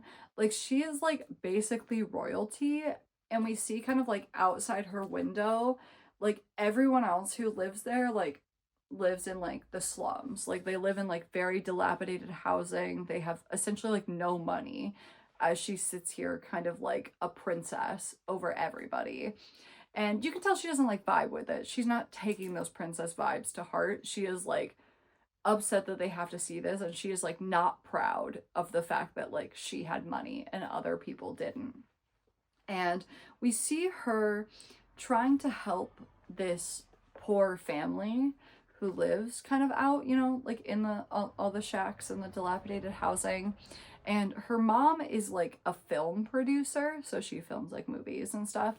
And so she, like Kamalini, ends up getting a job for this family where they actually get like some speaking lines in this movie, so they can like, it's not even just like they're extras, like they actually can like make some money off of this. And she's super excited, the family's super excited. They're like, oh my god, this is such an amazing thing that like you did for us, like thank you so much. And they're on set and they're doing really well. Things are going super well. They're doing a great job. But there is a freak accident, and all of them but one end up passing away when like this very large like apparatus like falls on top of them. And the one girl who doesn't pass away, she ends up running away because she's just like, I think she's like 12 when this happens, and they never hear from her again. So Connellini has no idea what happened to her or if she's okay or anything like that. Which also, don't hold your breath, we're not going to find out what happened to her. I really thought that they were introducing this because at some point they were going to bring that girl back and we were going to like find out what happened to her. She was going to end up like being one of the staff here at Modelland, or I thought we would come back to that at some point. We don't. So we just never hear from her again. So Kamalini, like we find out this is like the traumatic thing that she like now has to listen to music all the time to like distract herself from, was this like event of her trying her best to help these people, and then that actually directly like leading to their death, even though that wasn't her fault and she didn't know that that was going to happen. But I understand, she's young, she's like 16, of course she would take that to heart. So then we go into Dylan's memory. So Dylan is inside of a park, but it's a park that's inside of that store that I was mentioning earlier, because they all live and like function within this store. So like the park is literally within the store. And she is there with her dad, and her dad is telling her that he has to leave and that he's not going to be around anymore and that he has to leave. And he's very sweet, and he's just, you know, like, I have to leave, but like, I just want you to always remember that you are beautiful and you are special. Let me read this quote to you of what he says, because also he speaks in the same weird, like, dialect, Southern, I just don't like it. I don't like it. It doesn't sound like a real language. It sounds weird and like a really bad parody, and like, I just don't like it. But he says, I want to make sure I say something to you that I want you to remember always. He cleared his throat. Dylan, baby, Daddy wants you to know that you are beautiful. These other little skinny things in the nation, don't ever let them get you down. Don't change nothing about you, boo. Not one thing, because everything about you's perfect.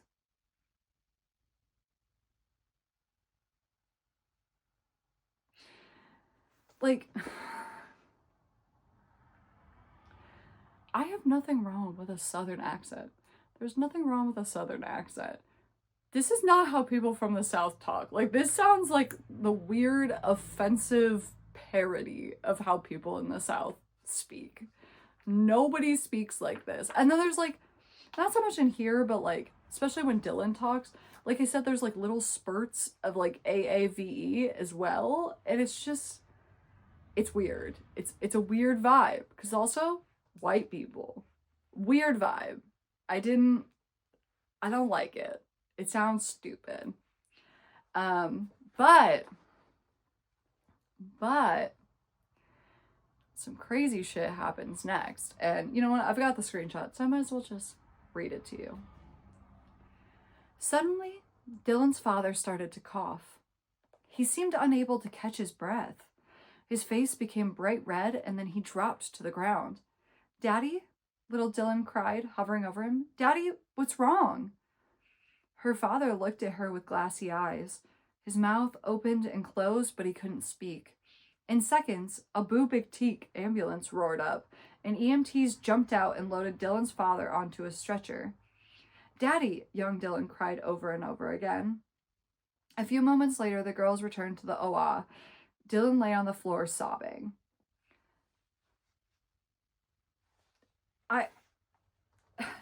Which is like, okay, obviously, like, her dad had, like, you know, like a heart attack or an aneurysm or something bad, and that's very traumatic. Obviously, losing your father right in front of you, something like that, that's super upsetting. I do not blame Dylan for, like, being upset by this or being upset by the revisitation of this memory.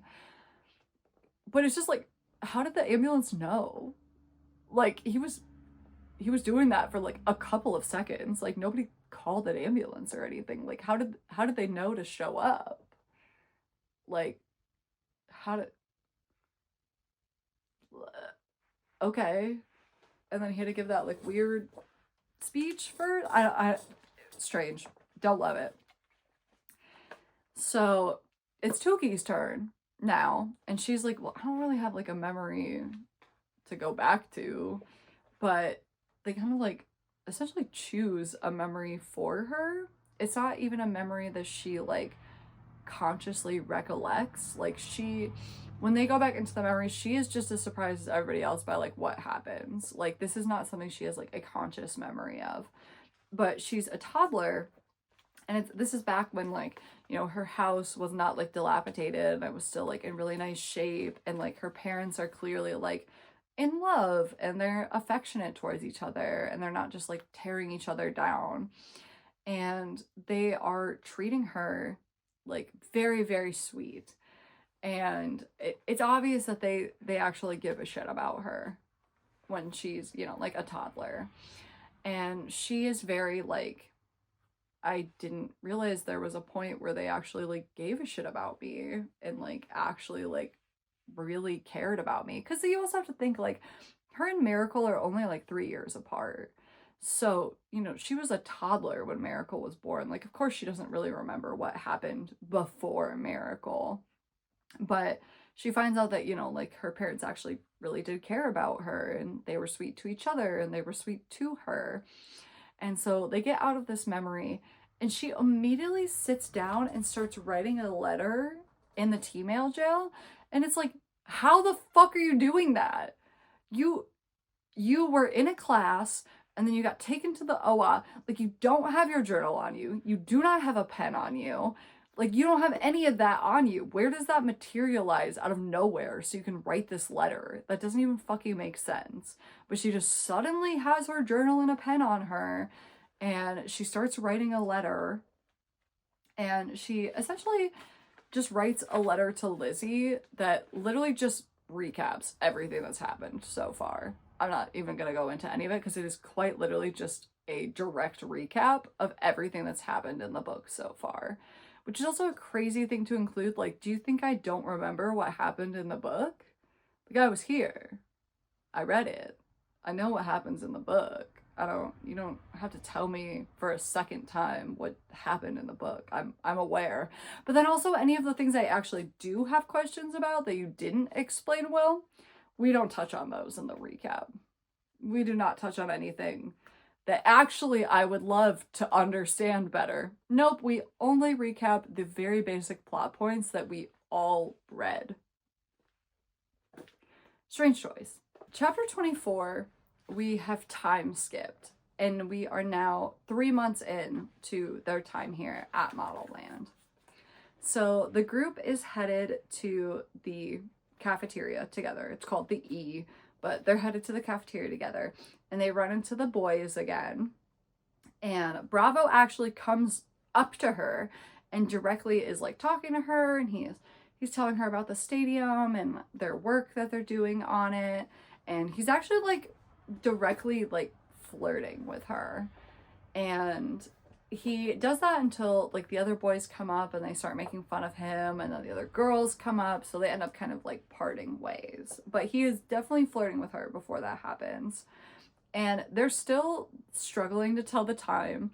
They even mentioned that all of this new class is struggling so hard to tell the time that they even held a whole class.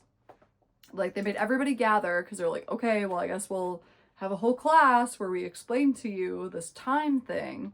And the class was supposed to be like an hour, and the class ended up being 5 hours long, and still the girls don't really understand it. So, and it's weird because, like, they don't really explain why it's so confusing. Because, like, to me, like, yes, is it weird to tell time by color instead of, like, number or something? Yeah, sure.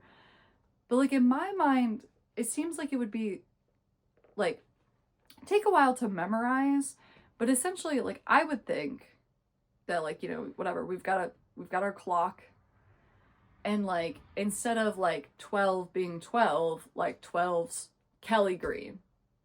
Sure. And instead of 1 being 1, it's chartreuse or whatever. Like, I would think that each, like, time would have, like, a direct relation to, like, a color, and then that relation would be, like, consistent. So, like, you know, every day 12 is Kelly Green, you know? Like, seems like, yes, like, it'd be weird at first, but that you would, like, catch up, and you would, like, just memorize them eventually. But also, they don't really explain how they do, like, mid times. So, like, what if it's, like, 12:30? Like, is that Kelly Green 30? Is that Kelly Green yellow? Because yellow stands for 30? Or, so I guess I could see where it could get confusing. But it's not explained to us. It's just told to us that it is equally confusing to the girls, and they also don't have any idea what the fuck is happening. So she heads to her class, which her next class is called WOW, or War of Words. And it's in this sphere that's like 30 feet above the ground, and you have to, like, stand underneath it. It kind of, like, warps you upwards into, like, a giant, like, hamster ball, essentially. They all go in and they meet Guru Matt Joe von Megalo. Yeah, you heard me right. Well, this is Guru Matt Joe. One word. So basically this class is kind of about acting, kind of about debate. It's essentially being able to be given a point or whatever, and then you can argue it succinctly. No one in this throughout the entire fucking thing ever makes a good point. Actually, one of my gripes about the War of the Worlds is every single class, every single discussion we're given, nobody has a good point. Nobody, like, actually defends their point. Nobody is giving valid reasons for it. Like, it doesn't make sense. It literally makes no sense. Nobody's point is good. So that bothered me, but that's more on just like a y'all are bad at debate. Like, clearly Tyra did not win a debate class, actually. So, you know, Zarpessa's still bullying them. And then, you know, they kind of come in and they're kind of sitting there and they're, like, learning about what the class is going to be about. And Zarpessa is bullying them. And Persimmon appears again with CL. And CL is, like, literally wearing prison scrubs that say, like, ugly room across them. And Persimmon is like, you know, CL is going back to being a first year Bella. And so, like, she is going to be not teaching this class with you. She is going to be taking this class with you. Like, she is also a first year. So they get assigned, and it's Tuki and Dylan are, like, on one team, and Zarpessa and CL are on the other team. And essentially what they're supposed to be arguing is if, like, conventional beauty is better, or if it's better to have, like, unique features. And Zarpessa and CL are arguing on the, like, classical beauty is better, and Dylan and Tuki are obviously arguing on the unique looks are better. Except Zarpessa gives this just, like, weird rambling paragraph that, like, doesn't really defend her point, and honestly, frankly, does not really make sense at all. I'm not even gonna bother wasting my time to read it to you. It's stupid. And then it's CL's turn, and CL reads off another poem. But also she's like not on Zarpessa's side. Like she's arguing on the side of being unique is better. Suki like reads a letter. She essentially kind of like manufactures like a fake letter to CL and basically talks about how she used to look up to CL and how like the world only really like treats pretty people well. And I had another gripe with this. Honestly, I just hated this whole scene. Not good. It was honestly one of the weakest in the entire book for me, because it's like, well, that's not the argument though. Because like, okay, so like in a like say a debate class, which is essentially what this is, you are given a topic and it doesn't matter if you believe in it or not. It really doesn't. The whole point is you are supposed to argue for that point. Doesn't matter if you believe in it or not. You need to find, you know, evidence to like back up your point. Her like letter to CL is basically just being like, well, the world thinks only pretty people matter. And it's like, okay, but that's not your debate stance. Your debate stance isn't, does the world think stereotypical pretty is better? Your debate stance is telling me why unusual physicality is actually the better and more prominent stance over classical beauty. Like, you're not, yeah, duh, obviously most of the world just thinks conventional prettiness is like more important. That's not the fucking point that you're supposed to be arguing. And oh, it got under my skin because also Dylan comes up, well, not comes up, she's already there, but like her time to speak comes up, and she argues like basically the same fucking thing. Is basically like the world doesn't like fat people, and like I'm fat, and like people don't think I'm not pretty because of it. And it's like, again, you can make arguments for that. I'm not saying that you can't. But that's not what you're arguing. That's not the point of a debate. That's not a point of a debate class. The point is you're supposed to argue for the stance that they gave you. And nobody argue. Like, CL gives more of an argument for unusual physicality. Like, and that's not even her fucking side. Like, the girls who have that side, they don't defend themselves. Both of them are just like, yeah, the world thinks pretty people are better and they don't like us. And it's like, well, yeah, that's kind of a given, unfortunately. The point is you are supposed to argue why unusual physicality should be better. Like, that is your point. Like, okay, yeah, the world does that. Tell me right now why the world should not do that. Tell me right now why the world should not do that. That is your fucking stance. That is your point. That is what you're supposed to be talking about. You would think from the way that I'm passionately defending this that I took a debate class. I literally didn't. And even I know this. I've literally never done a professional debate like this, and I know this. Like, come on. So, like I said, you know, Dylan bursts into this whole rant, and then her and CL have like a little bit of a back and forth, and Dylan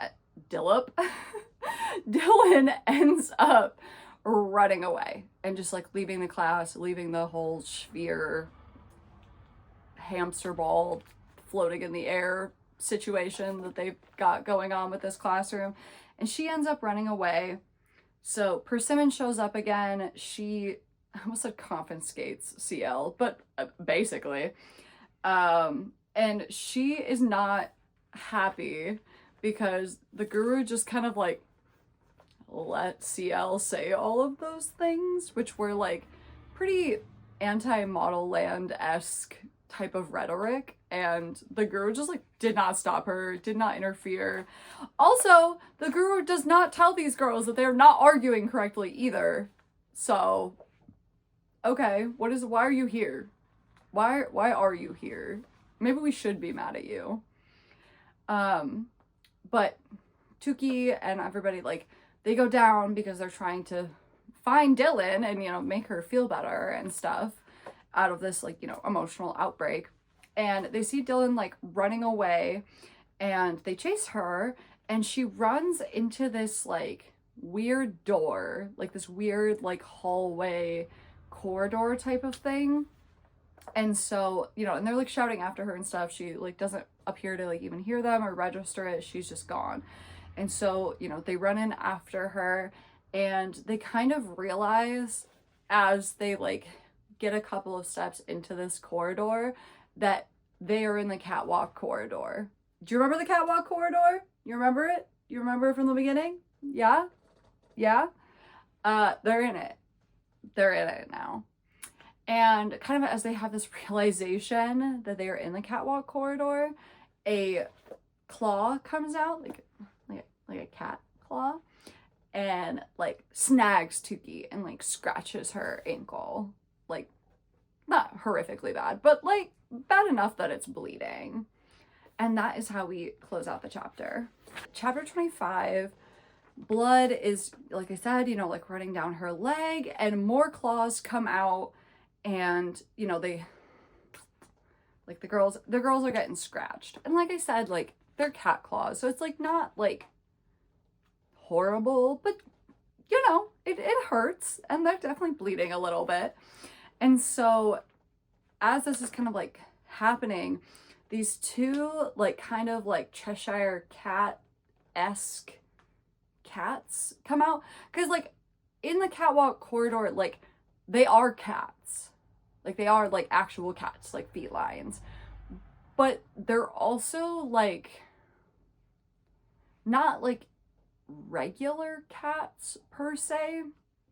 Like, they have, like, human faces. Like, to the point that, like, they can, like, recognize who these cats, like, are.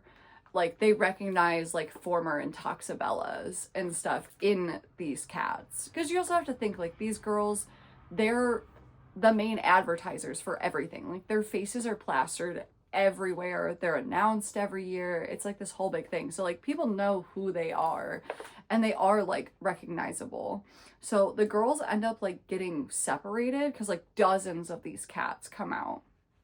And, you know, they kind of, like I said, have this realization where they realize that they all look like the, you know, Intoxibellas and stuff. So they are, you know, kind of trying to run away from these cats, and they're kind of coming face to face with them, and they end up hiding as this giant lion comes out. And the lion has the face of the belladonna. And the lion comes out and chastises the fuck out of these cats. She is like tearing into them for their like bad behavior and for acting so crazy. And they end up finding out that the catwalk corridor is actually created as this like, I hesitate to say like prison. I feel like rehabilitation center is probably like a little more close to accurate, where they are sent there when they have bad behavior, and it's supposed to like make them learn their lesson and for them to like behave better, like think so they're not so catty. But it doesn't really seem to be like super effective, honestly. And you know, the belladonna, like, she's pissed, she dismisses everybody, all of the little cats like scatter off, the belladonna leaves, and instead of like turning around and leaving the catwalk corridor, like they can kind of see Dylan like far in the distance, still like running away. So they end up chasing Dylan because, you know, they're worried about their friend. They still want to find her, and they also want to make sure that she doesn't get hurt or something like seriously bad happen to her in this corridor. So they run off after her. And then they end up actually like, they go through like kind of like this little door on like the other side of it. and they end up actually popping out just like right back into the dorms. So, you know, they emerge relatively unscathed from this encounter. Chapter 26, they actually find Dylan throwing up in the bathroom, and essentially Dylan kind of tells them that she used to have an eating disorder. It's not really specified, but it's kind of implied that it was probably like bulimia, and that she'd been good for quite a while and, you know, had essentially kind of like beat it. It was kind of in remission, but the whole like argument and conversation kind of brought it back full force, which I'm not criticizing the concept of that, because that's a very real thing. You can absolutely have an eating disorder or something like that you know is relatively well handled, and then something traumatic happens or something bad happens and it can kind of like spark everything back up again. That is totally realistic. I have no qualms about that. My only qualm with this scene is that when we're talking about, like, I think they chose bulimia because it was something like instantaneous, where like obviously anorexia, like it's something that like they would notice about her over time, where like bulimia is a little more immediate. You know, they kind of all sit with her in the bathroom and they all go around and they talk about their biggest insecurities. Because, I mean, obviously with everything that happened, like, it's kind of obvious what Dylan's biggest insecurity is. And to make her understand that she's not alone in that and that they all have insecurities, you know, they kind of go one by one and they talk about it. So, obviously, Piper's is, you know, her skin and the fact that she, you know, burns so easily and like doesn't have any pigment in her skin. Shiraz is of course her height, but we also find out that her dad left her. He basically didn't really have any interest in being a father. He didn't really care about her, and this is also a really big source of like her insecurity, which valid, understandable, reasonable. So Tuki actually goes and gets her journal real quick, and she brings it and she reads them a letter that she wrote to herself a while ago, and it is dark. I would say it is very relatable. It honestly kind of reads a little bit like a suicide note. It is very like, I don't want to be here anymore. I don't want to feel this. I don't really think I need to be here. Very familiar with that feeling. That being said, the other girls do not relate to this in the same way. Because I was like, damn, okay, Tyra, like, that's really relatable. And then the girls are like, whoa, bro. Damn. You got fucked up a little bit. They're like, yeah, I've like had some shit, but like I've never like not wanted to be here. Like, okay, like I don't really know how that was supposed to make Tuki feel better. Like, for all the other insecurities, you guys were like, oh my gosh, yeah, like I totally understand that. And then Tuki's like, yeah, I've been a little like suicidal from time to time. And they're like, whoa, what? And it's like, okay, guys, maybe be a little more supportive, but all right. And they decide that they are gonna name their little group, and they go through a bunch of different names. They don't really like any of them, and they end up settling on the Unikas. Don't ask me what that means or what it stands for, because I don't know, and it sounds kind of stupid. But sure, they're the Unikas now, I guess. Sure. And then they kind of also realize that like Tuki got cut kind of bad in like this circumstance. She's like still bleeding. So Piper ends up taking Tuki to the hospital, the emergency room that they have there at Modelland.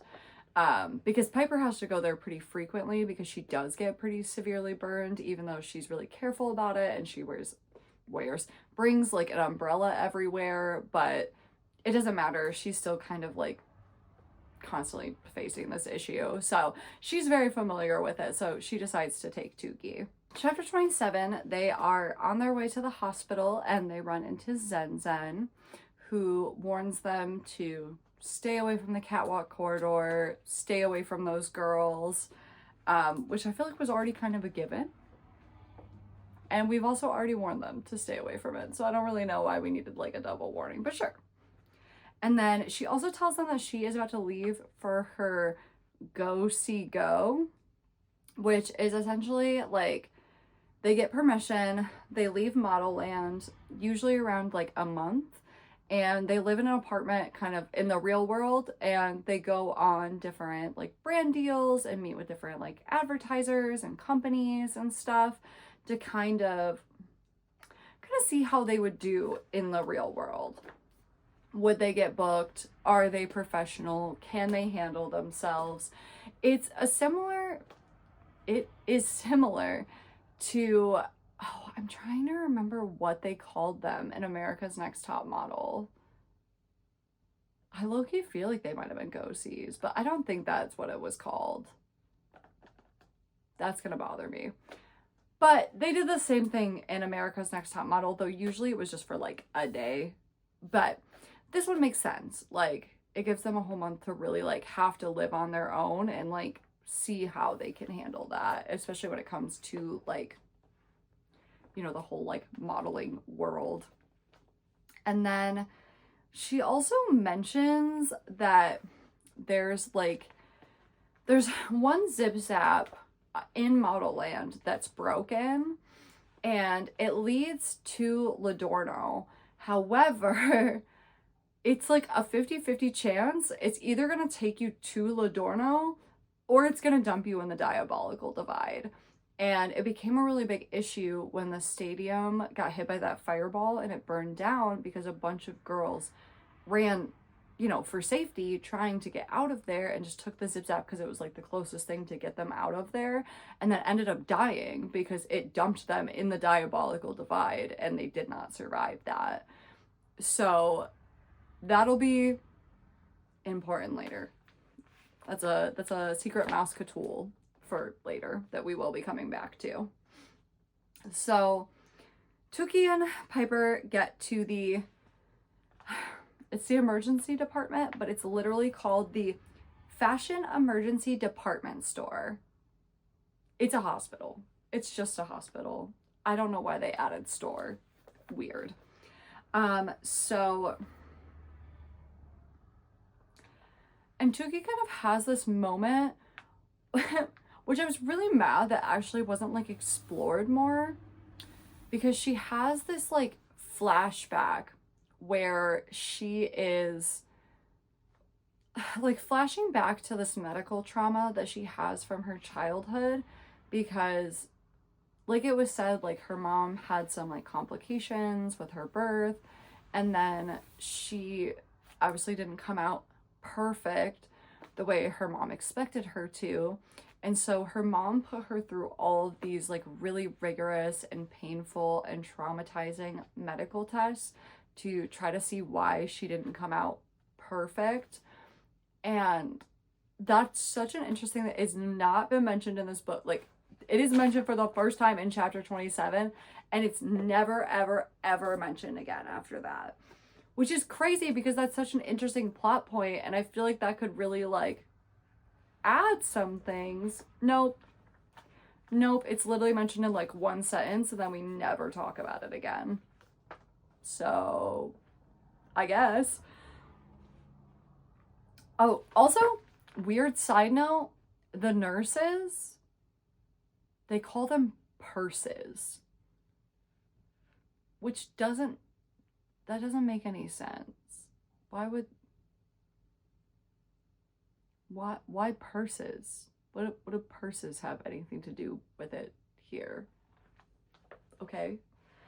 And they find out actually that she gets kind of like a rush to like kind of the front of the line because she got scratched by catwalk corridor, because the cats carry tetanus and like their wounds are super, super prone to infection. So even though it's not really like that bad of an injury, she's actually kind of rushed to the front because it's something that could turn serious really quickly.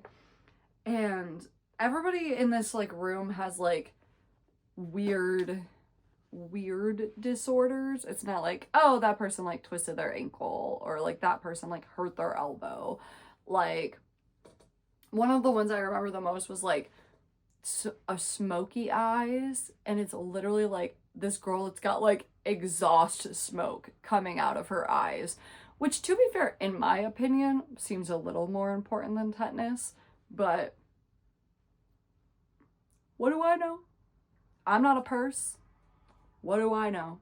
We also find that, remember that crying girl all the way back on the day of discovery? The girl that got taken before Tukey that was crying and she didn't want to go. Her name's Desperata. And we find out that the reason that she was crying like that and the reason she didn't want to go is because she didn't want to leave her boyfriend. And they are like, she's like trying to deal with like this heartbreak, and they're like literally warning her like, you cannot leave. If you leave, like really bad shit is gonna happen to you. Like you should not leave. Like give up your boyfriend. You're in Modelland now. Like this is what we're doing. So as they're sitting there, Bravo enters, you know, that boy from Testosterone. Yeah, he shows up. He's just got like a small cut that he got from the construction site, and he actually like had the cut from before and he had to get it stitched up, and now he's just there to like get the stitches removed, so like nothing serious. So they end up taking Tukey back and they give her like some pretty strong pain meds, and the pain meds that they give her like make you talk really funny. It's called like Z-Med, and the Z part of it is that it like makes you say all your words with like a Z at the beginning. She's like kind of doped up, like not quite thinking, you know, clearly. She's also kind of having this moment too because like the doctor comes back to like treat her, and the doctor literally is like on roller skates, and she's like, that's kind of crazy. Why are you guys on roller skates? And it turns out that the doctors are like, this whole part kind of gave me like Oompa Loompas from like Charlie and the Chocolate Factory, where they like had gone to this place that was like full of people who didn't have like a lot of money or resources and stuff, and they kind of like took them all and then like gave them jobs like in this hospital so they would be able to like, you know, be more successful and have money and whatever. The doctors also seem to be happy, so take it how you want to take it. But the roller skates are part of their feet. Yeah, they have roller skate feet, and that's like a thing. Also, I was kind of mad about this too. So the doctor also, like, as she's talking to, you know, Tukey and kind of explaining how like Modelland takes in these people that would like be considered freaks and gives them a chance to like, you know, be successful and be part of society, whatever.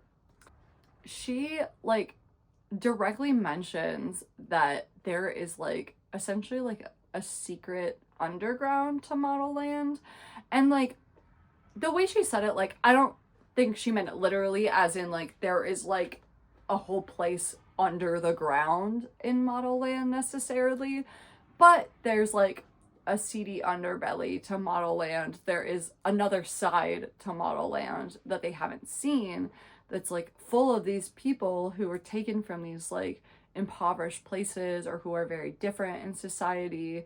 And again, interesting concept. Hadn't really thought about that too terribly much up to this point. I think it's a really interesting inclusion. Doesn't go anywhere. We literally never talk about it again. It is not relevant to the plot. It literally means nothing.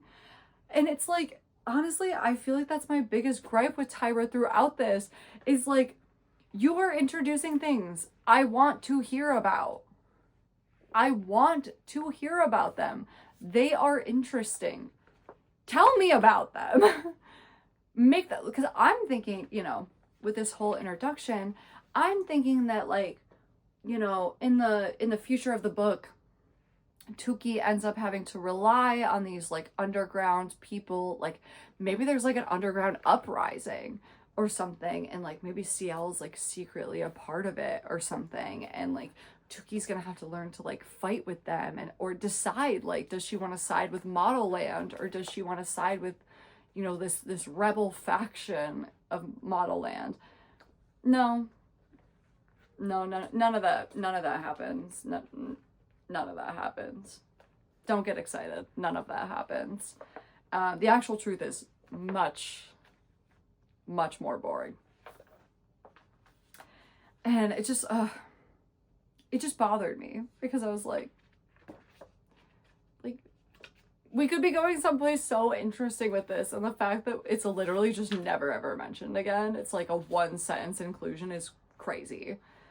So Bravo ends up coming in. He gets placed in like a bed next to her, and, you know, they start, you know, having a conversation. He's asking her, like, you know, what happened to her, and he explains that he actually had no interest in going to Testosterone. He doesn't really give a fuck about modeling. He doesn't care about photo shoots or anything like that.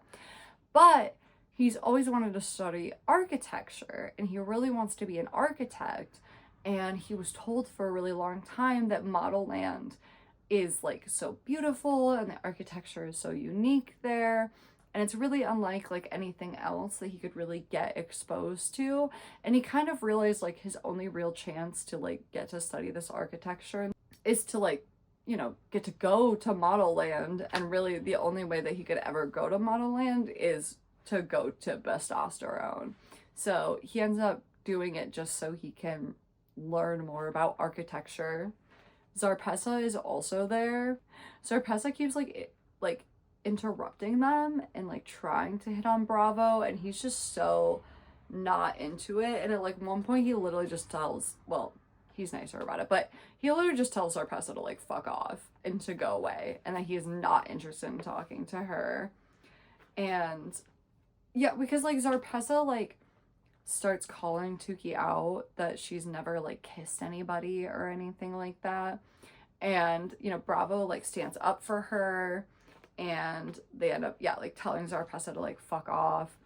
And then they end up kind of, you know, just like talking a little bit more, and they're like, he ends up finding out about the fact that she can like store things in like her brooch. So they start kind of like playing around with that and like seeing how many things it can hold, and just kind of like shoving random like doctor stuff in there to like, I don't know, see what it can hold. Also, again, not really relevant, because again, I thought they were introducing this whole brooch thing because she was gonna have to like maybe smuggle somebody or smuggle some really important stuff, or she would use it to like take out a weapon or something she really needs at a time of need. No. Nope. It's just for holding whipped cream and some tongue depressors, I guess. Also didn't really go anywhere with that one. Come on, Tyra. You're letting me down. And then eventually Tuki gets wheeled off into the OR, because she also, I forgot to mention, but like in the catwalk corridor, one of the things that got like cut was her lip, and it like kind of like split her lip kind of bad.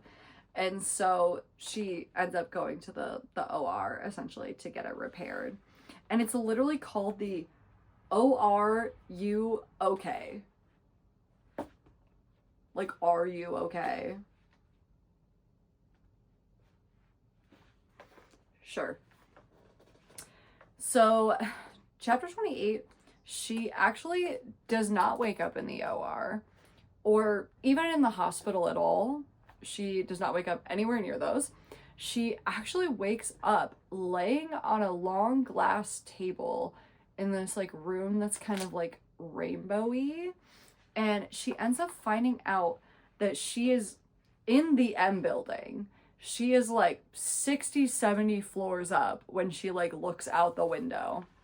So it's kind of implied, obviously, that she like sleepwalked again, but it's also like extra confusing because it's like okay, well, if she was in the OR, like, normally they monitor you afterwards when you, like, wake up to, like, you know, make sure you live, and they want to, like, check up on you and stuff. And also anesthesia sleep is not really, like, regular sleep. Like, as someone who dreams a lot and, like, occasionally sleepwalks, like, that's not really something you would do after, like, anesthetization, but sure. Also, with like how hard it is to like sneak out of there, and like there are other circumstances where she's like in the M building, like sneaking around, I have a really hard time believing asleep she could make it all the way to the 70th floor with nobody noticing her when she struggles to get back down awake and like cognizant. But sure. I do feel like this was like almost kind of hinted that like maybe she like can teleport, because that's also the thing too, is that like, spoiler alert, we do not make it through like all 4 years of her being at Modelland. Like, this does not cover her whole time being at Modelland. It really only covers like the first year, and not even like 100% of the first year. And so it's like, she's not like a 7, she's not like an Intoxabella, and it's not even implied, like it's said that like Intoxabellas and stuff, like they all have like a power, and that's why like CL was so significant, because she had like all 7. So I feel like this is like kind of hinting at like Tukey being like a teleporter, like maybe she can teleport, because that would make significantly more sense.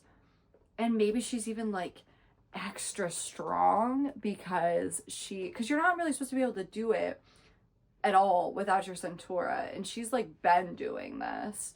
So I feel like it's like almost like, okay, maybe she actually has like this really strong power and like she just doesn't know it yet. But that's never introduced. That's not introduced at all. She's never found to have a power. She doesn't even have like a Lumiere by the end of the book.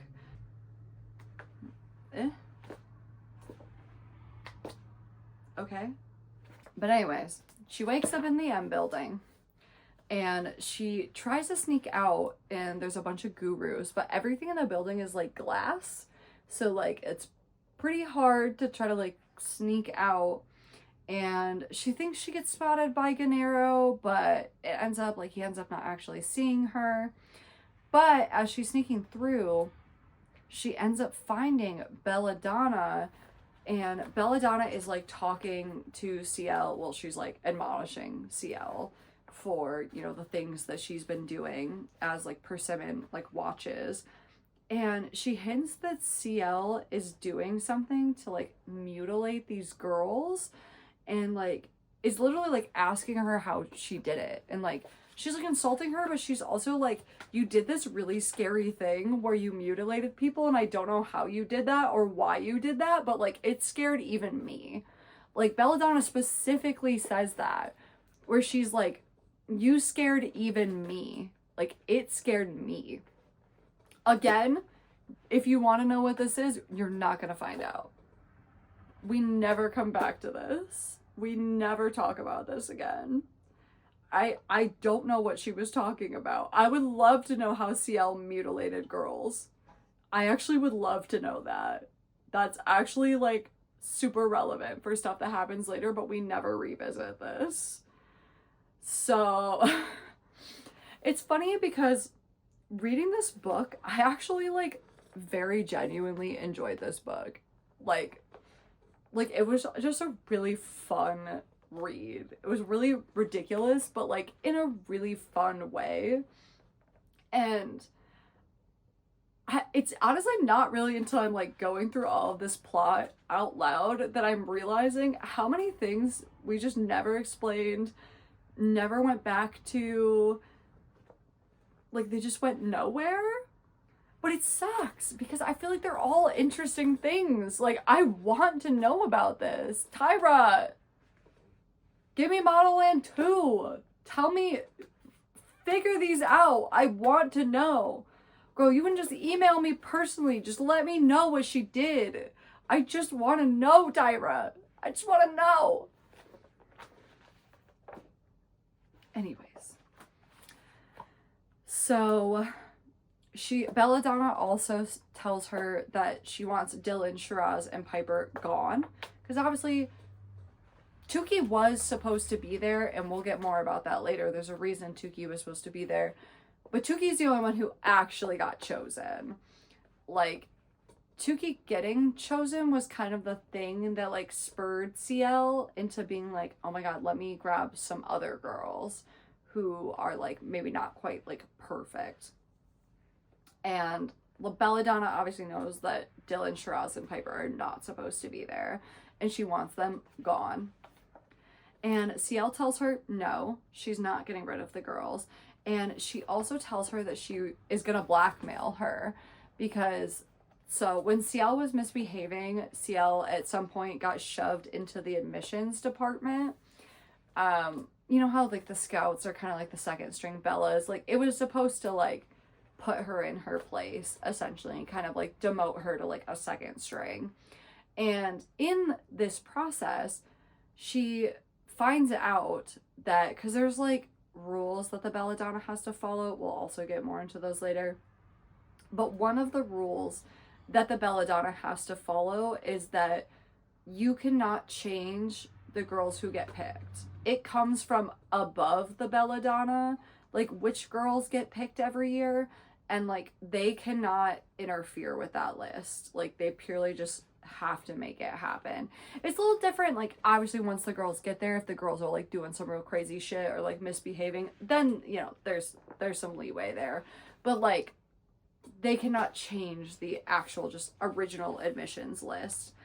And obviously CL knows that she did. So the 3 rules that all the Belladonnas have to follow, there is, you must set a world-changing definition of beauty, and you have to keep it for 5 years.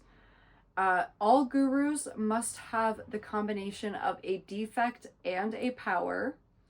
And, of course, you cannot tamper with the predetermined admissions list. So, obviously, the Belladonna switched somebody around. She added Tukey to the list and got rid of somebody else. And if they find out that she did that, like, she will not only get banished from Modelland, but, like, tortured. Like, it's not gonna go well for the Belladonna if people find out that she did that. So CL's kind of threatening her, saying she'll do the same thing again if Belladonna doesn't listen. They don't even tell us what she did, so it's kind of an empty threat, but sure. I'm sure it was scary. And they end up, you know, ending this conversation by revealing that Tukey was the one who got added. So, chapter 29, we flash back to the Pilgrims. They have been doing this diabolical divide travel for several months now, and not a whole lot has changed, honestly. Like, Mrs. De La Creme and Miracle are, like, talking shit about Tukey. One of the other girls, Lynn, is, like, talking about how she wants to get back at her cheating husband. There's this, like, creature. He's essentially, we find out later, it's not that big of a spoiler, that he's a lizard, kind of like from the Sans Color universe. So he's, like, not quite human. He's, like, kind of a monster. His name is Hunchy. Sure. And he's literally there because he wants to eat Piper's organs. That is literally why he wants to go to Modelland, is because he wants to consume Piper. They finish the first passage of the Diabolical Divide, and they're kind of entering into the second passage. And they, like, so Mrs. De La Creme and Miracle, like, they have, you know, a tent, and they're kind of chilling in there. They're nice and safe. And then they realize that the other, like, the rest of the group is getting attacked by these plants that are also kind of animals that also look like musical instruments. But essentially, everybody's sleeping. These plants are coming after them. They're gonna kill them. And so after they're kind of like, I don't really want to save them, but they're like, yeah, like we need them. Like we shouldn't try to go through this whole diabolical divide thing all by ourselves. So they end up going out there, and, you know, Mrs. De La Creme ends up actually like killing all of the plants. And it's like a little crazy because they're all like venomous. So they've like kind of put their venom into the people. And the way to get the anti-venom is you have to kill them and tear out their hearts. And then whoever's poisoned has to eat the heart because the heart has the anti-venom. So Mrs. De La Creme like kills all these plants, feeds the hearts to the people, and they're okay now. Chapter 30, we're back with Tukey in the M building. She somehow manages to find a staircase and then make it down 70 floors without being noticed. Okay, girl, they don't got security cameras here, but okay, sure. When she leaves the M building too, the Gold Path actually recognizes her this time, which I did think was a little strange too, because if she was chosen this whole time and it's not something CL chose, like she was actually on the list, I don't know why the Path didn't recognize her. I don't know if it was maybe because she wasn't the intended original recipient and the name was changed maybe, but now for some reason it just recognizes her. And she's obviously like freaking out about everything she just heard. And she actually ends up running into Bravo again on her way back to like the dorms and stuff. And he's trying to like flirt with her, and he tries to like ask her out, and he keeps like hinting at her first kiss and like who her first kiss should be. And like he just like is trying to hit on her, and she's just like, dude, I don't know why you like me. Like, why are you doing this? And he ends up actually literally trying to kiss her. Like, she almost has her first kiss, which is also kind of a strange thing after someone's like, why do you like me? Why are you even doing any of this? But sure. And she ends up like breaking away, not actually like going through with it, and she ends up running off because she's like, no, everything I was doing was like way more important than this right now. Like, I actually have to like address everything that just happened to me. And I get that I'm supposed to like Bravo because he's kind of obviously set up as like the love interest here, but I don't really like him. I feel like he's kind of shallow. Like, he doesn't really know anything about Tukey. Like, he's kind of just attracted to her. And like, you just run into this girl you like. She is like distraught. She's really out of sorts. The last time you saw her, she was in the hospital, like in the OR, and now she's like very out of sorts, like running around, seeming really disjointed. And your first thought is just like, let me hit on her, let me try to kiss her, especially when she's like consistently being like, I don't know why you're doing this, I don't know why you like me, I don't know what's happening. Like, to just try to kind of force that on her anyways. And like, I know, I'll get into that later. We'll get more into that later, but I just don't like him that much. I don't like him. I don't. So Tukey ends up running into the dorms, and she ends up telling, you know, her little group, like everything, including the time like way before when she sleepwalked and she saw CL like flogging herself, because for a long time she like thought that was a dream. She like didn't necessarily know that that was like a real thing that happened, because they kind of call her out like, why wouldn't you have told us? And she's like, first of all, I would have sounded fucking crazy, which valid. And also she was like, I didn't think it was real. Like, I thought I was like having a nightmare. And they all are obviously concerned, but on top of that, they're kind of like, we have to like get out of here. Because like when the Belladonna was telling CL that like those three have to go, she was almost kind of insinuating that like they need to like go. like never come back to anywhere kind of go. And they're all like, yeah, we don't want to get murdered. We're not supposed to be here. Like, we've got to get out of here. But also, like I said, you can't just leave Modelland without permission. Like, you have to get special so it's like they would have to ask the Belladonna to like leave. So they've got to come up with some sort of like secret plan where they're not going to get caught.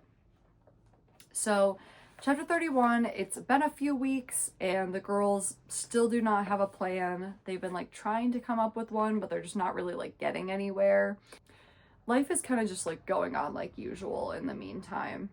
The 7-7 tournament is coming up. It's coming up kind of soon. Don't get excited though. We're not gonna get to see any of it, but it is coming up. And Bravo is still flirting with her, and he's been leaving her gifts. He left her like a bunch of whipped cream every day and stuff. So like he's still trying to make his move. And you know, all the girls in the group, they're not doing that great. They're kind of obviously out of sorts. They're sad. They're just, you know, they're depressed. They're not doing that hot. And they end up getting to tour the almost finished stadium with like everybody else. And while they're there, they remember the broken zip zap. Remember the one that like killed a bunch of girls? And they're like, okay, maybe we should take that zip zap back to Metopia because it's not going to be monitored. Because that was one of the gists of like when they built the new stadium, they like specifically hid and covered up that broken zip zap so people wouldn't be like taking it willy-nilly and like have bad things happen to them. So they know that it's like hidden somewhere like under the stadium or in the stadium, but they don't exactly know like where or how or any of like those type of details. They do decide that it's like way too dangerous and they actually probably like shouldn't do that because there is like a 50% chance that they could die, and there is like 4 of them, so like that's not like great odds at that point, and like they don't want to die. That's kind of the whole point of why they're trying to escape. So they decide, okay, maybe we'll just like go over the wall. And so they're trying to find like a secret place, which this also didn't make sense to me because, okay, I understand their qualms about taking the broken zip zap. Obviously, that makes sense. However, if you go over the wall, what's on the other side of the wall? The diabolical divide. So, because what kills you about the broken zip zap is not like the zip zap itself. Like, it's not like when that girl fell and like hit her head open or anything like that. Like, the zip zap isn't going to kill you. It was the fact that it was dumping people into the diabolical divide, and the diabolical divide killed them.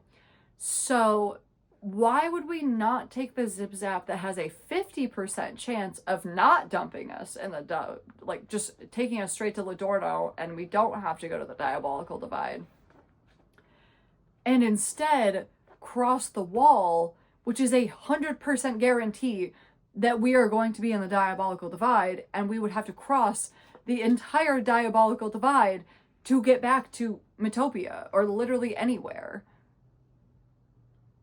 Like, the logic there is not logicking, and they never point that fact out. It's not mentioned in the book at all. The reason they decided to not go over the wall, like, we'll cover it in a little bit, but it has nothing to do with that. It doesn't have anything to do with the diabolical divide.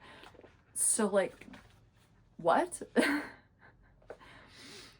So they are sleeping that night, and this big alarm goes off, kind of like a tornado siren or something, and it wakes like everybody up. They all go running out, and they find out it's because Desperata is trying to escape, and she's trying to get back to her boyfriend. And how is she doing that? She's gonna go over the wall. See, told you it would come right back. So she's, you know, going on and on about how she wants to be with him again, and CL tries to stop her, and like as CL's trying to stop her, like they can all see like the whip marks on her back and like all the wounds that she has, and so they're kind of like, oh shit, yeah, that was definitely real. And like Gennaro is there, but he is literally just like making fun of the girl and just been like, yeah, girl, yeah, try it, yeah, scale the wall, man, do it, you won't. Super helpful for a professor. And CL is like still trying to bring her down, and Gennaro's like, hey man, you know what happens when you cross the wall? You're gonna lose all your youth, but like, go for it, my guy. So Desperata ends up breaking free of CL and jumps over the wall, and she gets zapped by lightning, essentially. And when this happens, she goes from being 15 to having the body of a 70-year-old instantaneously. So that's the punishment for if you cross the wall or try to leave Modelland without permission. They instantly steal. So they kept referencing that they would steal all of your youth, but going from 15 to 70 is more than just stealing your youth. That is like taking your entire life, basically. Because like if she went from being 15 to like 50, then I'd be like, okay, that's more like stealing your youth, but I don't really think your youth goes all the way to when you're 70. Like I would say maybe like 40, 45, maybe 50, maybe. Like, we're really generous with what we consider your youth. And like I said, like, I feel like it's not really stealing your youth, like, it's stealing your entire life. Like, we don't know the life expectancy of Modelland, but I can't imagine it's like that much more than like we have now. And I think the life expectancy right now is like 76. So she went from being 15 to like dying in like less than a decade, probably. Like, that's more than stealing your youth. And she obviously is like having this whole moment, and Tuki and like Zarpessa like start arguing, which like, does this feel like the time or the place? Not really. But they start arguing, and they literally like get into like a physical altercation, but then the lightning strikes again, and it triggers like this earthquake that goes on for literally like 3 minutes. Buildings are falling, things are getting destroyed, like they all have to like run and like hide for their lives, like so this earthquake doesn't like kill them, because debris is like falling everywhere. And what causes the earthquake is not the lightning itself, but they don't realize till like right after the earthquake is done, obviously, because there's like a lot of chaos and they're more worried about not dying, that what happened is like the ginormous Belladonna statue got up and walked away. And like, it's so big, it caused this like horrible like earthquake. And when they get back inside, Tuki ends up writing a letter to CL in her journal, like one of the ones she's not gonna send. And it's basically the whole summary of the letter is basically like, I don't get you. I don't get what's going on. I don't get why you're like this. I don't get it. And it ends, but it's funny because it's like, I don't get you, but like also in like a very antagonistic and like negative way. Like, it is a very anti-CL letter. Like, she literally ends the letter by saying, I'm gonna tell the world what a phony, sick bitch you are. Which, like, do I think CL's perfect? No, of course not. We don't really have like a lot of context for what she's actually done, though. They've never told us like what she said that was like off message, besides like, you know, her like, you know, little stuff about like, you know, thinking that other people should be like in Modelland. But it's like really implied like later and like some points through the book that she's been off message for a long time, and like she's been off message to like the rich people and the advertisements and stuff, and we like never get to see any of that. Like, I don't know what any of those messages were. We never find out about like the mutilation or what she supposedly like did to these girls. We like, there's so much we don't know about her, and like Tuki knows even less, I feel like. And so it's like really strange for her to call her like a phony, like sick bitch, because most of the time, like, Ciel is trying to help them. She's trying to change Modelland to be more inclusive. She's trying to protect her group of girls that she brought here. She doesn't have any connection to Desperata, and she tries really, really, really hard to get Desperata not to leave and to like save her, because she knows that that is like essentially a death sentence if she gets turned old like that. So it's like, what? It's a weird time for Tukey to be so antagonistic to Ciel, because what we've seen of Ciel doesn't really warrant those type of feelings. And this is the first letter I noticed that in the entire book that she does not sign with the little FG over her name, like dotting the I for Forget a Girl. This is like the first time she doesn't do that. So chapter 32, all of the first year Bellas are summoned to the M building. So they're all led to this conference room where Belladonna's eyes appear, because that's kind of a thing too, is like throughout most of this, like, you don't ever see Belladonna. Like, she's represented by the statue or the masthead or her eyes appearing. And she sings another song about that girl leaving and getting turned old and everything. And then, of course, she warns them not to be foolish, not to try to leave, not to do the same dumb shit. And she also lectures them about how men aren't shit, women are way more powerful, you should never, like, change your life for a man. Which, like, honestly, I don't have a lot of arguments with all of that stuff, because, like, yeah, that feels kind of spot on. She does then go into this big rant about how, like, love doesn't matter and love doesn't belong in Modelland and they're never gonna have love. That part's a little far. That part's a little weird. But we'll kind of understand it a little bit, like, why she kind of feels that way. And so, like, while this is, like, happening and they're having this whole thing, like, essentially, like, dimmed the conference room really far to where it's, like, almost pitch dark, and, like, her eyes appear, like, really big, and they're, like, you know, super bright, so, like, everybody can see them and stuff. And Shiraz, because she lives in Candelabra, and it's, like, you know, candlelit all the time, she can see really well in the dark. And so she, like, whispers to Tukey that she can, like, see Belladonna, like, see the actual Belladonna.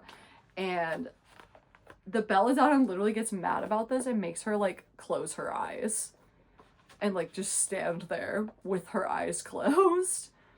And the Belladonna kind of, like, goes almost, like, girl by girl and, like, threatens them all. But then she gets to Tukey and she just, like, stops and she vanishes and she doesn't say anything to Tukey at all. And they are, like, really freaked out by this, understandably so. And they're like, we have to get out of this place immediately. Like, immediately. Chapter 33, we are back to the Pilgrims again. They are in, like I said, that kind of, like, second level, second stage of the Diabolical Divide, like, crossing. And, you know, they've all lost weight and they're injured and they're dirty and, like, obviously they've been going through it. And at this point, Mrs. De la Creme has pretty much just, like, taken over the group. She is by far the strongest personality here. She has completely, like, overridden everybody. And, well, originally too, they did have a, like, I almost said a tour guide. It's not really a tour. I think they called him, like, a raider who was supposed to get them across the Diabolical Divide. But at a certain point too, they also find out that he's never even been to Modelland, even though he, like, acted like he's done this trip, like, a million times. And so at this point, like, Mrs. De la Creme has kind of just taken over. And they also try to leave, like, Hunchy behind because they're, like, kind of freaked out by him, but he ends up catching up with them anyways.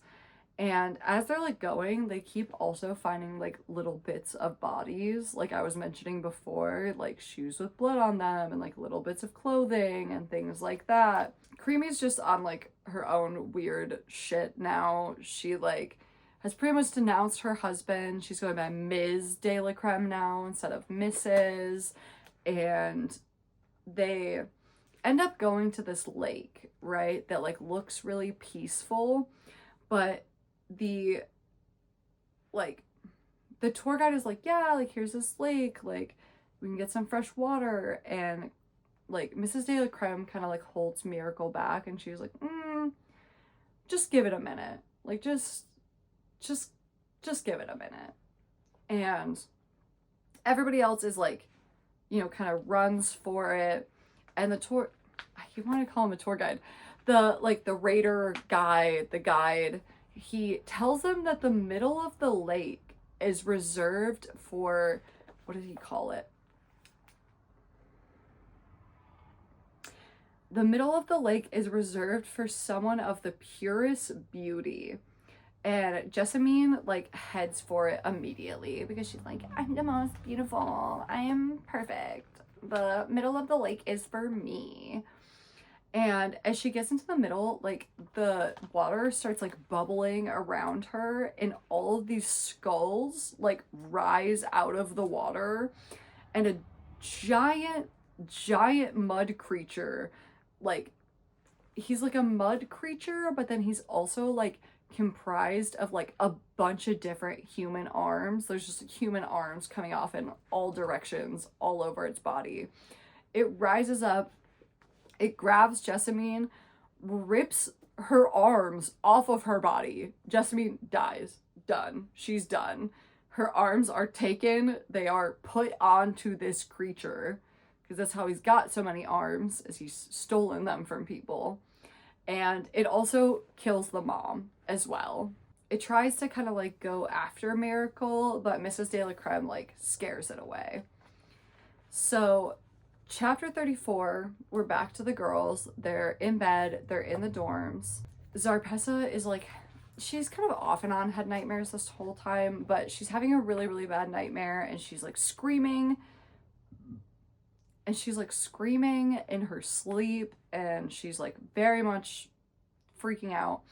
And she's like, it's clear to Tukey, obviously nobody else knows about this, but it's clear to Tukey that she is reliving the fight that she had with Lizzie over her like Day of Discovery dress, like the one that Lizzie had told Tukey about when they were talking, when she like tells her about Zarpessa like dumpster diving. She like tells her that they got into this fight over this dress, and it's kind of clear that she's like reliving that. And Zarpessa has like a full breakdown. Like she ends up like running out and like hiding in a fridge, and she is like talking gibberish. She is like not really cognizant. Like it's kind of unclear if she's even like awake or if she's still dreaming, but she is like having a full mental breakdown. And the doctor ends up literally coming to their dorm to like get Zarpessa out of the fridge and like take her to like get treated and stuff. And the doctor is like asking them all these questions, you know, asking them if, you know, like, do you know where this came from? Do you know what she's talking about? Do you know what incident she's referencing? Like, she's asking them all these questions. And Tukey kind of decides, like, this could be my moment, and I could ruin Zarpessa's like rich girl image, and I can admit to all of them that she's been dumpster diving and her family actually has no money, and this is where it comes from. But she decides not to do that, and she decides to take Zarpessa's side, and she just says like, I don't know anything about her, like we weren't really close like that, like I don't know where this is coming from. So she kind of, you know, helps Zarpessa out a little bit, sort of. I feel like the smarter thing to do in this circumstance would have been to take the doctor aside and tell the doctor in confidence what happened and where these like, you know, panicking and mental breakdown thing like was originating. because it very well could be very hard to treat her for it when they have no idea where this is coming from or why she's feeling like this. So I do kind of feel like she probably should have told the doctor where this was coming from, because also the doctor's not going to give a fuck if she's a rich girl or not. Like, why would the doctor care about that? But I do get, like, being questioned in front of all these girls and everything. Like, she did kind of take the more mature side, the bigger person side, and she does not divulge Zarpesa's secret. Chapter 35, Zarpesa is gone. Obviously, the doctor took her to handle all of that. And Bravo actually shows up at the dorm. And Tuki ends up, like, because obviously boys are not supposed to be in the girls' dorm. And Tuki ends up, like, letting him in just for, like, a couple of minutes. You know, super, like, ooh, kind of scandalous.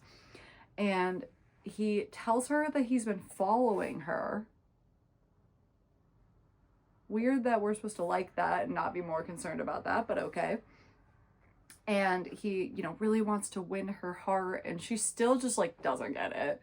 She still, like, really does not understand, like, why he is into her. And he explains that it's because, you know, she just doesn't really care about his looks like that. Like, she cares more about who he actually is and, like, his architecture dreams and things like that over, you know, just the fact that he's hot and he goes to testosterone. He has this whole, like, sympathy thing of, like, oh my god, like, I just want to be an architect, but I'm just too hot. I'm just so hot. I ended up having to come here, and they wouldn't let me just be an architect. And you're just like, okay, dude, sure.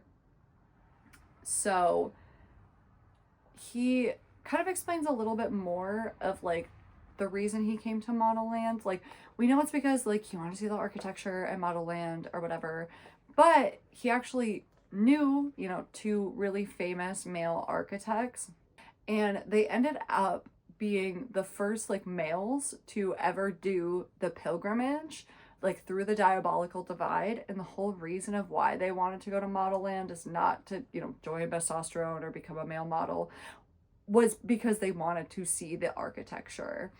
And him, like, finding out about this, he was like, well, there's got to be a reason. Like, these men literally died to try and see it. Like, they sacrificed their lives for it. Like, there's got to be something there. Like, I have to see it. And he also tells her that he doesn't want to leave her and that he thinks that she's absolutely beautiful. He also tells her that he wants to be her first kiss. It's just all, like, really heavy-handed to me. Like, I'm not gonna lie, this whole time I was actually just waiting for him to, like, become the villain, because the whole thing was really giving, like, girl who doesn't think she's pretty but actually is, and, like, the guy that's really hot that, like, falls for her, but it turns out he's, like, not a good guy, and he, like, actually was, like, plotting against her the whole time kind of vibes, because he's just so heavy-handed with, like, the romance and hitting on her, and it's just, like, a lot, especially for someone who he knows has never had a boyfriend, never had a first kiss, never had any of that. Like, it feels very manipulative to me. It feels very love bomby. And, like, they do, spoiler alert, they do end up having, like, a bit of a tiff, but, like, he's not a villain. He's not a villain.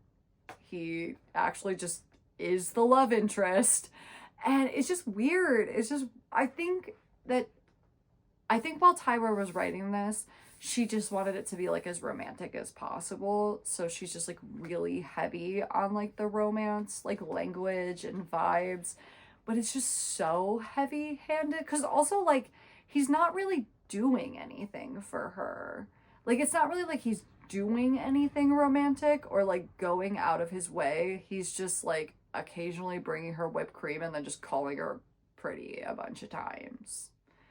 Like, true romance to me, like, we were really going heavy on, like, the romance vibes and stuff, would be him, like, saving her life or, you know, defending her against her enemy. Like, I just feel like there's so many more things he could have been doing that weren't just like, I think you're hot. I want to be your first kiss. We should do that. I think you're hot. Like, okay? That doesn't really give me romance. Like I said, that kind of gives me like love bombing. And she ends up telling him that he can be her first kiss, and she agrees to be his girlfriend, even though he didn't really like ask her to be his girlfriend, but she just kind of agrees to be his girlfriend. So I guess they're dating now. And he thinks that their first kiss should be in Ladorno. He was like, I have this spot in mind. There's like this really pretty fountain, and like I think it should be there. And he insinuates that they should take the broken zip-zap under the stadium because like nobody will know that they took it because they're not supposed to like even know that it really like exists or anything like that. But obviously he like built the stadium, so he knows where it is. And so he's like, yeah, I think it should be in Ladorno. I think it should be by this fountain. And she's like, yeah, that sounds really interesting. You should show me that zip-zap. Like, you should show it to me. I just kind of want to like see it so like I know where I'm going before we go tomorrow. And he also tells her, this will be relevant in a minute, he also tells her that there's going to be a man attack the next day because she hasn't done a man attack yet. She doesn't even know what the fuck a man attack is yet.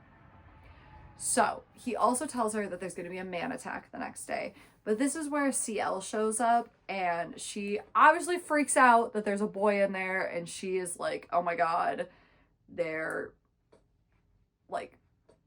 gonna freak out, they're gonna kick you guys out, it's just gonna be this huge thing because you're not supposed to have a guy in here.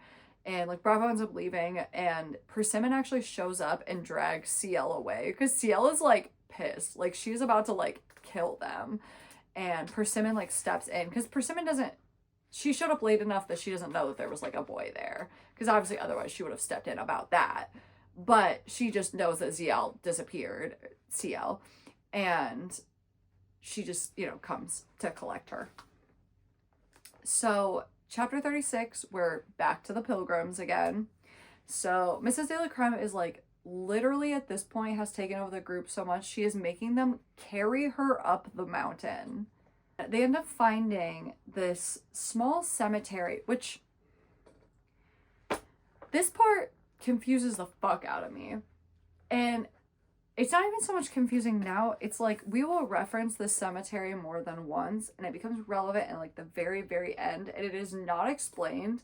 And I don't know where we were going with it. I don't understand its purpose. I don't understand it. So if you understand it more than me, please explain it to me because I genuinely don't know what we're getting at with this. So they find this little cemetery, right? And in the little cemetery, there's 6 graves. And each one has like, it's like muse, whatever their name is. So it's like 6 muses, okay? And when they go into it, the headstones start glowing and like literally like giving off sparks. Like, it's super weird. So one of the girls in the group, her name's Abigail, she like freaks out. She starts like removing all of her clothes, and she like almost insinuates that she's gonna like stab herself to death. But instead she like, because she like rips off all her clothes, stands up on this big rock, and has like a big knife, like almost like she's gonna, like impale herself or something. But instead, she starts cutting off her body hair. Which like, Abigail and her mom this whole time have been like body hair positive, which like obviously most of society is not body hair positive. And it's like such a minor point. It's just not relevant until literally right now. But she like supposedly takes this knife and like cuts off her body hair. And it's like, that's not really how knives or shaving works. Like even if your arm hair was like, say your armpit hair was like super long, first of all, like a knife's probably not going to cut through it super well. And even if it does, it's not gonna, like, it's gonna leave a bunch behind. And it's not like you can just shave your legs with like a big Bowie knife, really. Like, it's not gonna be really effective. So it's a little unclear how she does that, but okay. And it's crazy too, because it's like, okay, I thought this whole fucking book was like, we're going against body standards and, you know, unusual physicality is beautiful and we shouldn't fall for just like the classic beauty standards. But then she cuts off all of her body hair and now everybody thinks she's beautiful. Like, they're like, oh my God, like, she is so drop dead gorgeous. And it's like, okay, but like, realistically, like, how would that have changed her looks? Because, like, as a woman, her body hair is mostly going to be from the neck down. So it's mostly going to be pretty covered when she's like wearing clothing. Like, she obviously has been through the entire diabolical divide. So it's like, would it really affect her appearance that much? Because like, if she's beautiful or not, I feel like has a lot more to do with like neck up, and like that part of her didn't change. Like, why would just like shaving her armpits like suddenly mean that she's like beautiful now? Like, it doesn't really make any sense, like, at all. She is literally booty butt ass naked, standing up on this fucking rock, just shaved everything off, and they're all like, oh my God, she's so beautiful now. She's like 16. She's a minor. She is a child. Really fucking weird we're all looking at this child naked, because also she didn't have to be naked to cut off her body hair. She really didn't have to be. And it's weird that like now they're all like, oh my God, this 16-year-old child's so beautiful, as they're staring at her butt ass naked. Like, weird ass behavior. And then a giant creature appears. It's kind of described as a leech creature. And this one, unlike the mud creature, is made of legs rather than being made of arms. But it starts coming after Abigail, and it literally cuts her mom in half and takes her legs, kind of like the mud creature did with like Jessamine and her mom. And I literally wrote, didn't we just do this, Tyra?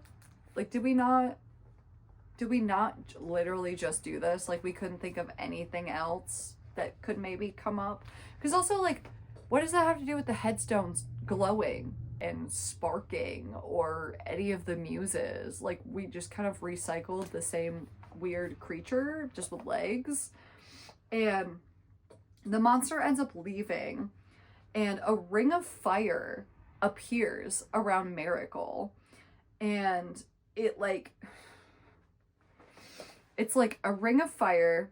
It's around Miracle, and then the Raider guy and Abigail are trying to like run away, and the ring of fire kind of like goes, and it turns into like a fireball, and the fireball shoots over. It incinerates the guide and Abigail. Done. Killed. And it's like, what? Where the fuck did that come from? What? That literally makes no fucking sense. Where the fuck did that come from? But yeah, so the Raider and Abigail are now dead. Literally the only people left are Miss De La Creme, Miracle, her baby doll, who's been with her this whole time, and then Hunchy. He kind of just like picks himself up and like keeps heading towards Modelland because he is real keen about eating Piper. He's real into this idea. Chapter 37, we're back at Modelland, and the group is talking about, you know, taking this broken zip zap, because obviously the wall thing does not really seem appealing anymore. And, you know, they're getting snippy with each other for really the first time, and like tensions are really high. They're just like not really getting along. And Tukey wants, because Piper's like really, really smart and everything, and like kind of mechanically minded, she wants Piper to create like a blackout. So, you know, like it distracts everybody and people aren't going to be like paying attention to them. And then she wants Dylan to faint as kind of an additional distraction. And then Shiraz can kind of get them out of there because Shiraz kind of has that like night vision going on. They're like having this whole discussion, but then also like Tuki keeps zoning out because she's kind of like daydreaming about Bravo. And she feels really, really torn up about not taking him with her and kind of like using him essentially, because she like kind of forced him to like show her the zip zap, but like she full well knows that she's like not gonna take him with her, and that like they just have to like get out of there. And like it's just like he needs to stay there because, you know, his like dreams of being an architect and all this stuff, like it wouldn't really help him to like leave at this point. It would just kind of be putting him at risk. And they actually just start like actually fighting at this point, and like they're insulting each other, and it's just like it's left really uncertain because they kind of just leave on this argument, and there's no real like agreement to do the plan or like figure out exactly what the plan is gonna be. But Man Attack is about to start, so everything is kind of derailed. So Ciel comes to collect Tuki, and she also is like, I'm pissed at all of y'all. All of y'all need to see me right after this is done. Like, as soon as Man Attack is done, like, y'all need to come see me. And Tuki finds out that she is actually the one competing in Man Attack. There's like a group of people. So there's her and Zarpessa and Chaste on one team. And on the other team, it's Bravo, and then his two friends, like, I think it's Alexander and Webb, are on the other team. And so each boy gets matched up with each girl. And there's like a series of, so it's like one matchup at a time. So I'm pretty sure if I'm right, Chase is first. But like Chase goes up against her person. They go through all of the different stages of like the game competition, whatever you want to call it. And then they get scored. And then like Zarpessa comes up and she goes against her guy. They go through all 4 steps. They get scored. And then Tuki comes up. She's going against Bravo. They go through all their steps. They get scored. That's kind of like the general layout. So there's 4 steps to it. It's called the touch, wardrobe, maquillage, and the photo finish. So essentially the general premise of how Man Attack goes. You start, so say we've got like Chase and Alexander. They start on these like, because they're like in this big like orb arena and people are like all around, and then they're kind of like in the middle, and they're kind of like almost like floating in midair, sort of, from what it sounds like, that they're like suspended somehow in midair. So the touch part of it, you're kind of on like walking the planks. Like it kind of sounds like pirate ship type of planks, and you kind of like run at each other, and you're trying to like touch the other person before they can touch you, and that's where it like starts, I guess. And it doesn't have to be like, you know, any like weird touching. It's not like sexual or anything. Like it literally could just be like we touch hands or whatever. It kind of be like, yeah, like if you set a ball on like a line in between you guys have to like rush for it, see who gets it first. Kind of like that, but you just have to like touch the other person. And then wardrobe, they fire like clothing at you out of like cannons, and you have to like, everybody's given like a theme.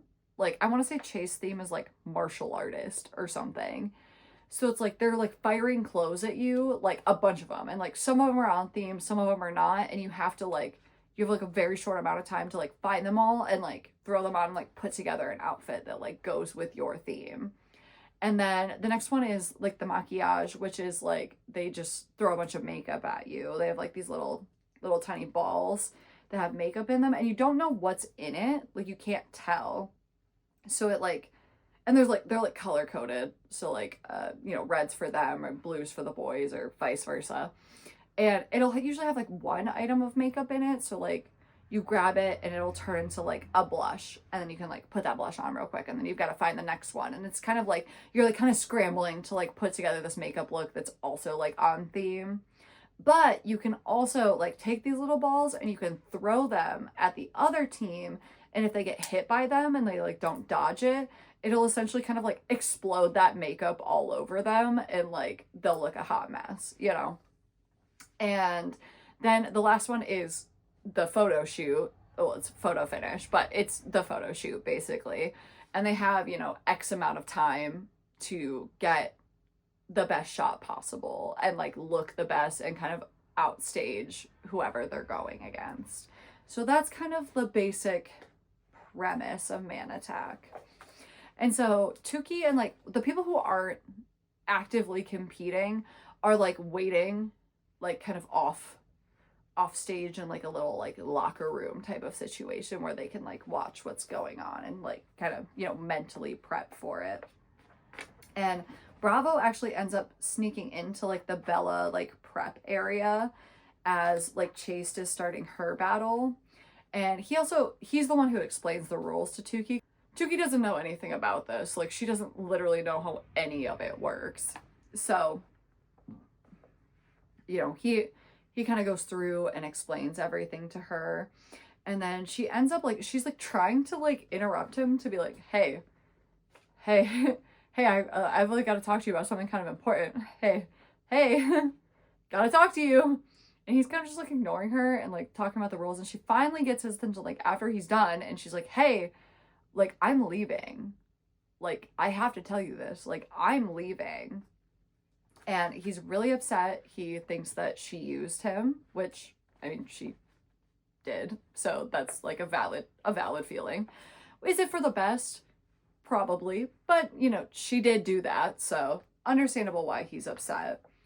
And he, like, gets mad and he tells her that the whole, like, first kiss thing was just, like, a bet that he made with his, like, douchebag friends. And, you know, he was just trying to see it. Like, they were just like, haha, I bet you couldn't, like, kiss her, whatever. So he tells her that it's, like, actually just a whole big bet, a whole big joke. And then he, like, leaves really angrily. So it's now Tukey's time to compete. And both Zarpessa and Chase, like, win. And by, like, a lot. Like, they both do really well. So when it comes to the touch, because, like, Chase kind of goes the more, like, seduction-y route for, like, the touch.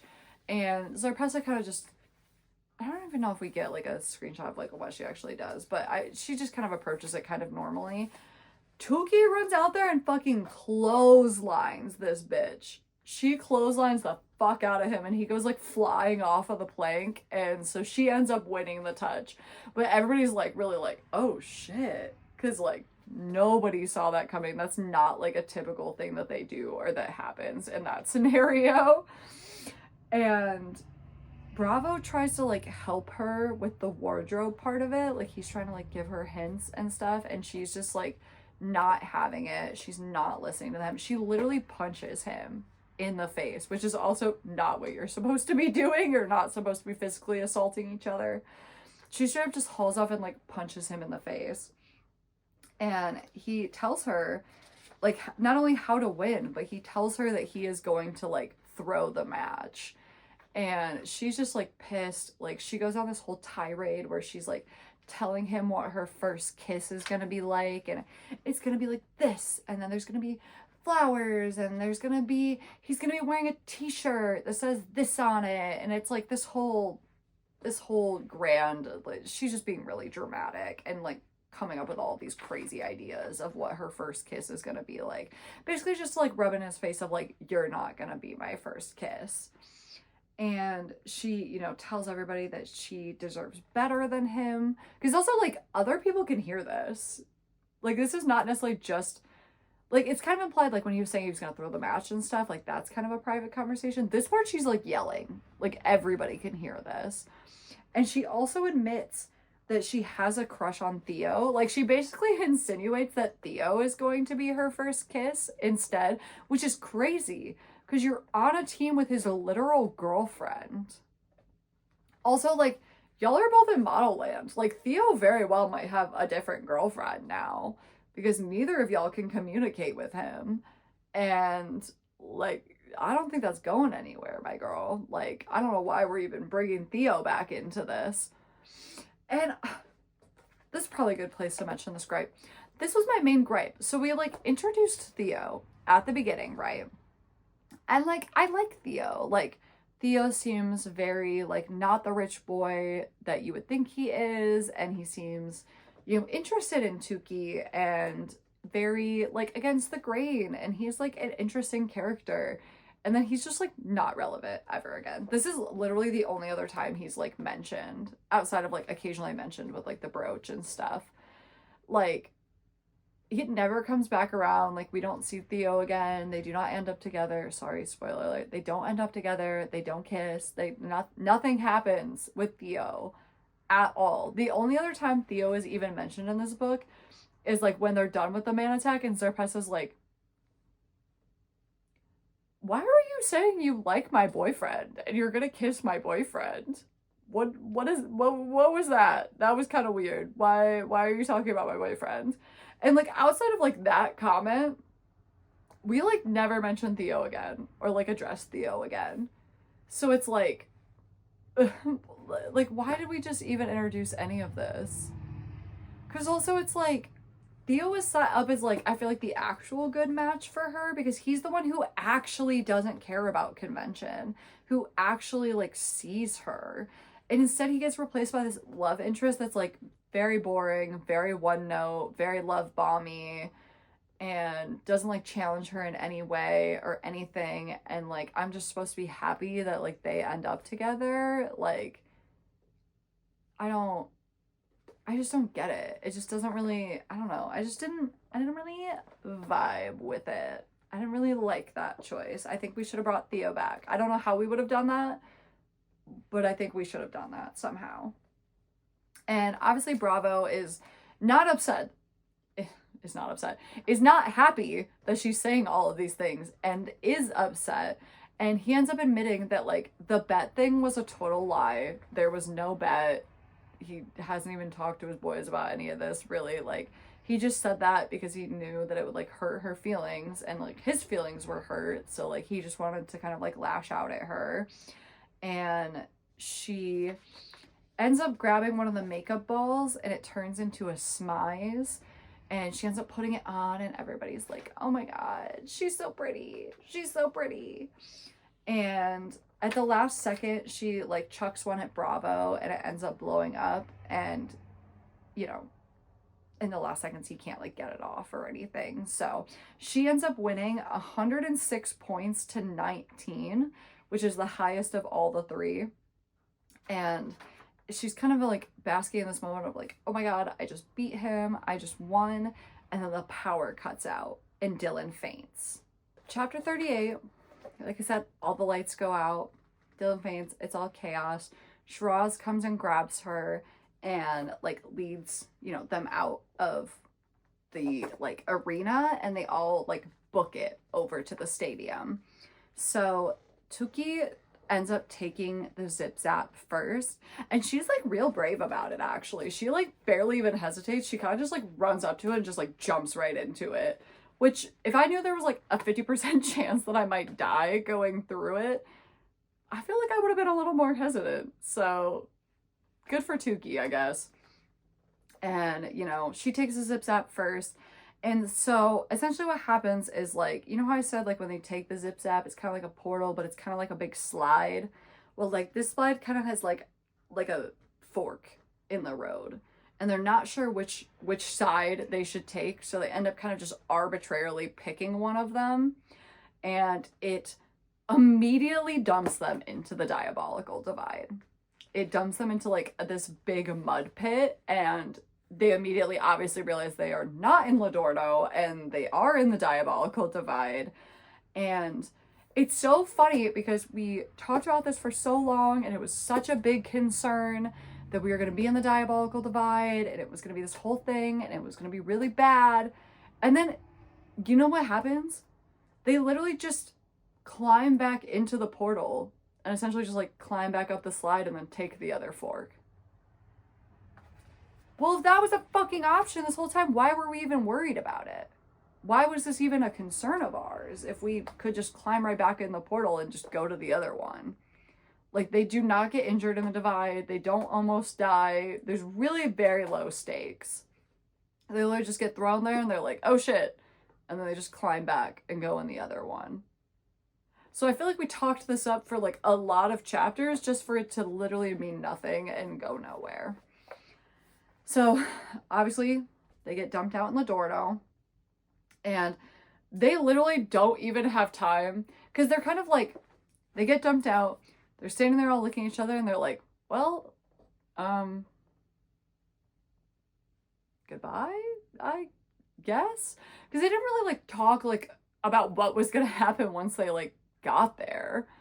And so yeah, they're all kind of just staring at each other like, I guess I'm gonna leave? They don't even get out their goodbyes before CL is on their ass. She shows up immediately. And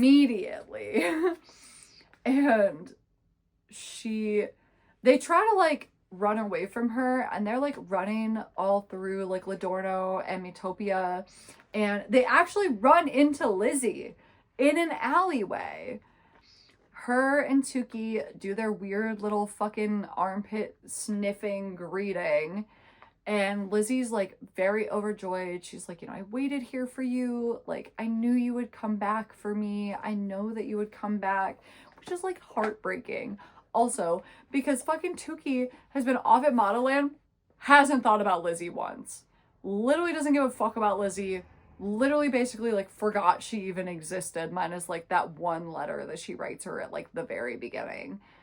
Doesn't give a fuck about Lizzie, and Lizzie's just sitting here waiting for her to come back, and like missing her and wanting them to like run off together. And like, she's still, don't get me wrong though, like she's still as crazy as ever. She's still got some severe mental health issues. Understandably so. And CL obviously finds them, and as they're running away, they all get separated. And CL she's got that multiplicity power, so she literally is like making multiples of herself so she can chase them all down at once. And this guy in a bus like tries to help them escape. Like, they all get in the bus and he tries to like, evade CL and drive away with them, and he ends up crashing the bus. Not only does he crash the bus, but like, okay, so they're driving all crazy and he's trying to like evade CL, and Lizzie is not on the bus. It's just the group that's on the bus because Lizzie got separated. And so he's driving all crazy, he's trying to evade, and she sees Lizzie up ahead self-harming. Literally like self-harming herself up ahead, and then the bus crashes and Tuki like passes out. So chapter 39, she wakes up outside of the bus now. She's outside of the crash bus, and everybody is safe, but Lizzie is nowhere to be found. And CL is there, and she's not like coming after them though.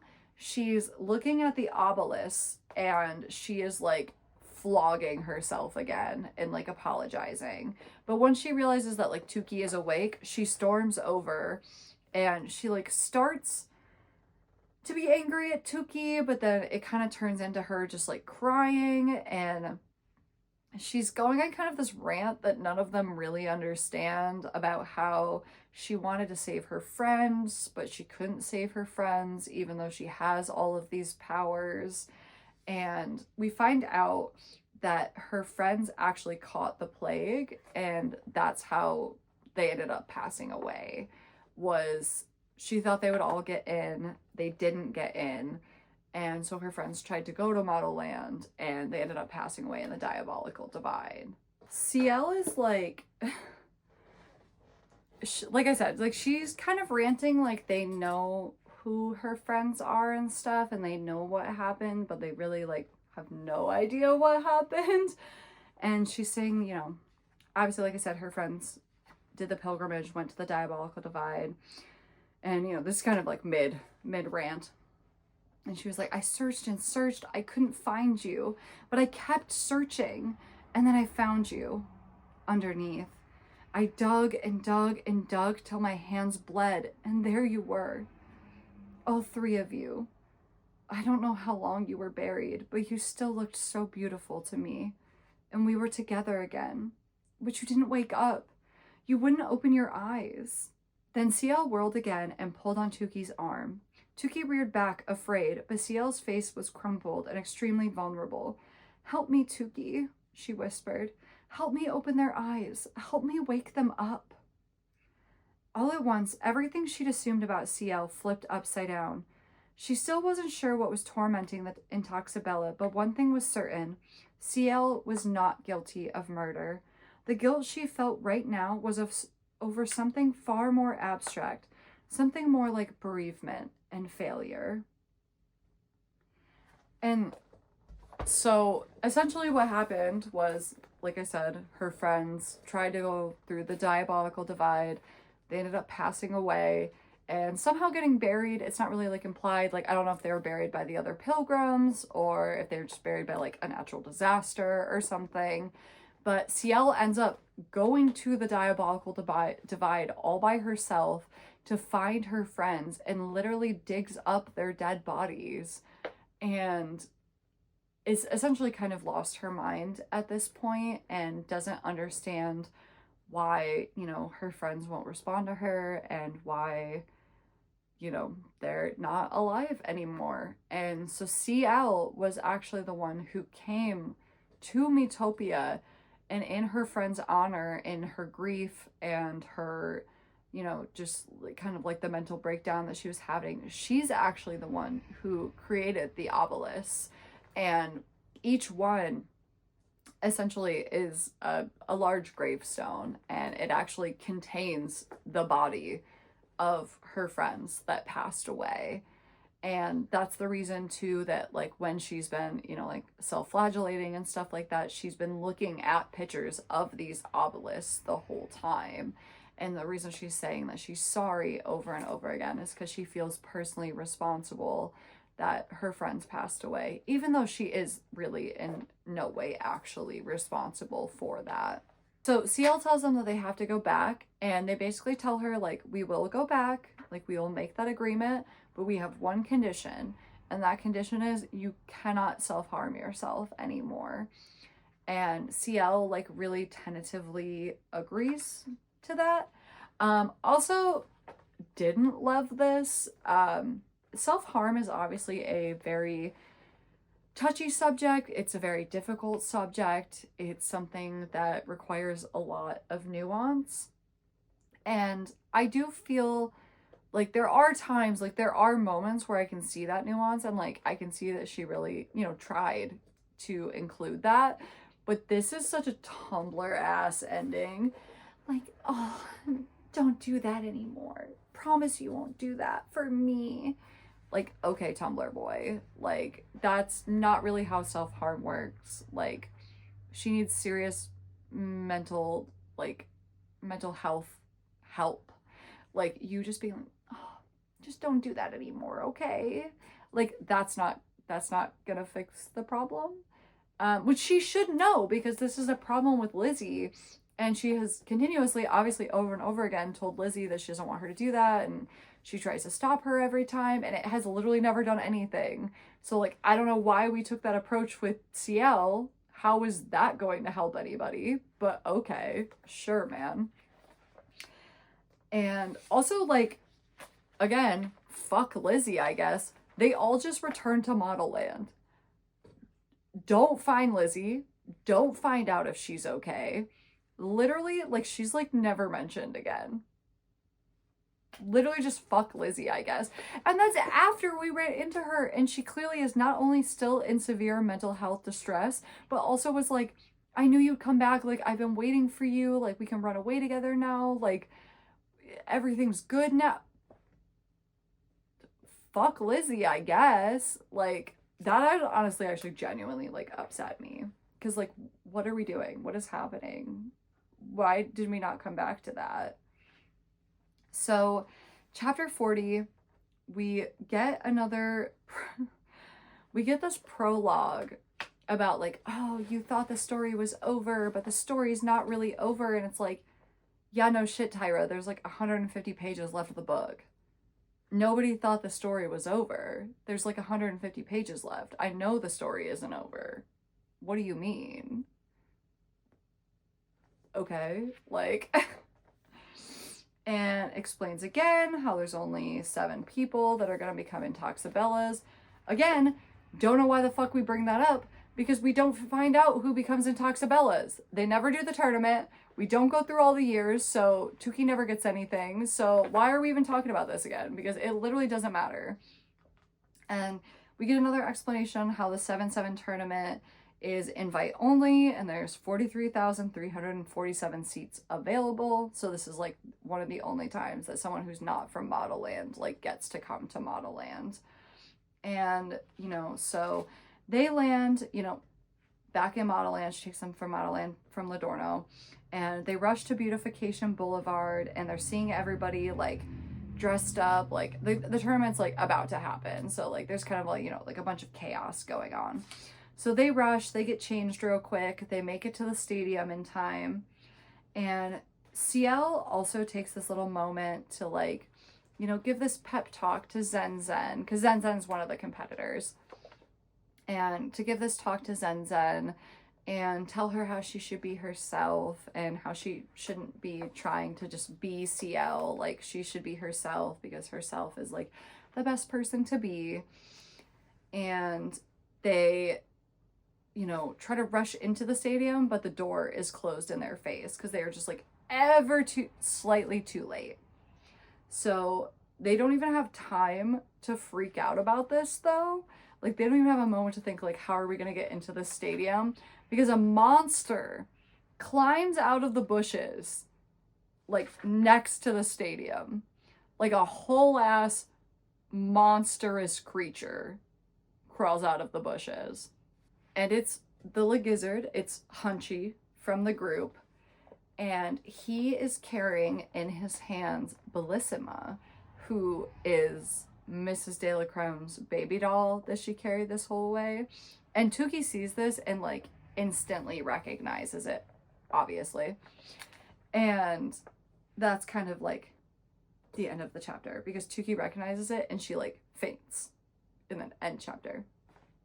So chapter 41, other creatures crawl out of the bushes right after Hunchy. So it's not just Hunchy, there's 2 more monstrous creatures that come out. And it ends up being Mrs. De La Creme and Miracle. Over the process of like those fireballs and everything that happened, they end up getting turned into these like kind of crazy creatures. It's not necessarily implied that they're exactly the same as Hunchy, so like I don't think they necessarily got turned into a Gizzard, but like a similar creature at least. And she wakes up to Mrs. De La Creme literally like chastising her. And then Miracle, you know, pops up, and they both demand to get taken to the Belladonna. And Mrs. De La Creme literally like walks up to the statue of the Belladonna and starts screaming at it and is like, I know you can hear me. I want to fucking talk to you. Come down here. We're gonna have a conversation. And they're all kind of looking at her like she's crazy, but the Belladonna statue starts singing. And so like obviously the Belladonna can hear her, which is also kind of crazy because you're like, how does Mrs. De La Creme know that?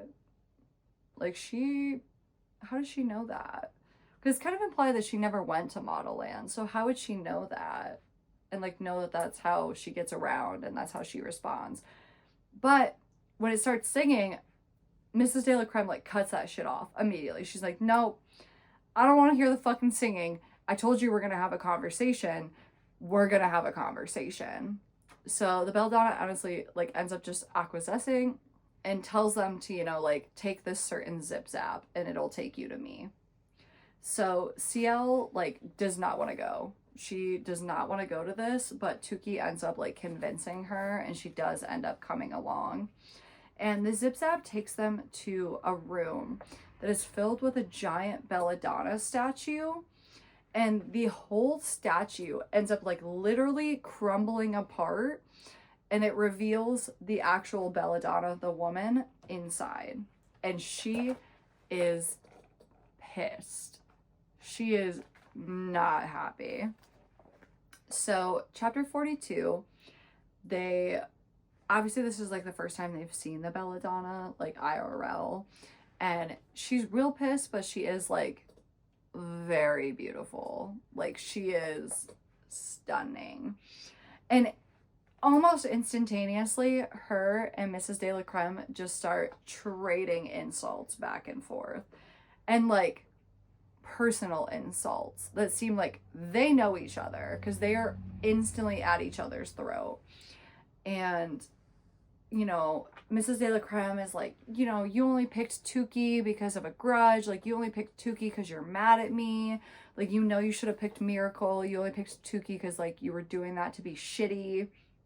And the Belladonna honestly basically admits that it not only was because of that, but it was more because she knew that if she picked Tukey, that Mrs. De la Creme and in turn Miracle would become pilgrims and they would catch the plague and then they would die in the diabolical divide.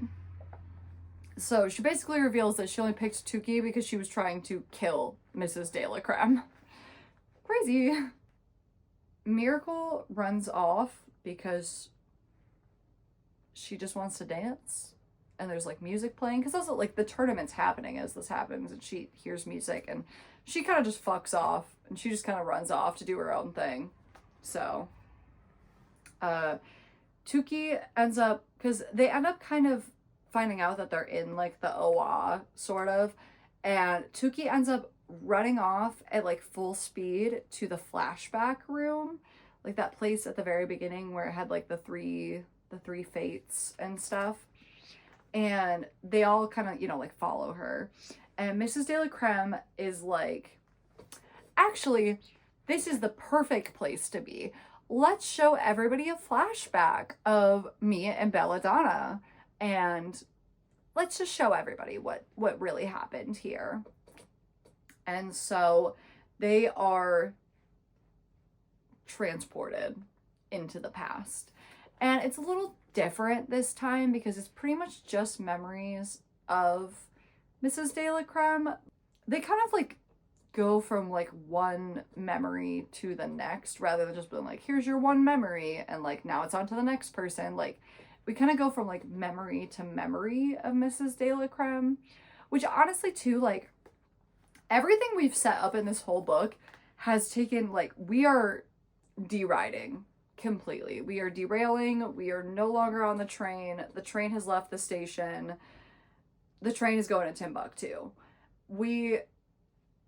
Everything that was like happening in this story, not really happening anymore. It is now, till pretty much the end of the book, only about Mrs. De la Creme and Belladonna, which is really fucking weird because most of this book has not been about either of those characters. Like, the Belladonna we've barely even met, and Mrs. De la Creme is kind of like a footnote most of the time.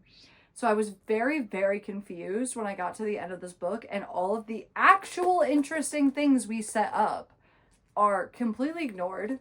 Literally like, we don't get an end to what happened with Lizzie, but then we get like 10 chapters of Mrs. De la Creme and Belladonna that we don't give a fuck about, and like introducing all of this story like we really don't care about. Like, I don't know, this was a really weird choice to me, and I did not like the end of this book as much as I enjoyed the rest of it. It really felt like I was just suddenly reading a very different book at the end of it. But I'm sure you want to know how it ends. You've made it this far. Obviously, you want to know how it ends. So, we find out that the two of them both were in Modelland together. They were both chosen. They both went to Modelland together. The Belladonna, this was before she was the Belladonna, obviously. And at the time, her mom was the Belladonna. And she goes by LaDonna. Sure.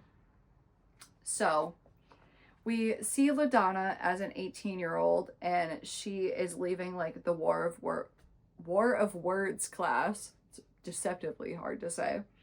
And we find out that she's also friends with Persimmon, and this was when Persimmon was like just a girl, not a mannequin. And we find out that Persimmon was actually a 777. So like she is basically what like CL was. She is in a very similar position. You know, they're talking about their go-sees, and they're talking about they're talking about this guy that LaDonna likes, and which is kind of a like, because remember, they're not really supposed to have romantic relationships. And they pass a statue of, you know, her mom as, you know, Queen Belladonna, and this girl runs up to them, and it's Tuki's mom. And we find out that the three of them all used to be best friends.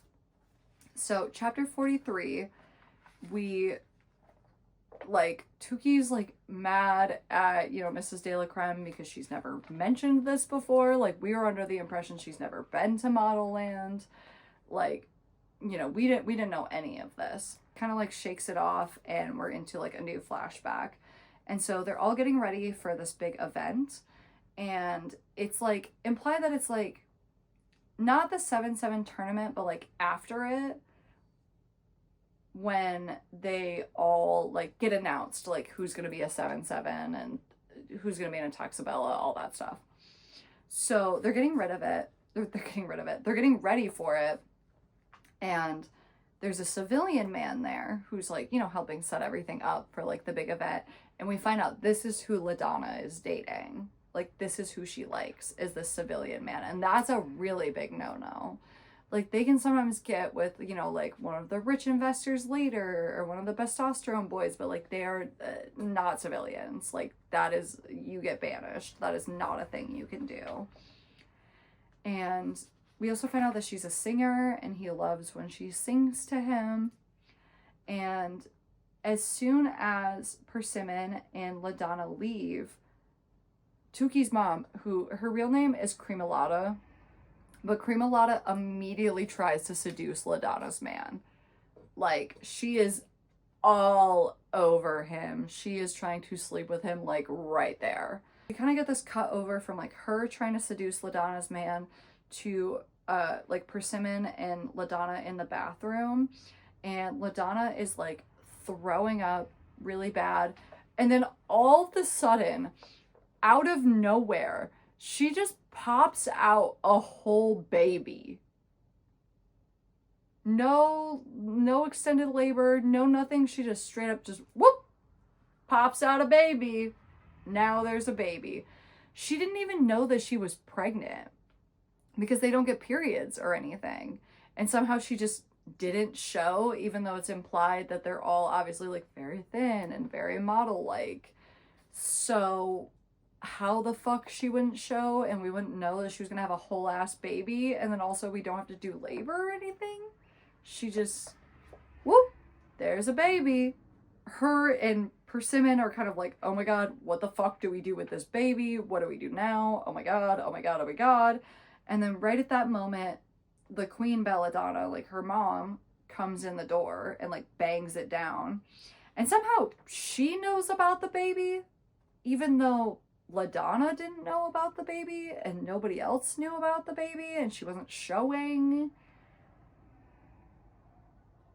But somehow her mom knew about the baby, and she gives the baby to the dad, and she forbids LaDonna from being with him or engaging with him any farther or engaging with the baby either.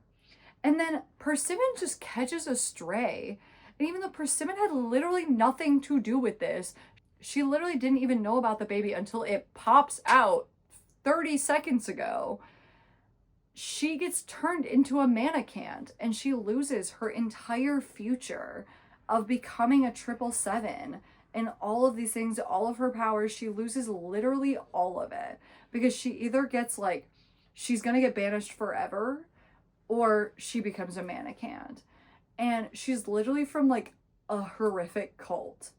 And like her home life is really, really, really bad. So like that's not really an option for her to go back to. So she literally like has to choose to become a mannequin. And she loses her entire future for something she literally didn't even know about. I was really like, I feel like Persimmon is the person I feel the most for in this story.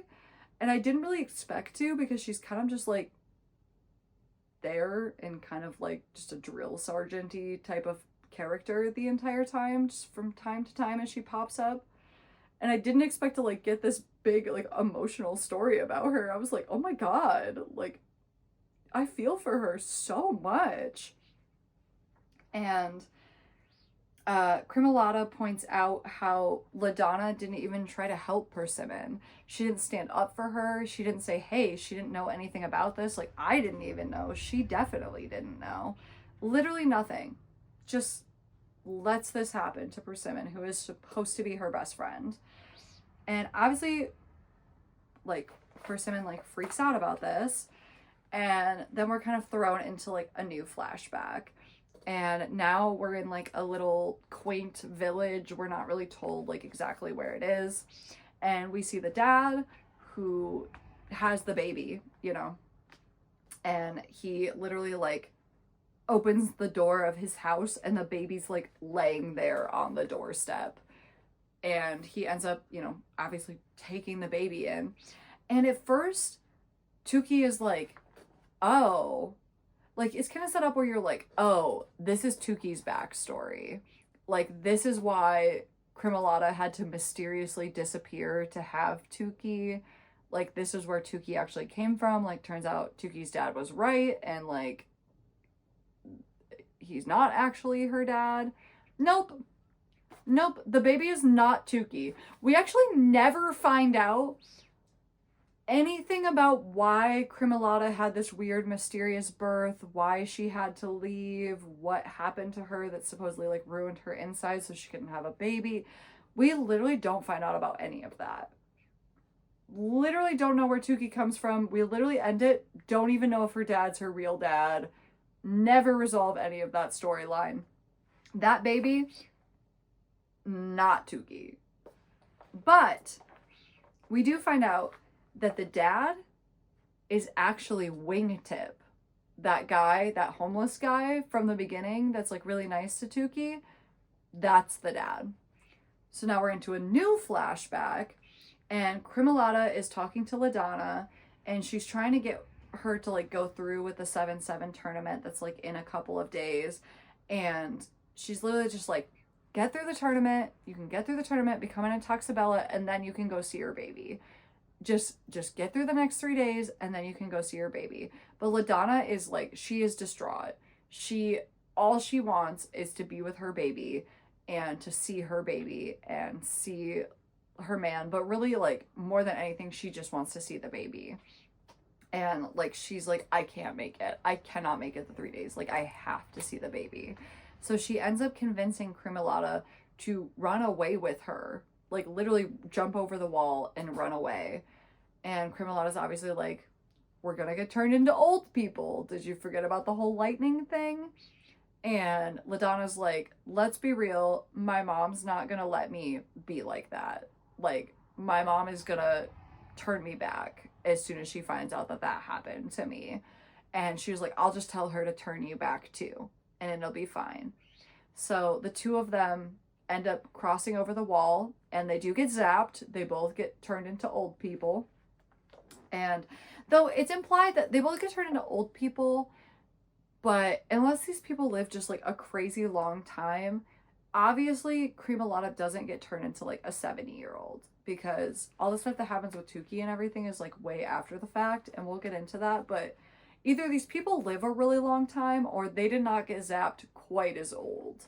But either way, they get zapped. They're older now. So they go to, we found out Wingtip's real name is Ray. So they end up going to Ray's house to see the baby. And obviously LaDonna's like, don't look at me. I'm old. I'm ugly, but I'm here to see the baby. Like, I had to run away. I had to see her. And so you know, she's having a great time. She's seeing her baby. She's so happy to see Ray. It's great. It's awesome. And then the baby needs something, so LaDonna gets up to like go, you know, get this thing for the baby.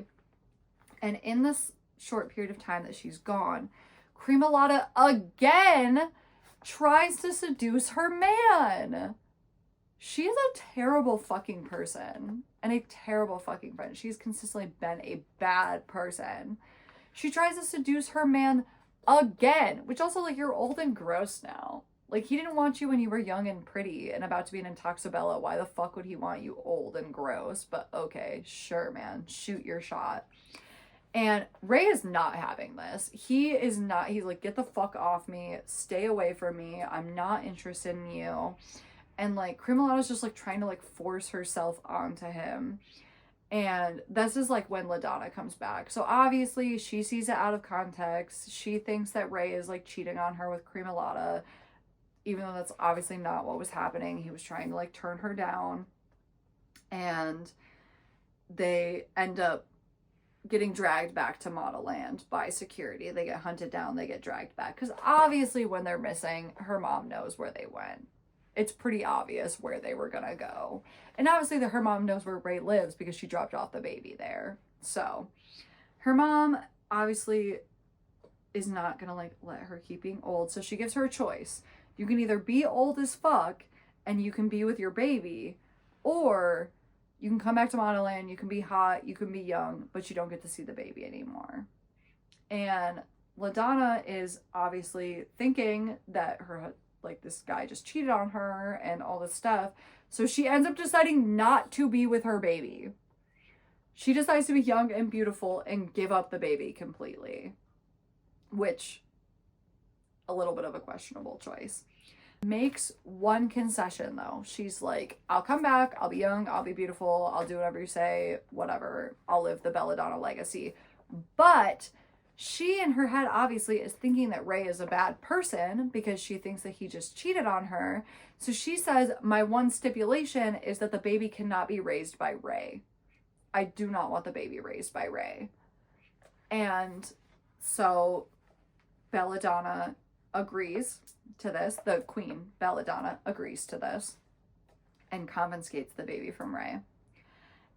Except it's time for Creamalotta to get turned back because LaDonna's like, whatever, like, turn her back. And Queen Belladonna's like, no, nah, she sucks. We're not turning her back. And Creamalotta is obviously mad that she's now stuck as this old lady over a situation that, like, only very tangentially, like, involved her. And she ends up admitting what she did to LaDonna and be like, yeah, actually your man didn't cheat on you. He didn't even want me. I was just trying to force myself on him, but you came back at the perfect time, so you thought that he did. And so LaDonna tries to change her mind and be like, no, actually I want to be with Ray. I want to be with my baby. I'll be old. But it's too late now. She's already young. She's already beautiful. The baby's taken away from Ray. It's too late. She already made her decision.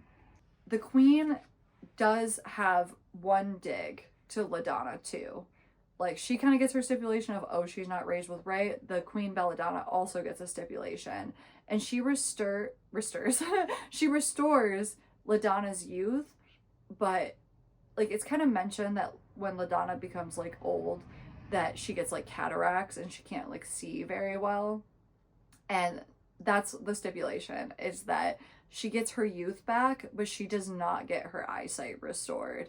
So LaDonna's almost, like, completely blind at this point and has been since all of this happened. And the flashback fades as LaDonna is begging for her baby and distraught and in hysterics. And we end up finding out as the flashback closes that her baby was actually CL. And this was like a fucking bomb of a reveal because, like, when obviously it was revealed it wasn't Tukey, I was like, okay, it's probably gonna be CL, because who else in this story would it be? There's not really anybody else in this that's, like, relevant that it could be. But I did really think when it was first introduced that it was gonna be Tukey for sure. And it's also just crazy because it's like, first of all of this, super fucked up. Super fucked up. Super dark. Like, we took like a real dark, real horror, real upsetting turn here. Kind of out of nowhere. And it's crazy because we're ignoring all of the stuff we've set up this whole time that we kind of need to address and needed to like finish and wrap up. We're ignoring all of that to bring this like real crazy, real dark story to the front lines. And now it's like all about this. And all of this just kind of came out of nowhere. Like, very out of nowhere in literally the last like 8 chapters of the book. And I was just like I said, like, I literally felt like I was reading like a different book for the last like 8 to 10 chapters. It was like, what is happening right now? So chapter 44, there's obviously the predictable fallout here. They're all bickering. They're like LaDonna and Creamolata are like physically fighting each other, and they're tussling all over the place. And as they're tussling, so Belladonna was wearing this like very fancy dress, and it was like covered with these like glass like spiky bits. And like as they are a tussling, Creamolata ends up actually getting stabbed like right through her abdomen on the Belladonna's like spike dress. So she is like bleeding out on the floor of a gut wound. And her last words to Tukey as she's like dying on the floor. Is there a reveal about Tukey? Do we find anything out about her childhood? Absolutely not. She literally just says, Tukey, get my Bellissima, which is her baby doll. And that's it. Fade to black. Chapter 44 is over. So if you wanted any of those plot lines tied up, sorry, my guy, we're in like a different book now. You just let it go. You're not gonna know. Tyra has hidden these secrets from us for the last 15 years, and I don't think she's gonna reveal them anytime soon, though I wish she would. I honestly have half a mind to write her a strongly worded email and be like, I read Modelland and I need to know what happens. Because, like, what do you mean I never find out what happened to, like, Tukey's childhood? We never find out about her birth. We never find out what happened to her in her childhood. We never find out why her, like, parents don't really care about her anymore. Because her mom had her when she was, like, older. So there's still not really a reason for her to, like, care about her and then not care about her. Because it's not like this event happened in, like, the middle and that's what, like, changed her. We don't find out what happened with her dad. We don't find out if he's even her real dad or if she has a different dad. Like, don't find out what happened to Lizzie. Like, none of that is tied up. We don't know the answers to any of that. But chapter 45, Gennaro comes like rushing onto the scene because he's like the head of security, and Persimmon immediately throws Belladonna under the bus. She is tired of protecting Belladonna. She is over it. She's done. She just immediately calls out Belladonna for everything that she's done. And they kind of end up like dragging her away because they kind of look to Tukey, like Tukey may defend her. She does not defend her either, and she gets dragged away by Gennaro. And then Gennaro ends up coming out into the stadium and postponing the tournament with like just indefinitely. He cuts off the tournament, and he also announces that there's not going to be a day of discovery because the day of discovery is usually right after the tournament. And like there's no like date given, like it's all just shut down for now. And then we get a little bit from the prologue again, or the prologue narrator again. Tyra jumps in to tell us some things. And she tells us that, like, because of this, like, all of the lands, like, they fall into chaos. There is disarray everywhere. There's riots. Factories are shut down. There's violence. Like, the people do not handle this getting shut down well at all. it has thrown like the entire world into chaos. So Persimmon ends up taking Tukey to the ugly room, but like that part of the ugly room where CL was, where she was like flogging herself and stuff. And it's clear that she also resents CL for taking what she considers taking her chances away. Even though CL was a literal infant who had just been born, who had literally nothing to do with any of this, but we're mad at CL for some reason. And they see both of their moms tied up. So, like, Belladonna is tied up and is, like, getting tortured, and Creamolata is tied up and is, like, getting tortured. And they are, like, facing their demons. And Persimmon basically tells her that, like, even if her mom does survive this gut wound, because her mom's, like, pretty much unconscious, that, like, she's probably never gonna leave the ugly room. Like, they're pretty much gonna torture her forever. And both CL and Tukey, like, have this moment where they get to confront their moms about, you know, their feelings of abandonment and their lack of acknowledgement. And CL has, like, a more of a confrontation here because, like, LaDonna actually ends up being able to, like, force herself away out of this, like, torture cycle she's, like, stuck in, and kind of can have a real conversation with CL. And, you know, says that she only tortured CL because Gennaro wanted to kill CL. Like, he wanted her terminated. And that was basically the only way that she could save CL, was by agreeing that she could at least get tortured as long as she stays alive.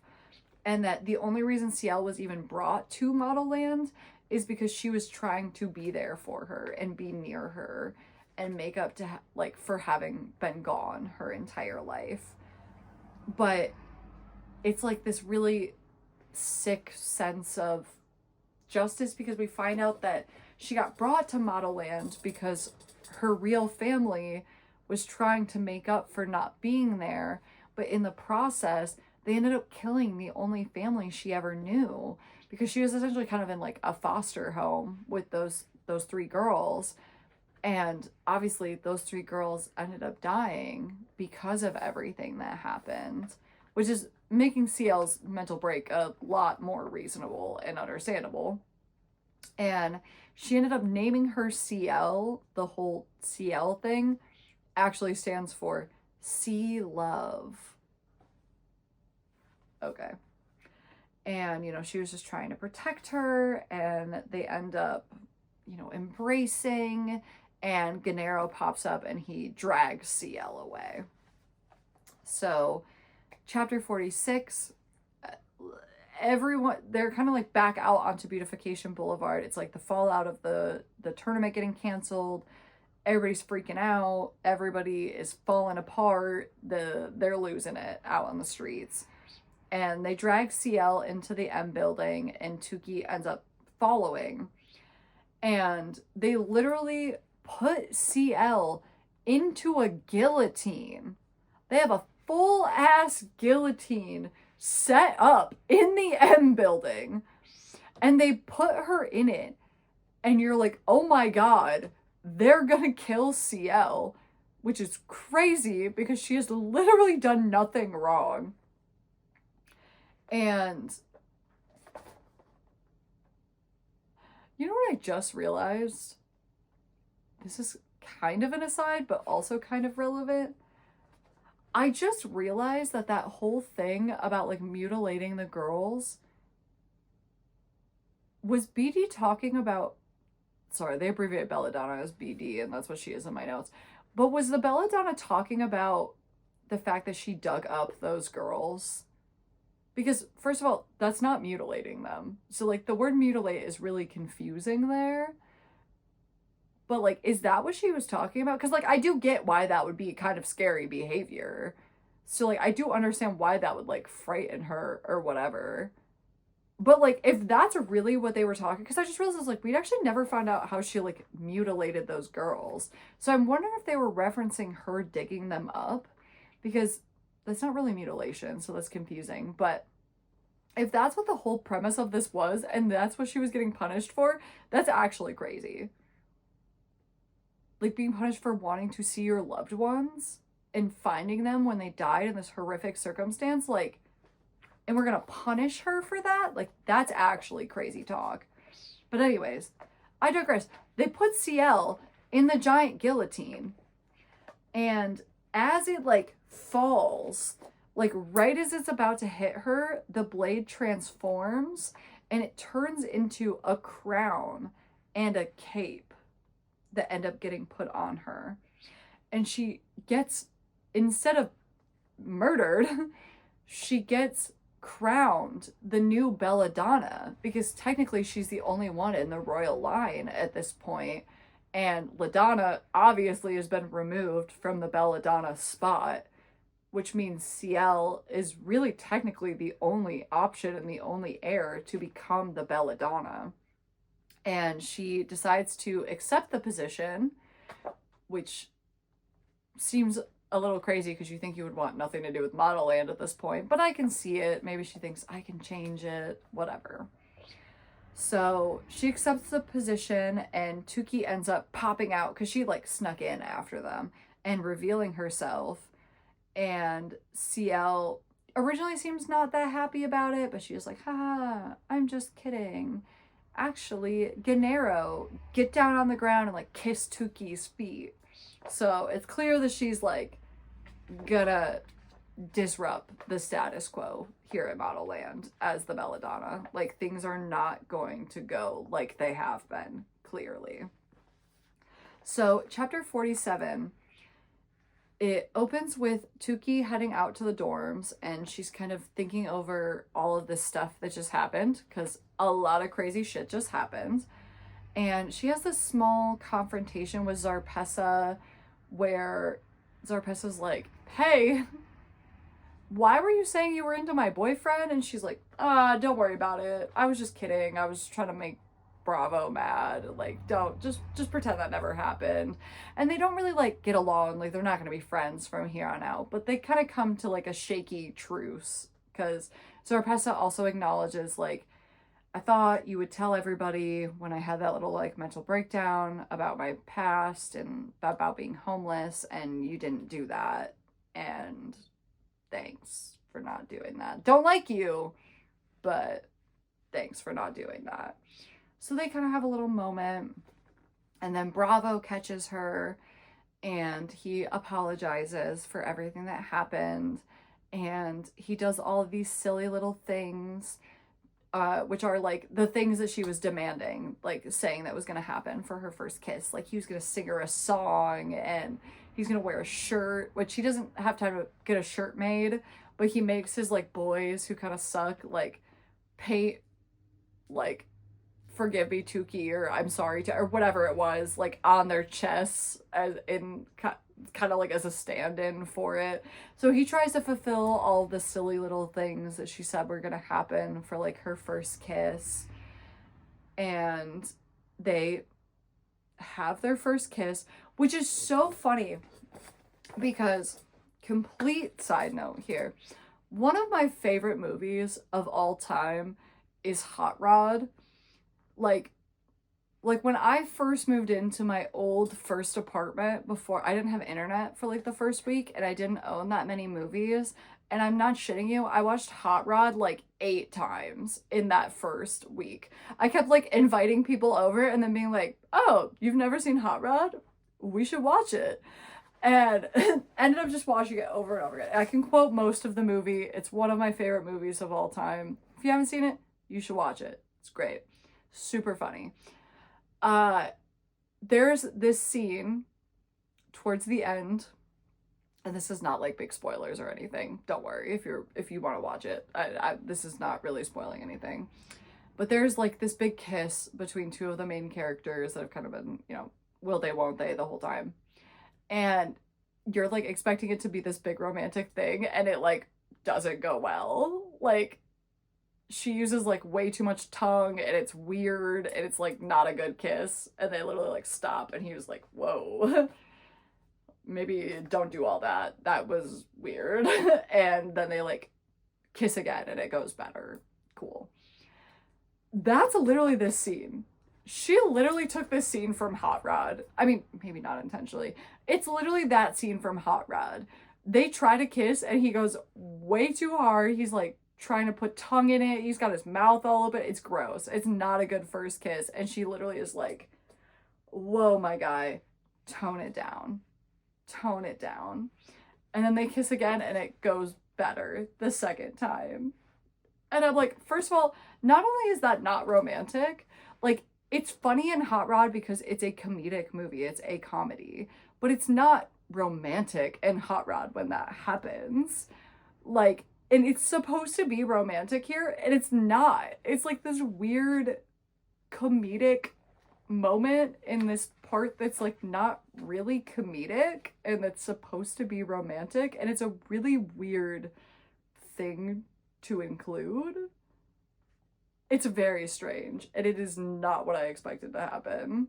We get one final outro, and it's so weird because the outro from like the narrator, so like Tyra pops back in and she gives us, you know, one last thing, and she's giving this kind of like this one last like overview of Tukey. And she literally, again, does the thing I was complaining about all the way back in the beginning, where, first of all, every time they talk about Tukey, they point out, like, every single one of her flaws. Like, they give you, like, a whole list of everything that's wrong with her. And we get to this end, and that's kind of, like, what the narrator does. She's just like, well, her eyes are too far apart, and her hair's fucking weird, and she's not really good at anything, but... And it's not even, like, but she finds out that she's actually beautiful or this or that. It's just kind of like, well, she's just not really that attractive. And you're just like, what kind of moral is that? What kind of ending is that? It's not the, oh, she thought she wasn't beautiful, but actually it turns out the whole time she was, or like self-worth and what you can provide is worth more than your looks, or literally any of that. It's just like, well, she is kind of ugly, but like, girl, that is not a moral. We did not learn a lesson here. What are you actually talking about? And then we get this like last shot of Tukey, and she is like somehow standing on the outside, on the roof of the M building. No idea how the fuck she got up there. Didn't even know that was an option. It's not explained at all. She's just suddenly outside on the top of the M building, which actually sounds a little fucking terrifying, but okay. And she's kind of like looking out over everything, and she sees all the people, you know, still walking around complaining about the tournament. And she looks over and she ends up seeing Miracle, who's like trapped in the catwalk corridor. We're just not gonna save her. I guess she's just stuck in the catwalk corridor indefinitely. Which is also crazy, because do you just straight up want her to die? Because there was this whole thing when you went to the hospital that if you get scratched by the cats, they have tetanus, you can get really infected. It's like actually pretty serious. We're just gonna let her die, I guess. Fuck Miracle, I guess. I mean, if it's fuck Lizzie and Lizzie's her best friend, I guess it's really fuck Miracle, because why wouldn't it be? And CL comes out and it's like, I asked you to meet here. Why? Why would we meet there? That's a weird fucking place to meet, but okay, sure, girl. And, you know, CL kind of establishes that she doesn't really know what's going to happen to either of their mothers. But just because she doesn't know what happened to them, that doesn't reflect on Tukey, and Tukey is more than welcome to stay at Modelland. Like, just because her mom's a psycho doesn't mean that she can't stay at Modelland. And CL takes her flying, like, outside of the pouch. She's not in the weird fabric pouch this time. She's just kind of, like, holding on to CL, and they go kind of flying over everything. There's, like, a little insert where there's, like, a little letter about how, like, everybody can achieve their dreams. Like, you just have to try. And then CL says, so this whole moment where she's like, everybody can achieve their dreams, blah, blah, blah, blah, blah. And then we kind of like take a left turn and CL's like, I'm feeling this weird pull. I feel like I need a teleportal right now. I don't know where. I don't know what I need to do, but I'm feeling this sixth sense, this pull that I have to teleportal somewhere. And she's like, I can drop you off. And Tuki's like, no, it's okay. Like, I'll go with you.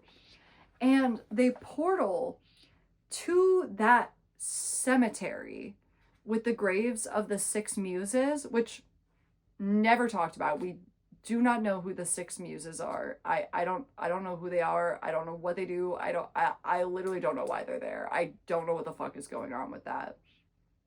But they teleportal to that ceremony with the graves of the 6 muses, and the like graves, and then there's like a big portal, like a black hole that like appears like in front of the graves. It's just a big black hole in the ground, and the 2 of them like fly into it. The end. I don't know if she was trying to like open it up to like write a second book or something, and then she planned to like address a lot of these things in the second book, because not only are the 6 muses and stuff and that whole graveyard and the weird stuff and the fireballs and all that not addressed at all in the book, never mentioned again after that chapter, but now there's just a big portal in the ground in this cemetery they've never seen before, and they just whoop, just fly into it. No questions, no deliberation, just whoop, right into it.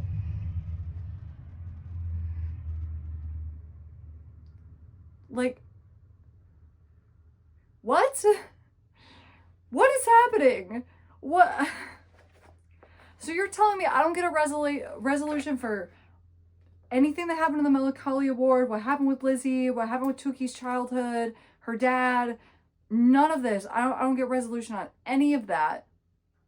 Also, Tuki, like, ever so slightly, like, learns her lesson that, like, oh, beauty's just skin deep, whatever. Even though that's, like, kind of not even the lesson, but okay. But, like, none of the other girls learn anything. Like, Dylan, Shiraz, Piper, they never get any sort of resolution. They don't get to, like, a better place. Literally, we're just gonna throw all of that aside, and then all of a sudden, like, their moms are these crazy people, all this traumatic stuff happens, and then we just disappear into a black hole. I feel like it's like 3/4 of this book was just Tyra writing and being her earnest self and like writing the story. And then I feel like the last like 10 chapters, she took like a shit ton of fucking acid or something, and we're writing a different story now, because where did any of this come from? I didn't ask for any of this. I didn't care about any of this. I literally just wanted answers about, because also the whole time we're talking about Sion stuff, we don't even know that she doesn't know who her mom is, or that she was like raised in a foster home and stuff, because it's kind of just implied like these girls were like her friends, and they just, you know, were upset that they didn't get in and thought they should have, and like became pilgrims. Like, we don't even know that she was like living in like a foster home and these girls were kind of like her sisters or anything like that. So like none of that reveal needed to really happen, because we didn't know that that was the situation. And even all the stuff about her digging them up and creating the obelisks and all that, like, that would just be just as poignant if they were just her friends and just people that she really cared about. Like, none of the stuff at the end needed to happen. It's all out of left field. I literally don't know why the fuck any of it happened. If you ask me what Modelland is about, I don't know that I could tell you, to be honest. If you ask me what the lesson of Modelland is, I could tell you what I think it was supposed to be. That's not what it actually is. But I can tell you what I think she was setting it up that it was supposed to be. Like I said at the beginning, I do think this book is worth a read. It's very rare, it's very hard to get your hands on, but if somehow like your library has a copy or something, I do think you should read it, because I did actually enjoy the vast majority of the book. It's campy, it's silly, it's ridiculous, it's very Tyra. I actually genuinely enjoyed the vast majority of the book. It's not until I'm like really sitting here breaking it all down that I kind of realized how many things we never ever went back to, and how many things were like not wrapped up and not addressed and just kind of disappeared and never ever came back. Like I said, like it was really just like the last like 8 to 10 chapters of the book that I didn't enjoy as much. And it sucked because it wasn't even like I didn't enjoy them, because like the story was really dark and like really intense and stuff. Like it wasn't even that I didn't enjoy that. It just felt like I was reading a totally different book. Like it felt like I put down this book like 3/4 of the way through and then just picked up a different book and read the end of it for some reason. And it just wasn't as satisfying at the end as like I wanted it to be. Like it did not wrap up the way that I wanted it to. But I do still stand by that I think it is worth a read. If you can somehow get your hands on it, I do think it is worth a read, because so much of this was just utter chaos. And it was just so campy. It was campy and it was fun. And I think that's always too, and I usually say this at the beginning, but I think that it wasn't as necessary this time, because most people have not read this book. It's not like a Colleen Hoover or something where people are really attached to her. But I think it's always important to remember that you can critically analyze something and you can have media literacy and still allow yourself to enjoy things. Just because things have flaws does not mean that we can't enjoy them. Like, one of my favorite things to say about some of the movies that I've showed people and stuff like that is I said that I liked it. I didn't say it was good. I said that it was my favorite movie. I didn't say it was good. Which, side note though, Hot Rod, actually good. That one is actually good. But there are so many horror movies and stuff like that that I love. They're not good. They're arguably like not a good movie, but I can still enjoy it. And I very much feel like this falls into that category. Would I say this is a good book? No, no, probably not. No, I don't think that I would. But I will say I enjoyed it. I had a good time. I did have a good time. Like I said, I read this entire book and took all of the notes for it in one 8.5 hour stretch. Completely all the way through. Usually as I'm going through these books, like it'll take me days, if not weeks, to like get through them, because you'll like read it and I'm like highlighting things as I go, but then I have to go back and make the notes and I'm like, ugh, this is a lot of work. But then it's not as fun to read the book when you're trying to take the notes at the same time. This one I knew I had to take the notes at the same time because I wasn't going to be able to have the book in front of me and like directly just kind of like remind myself as I'm going. But it was just so engaging that I didn't really care. I just ate that shit up. So, final thoughts. You should read this book if you have the chance, because God, I want other opinions on it. And nobody I know has read it, and very few people have read it at all, ever. So I would love for somebody else to read it and get their opinions on it so badly. If you please comment here. Please something. I have to know someone else's opinion on this book. And yeah. I don't know what book we're going to cover next because I was just so wrapped up in this one. I literally couldn't even think about anything else. All I could think about was Modelland. Modelland has invaded my life. Everybody at my work knows the plot of Modelland. I have talked in depth about Modelland. They've all heard the song. They all know about Modelland. So I'm not sure yet what I'm going to cover next. But if I really can't decide, I'll make a poll. But maybe inspiration will strike me and I'll find something kind of like Modelland fell into my lap. But yeah, I'd love to hear your thoughts. I'd love to see you here for the next one. And of course, you know the drill.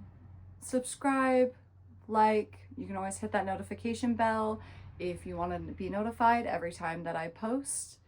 And I'm so glad that you're here, and I'm so glad you made it all the way to the end, and I will see you in the next one. This was Momo's reading again.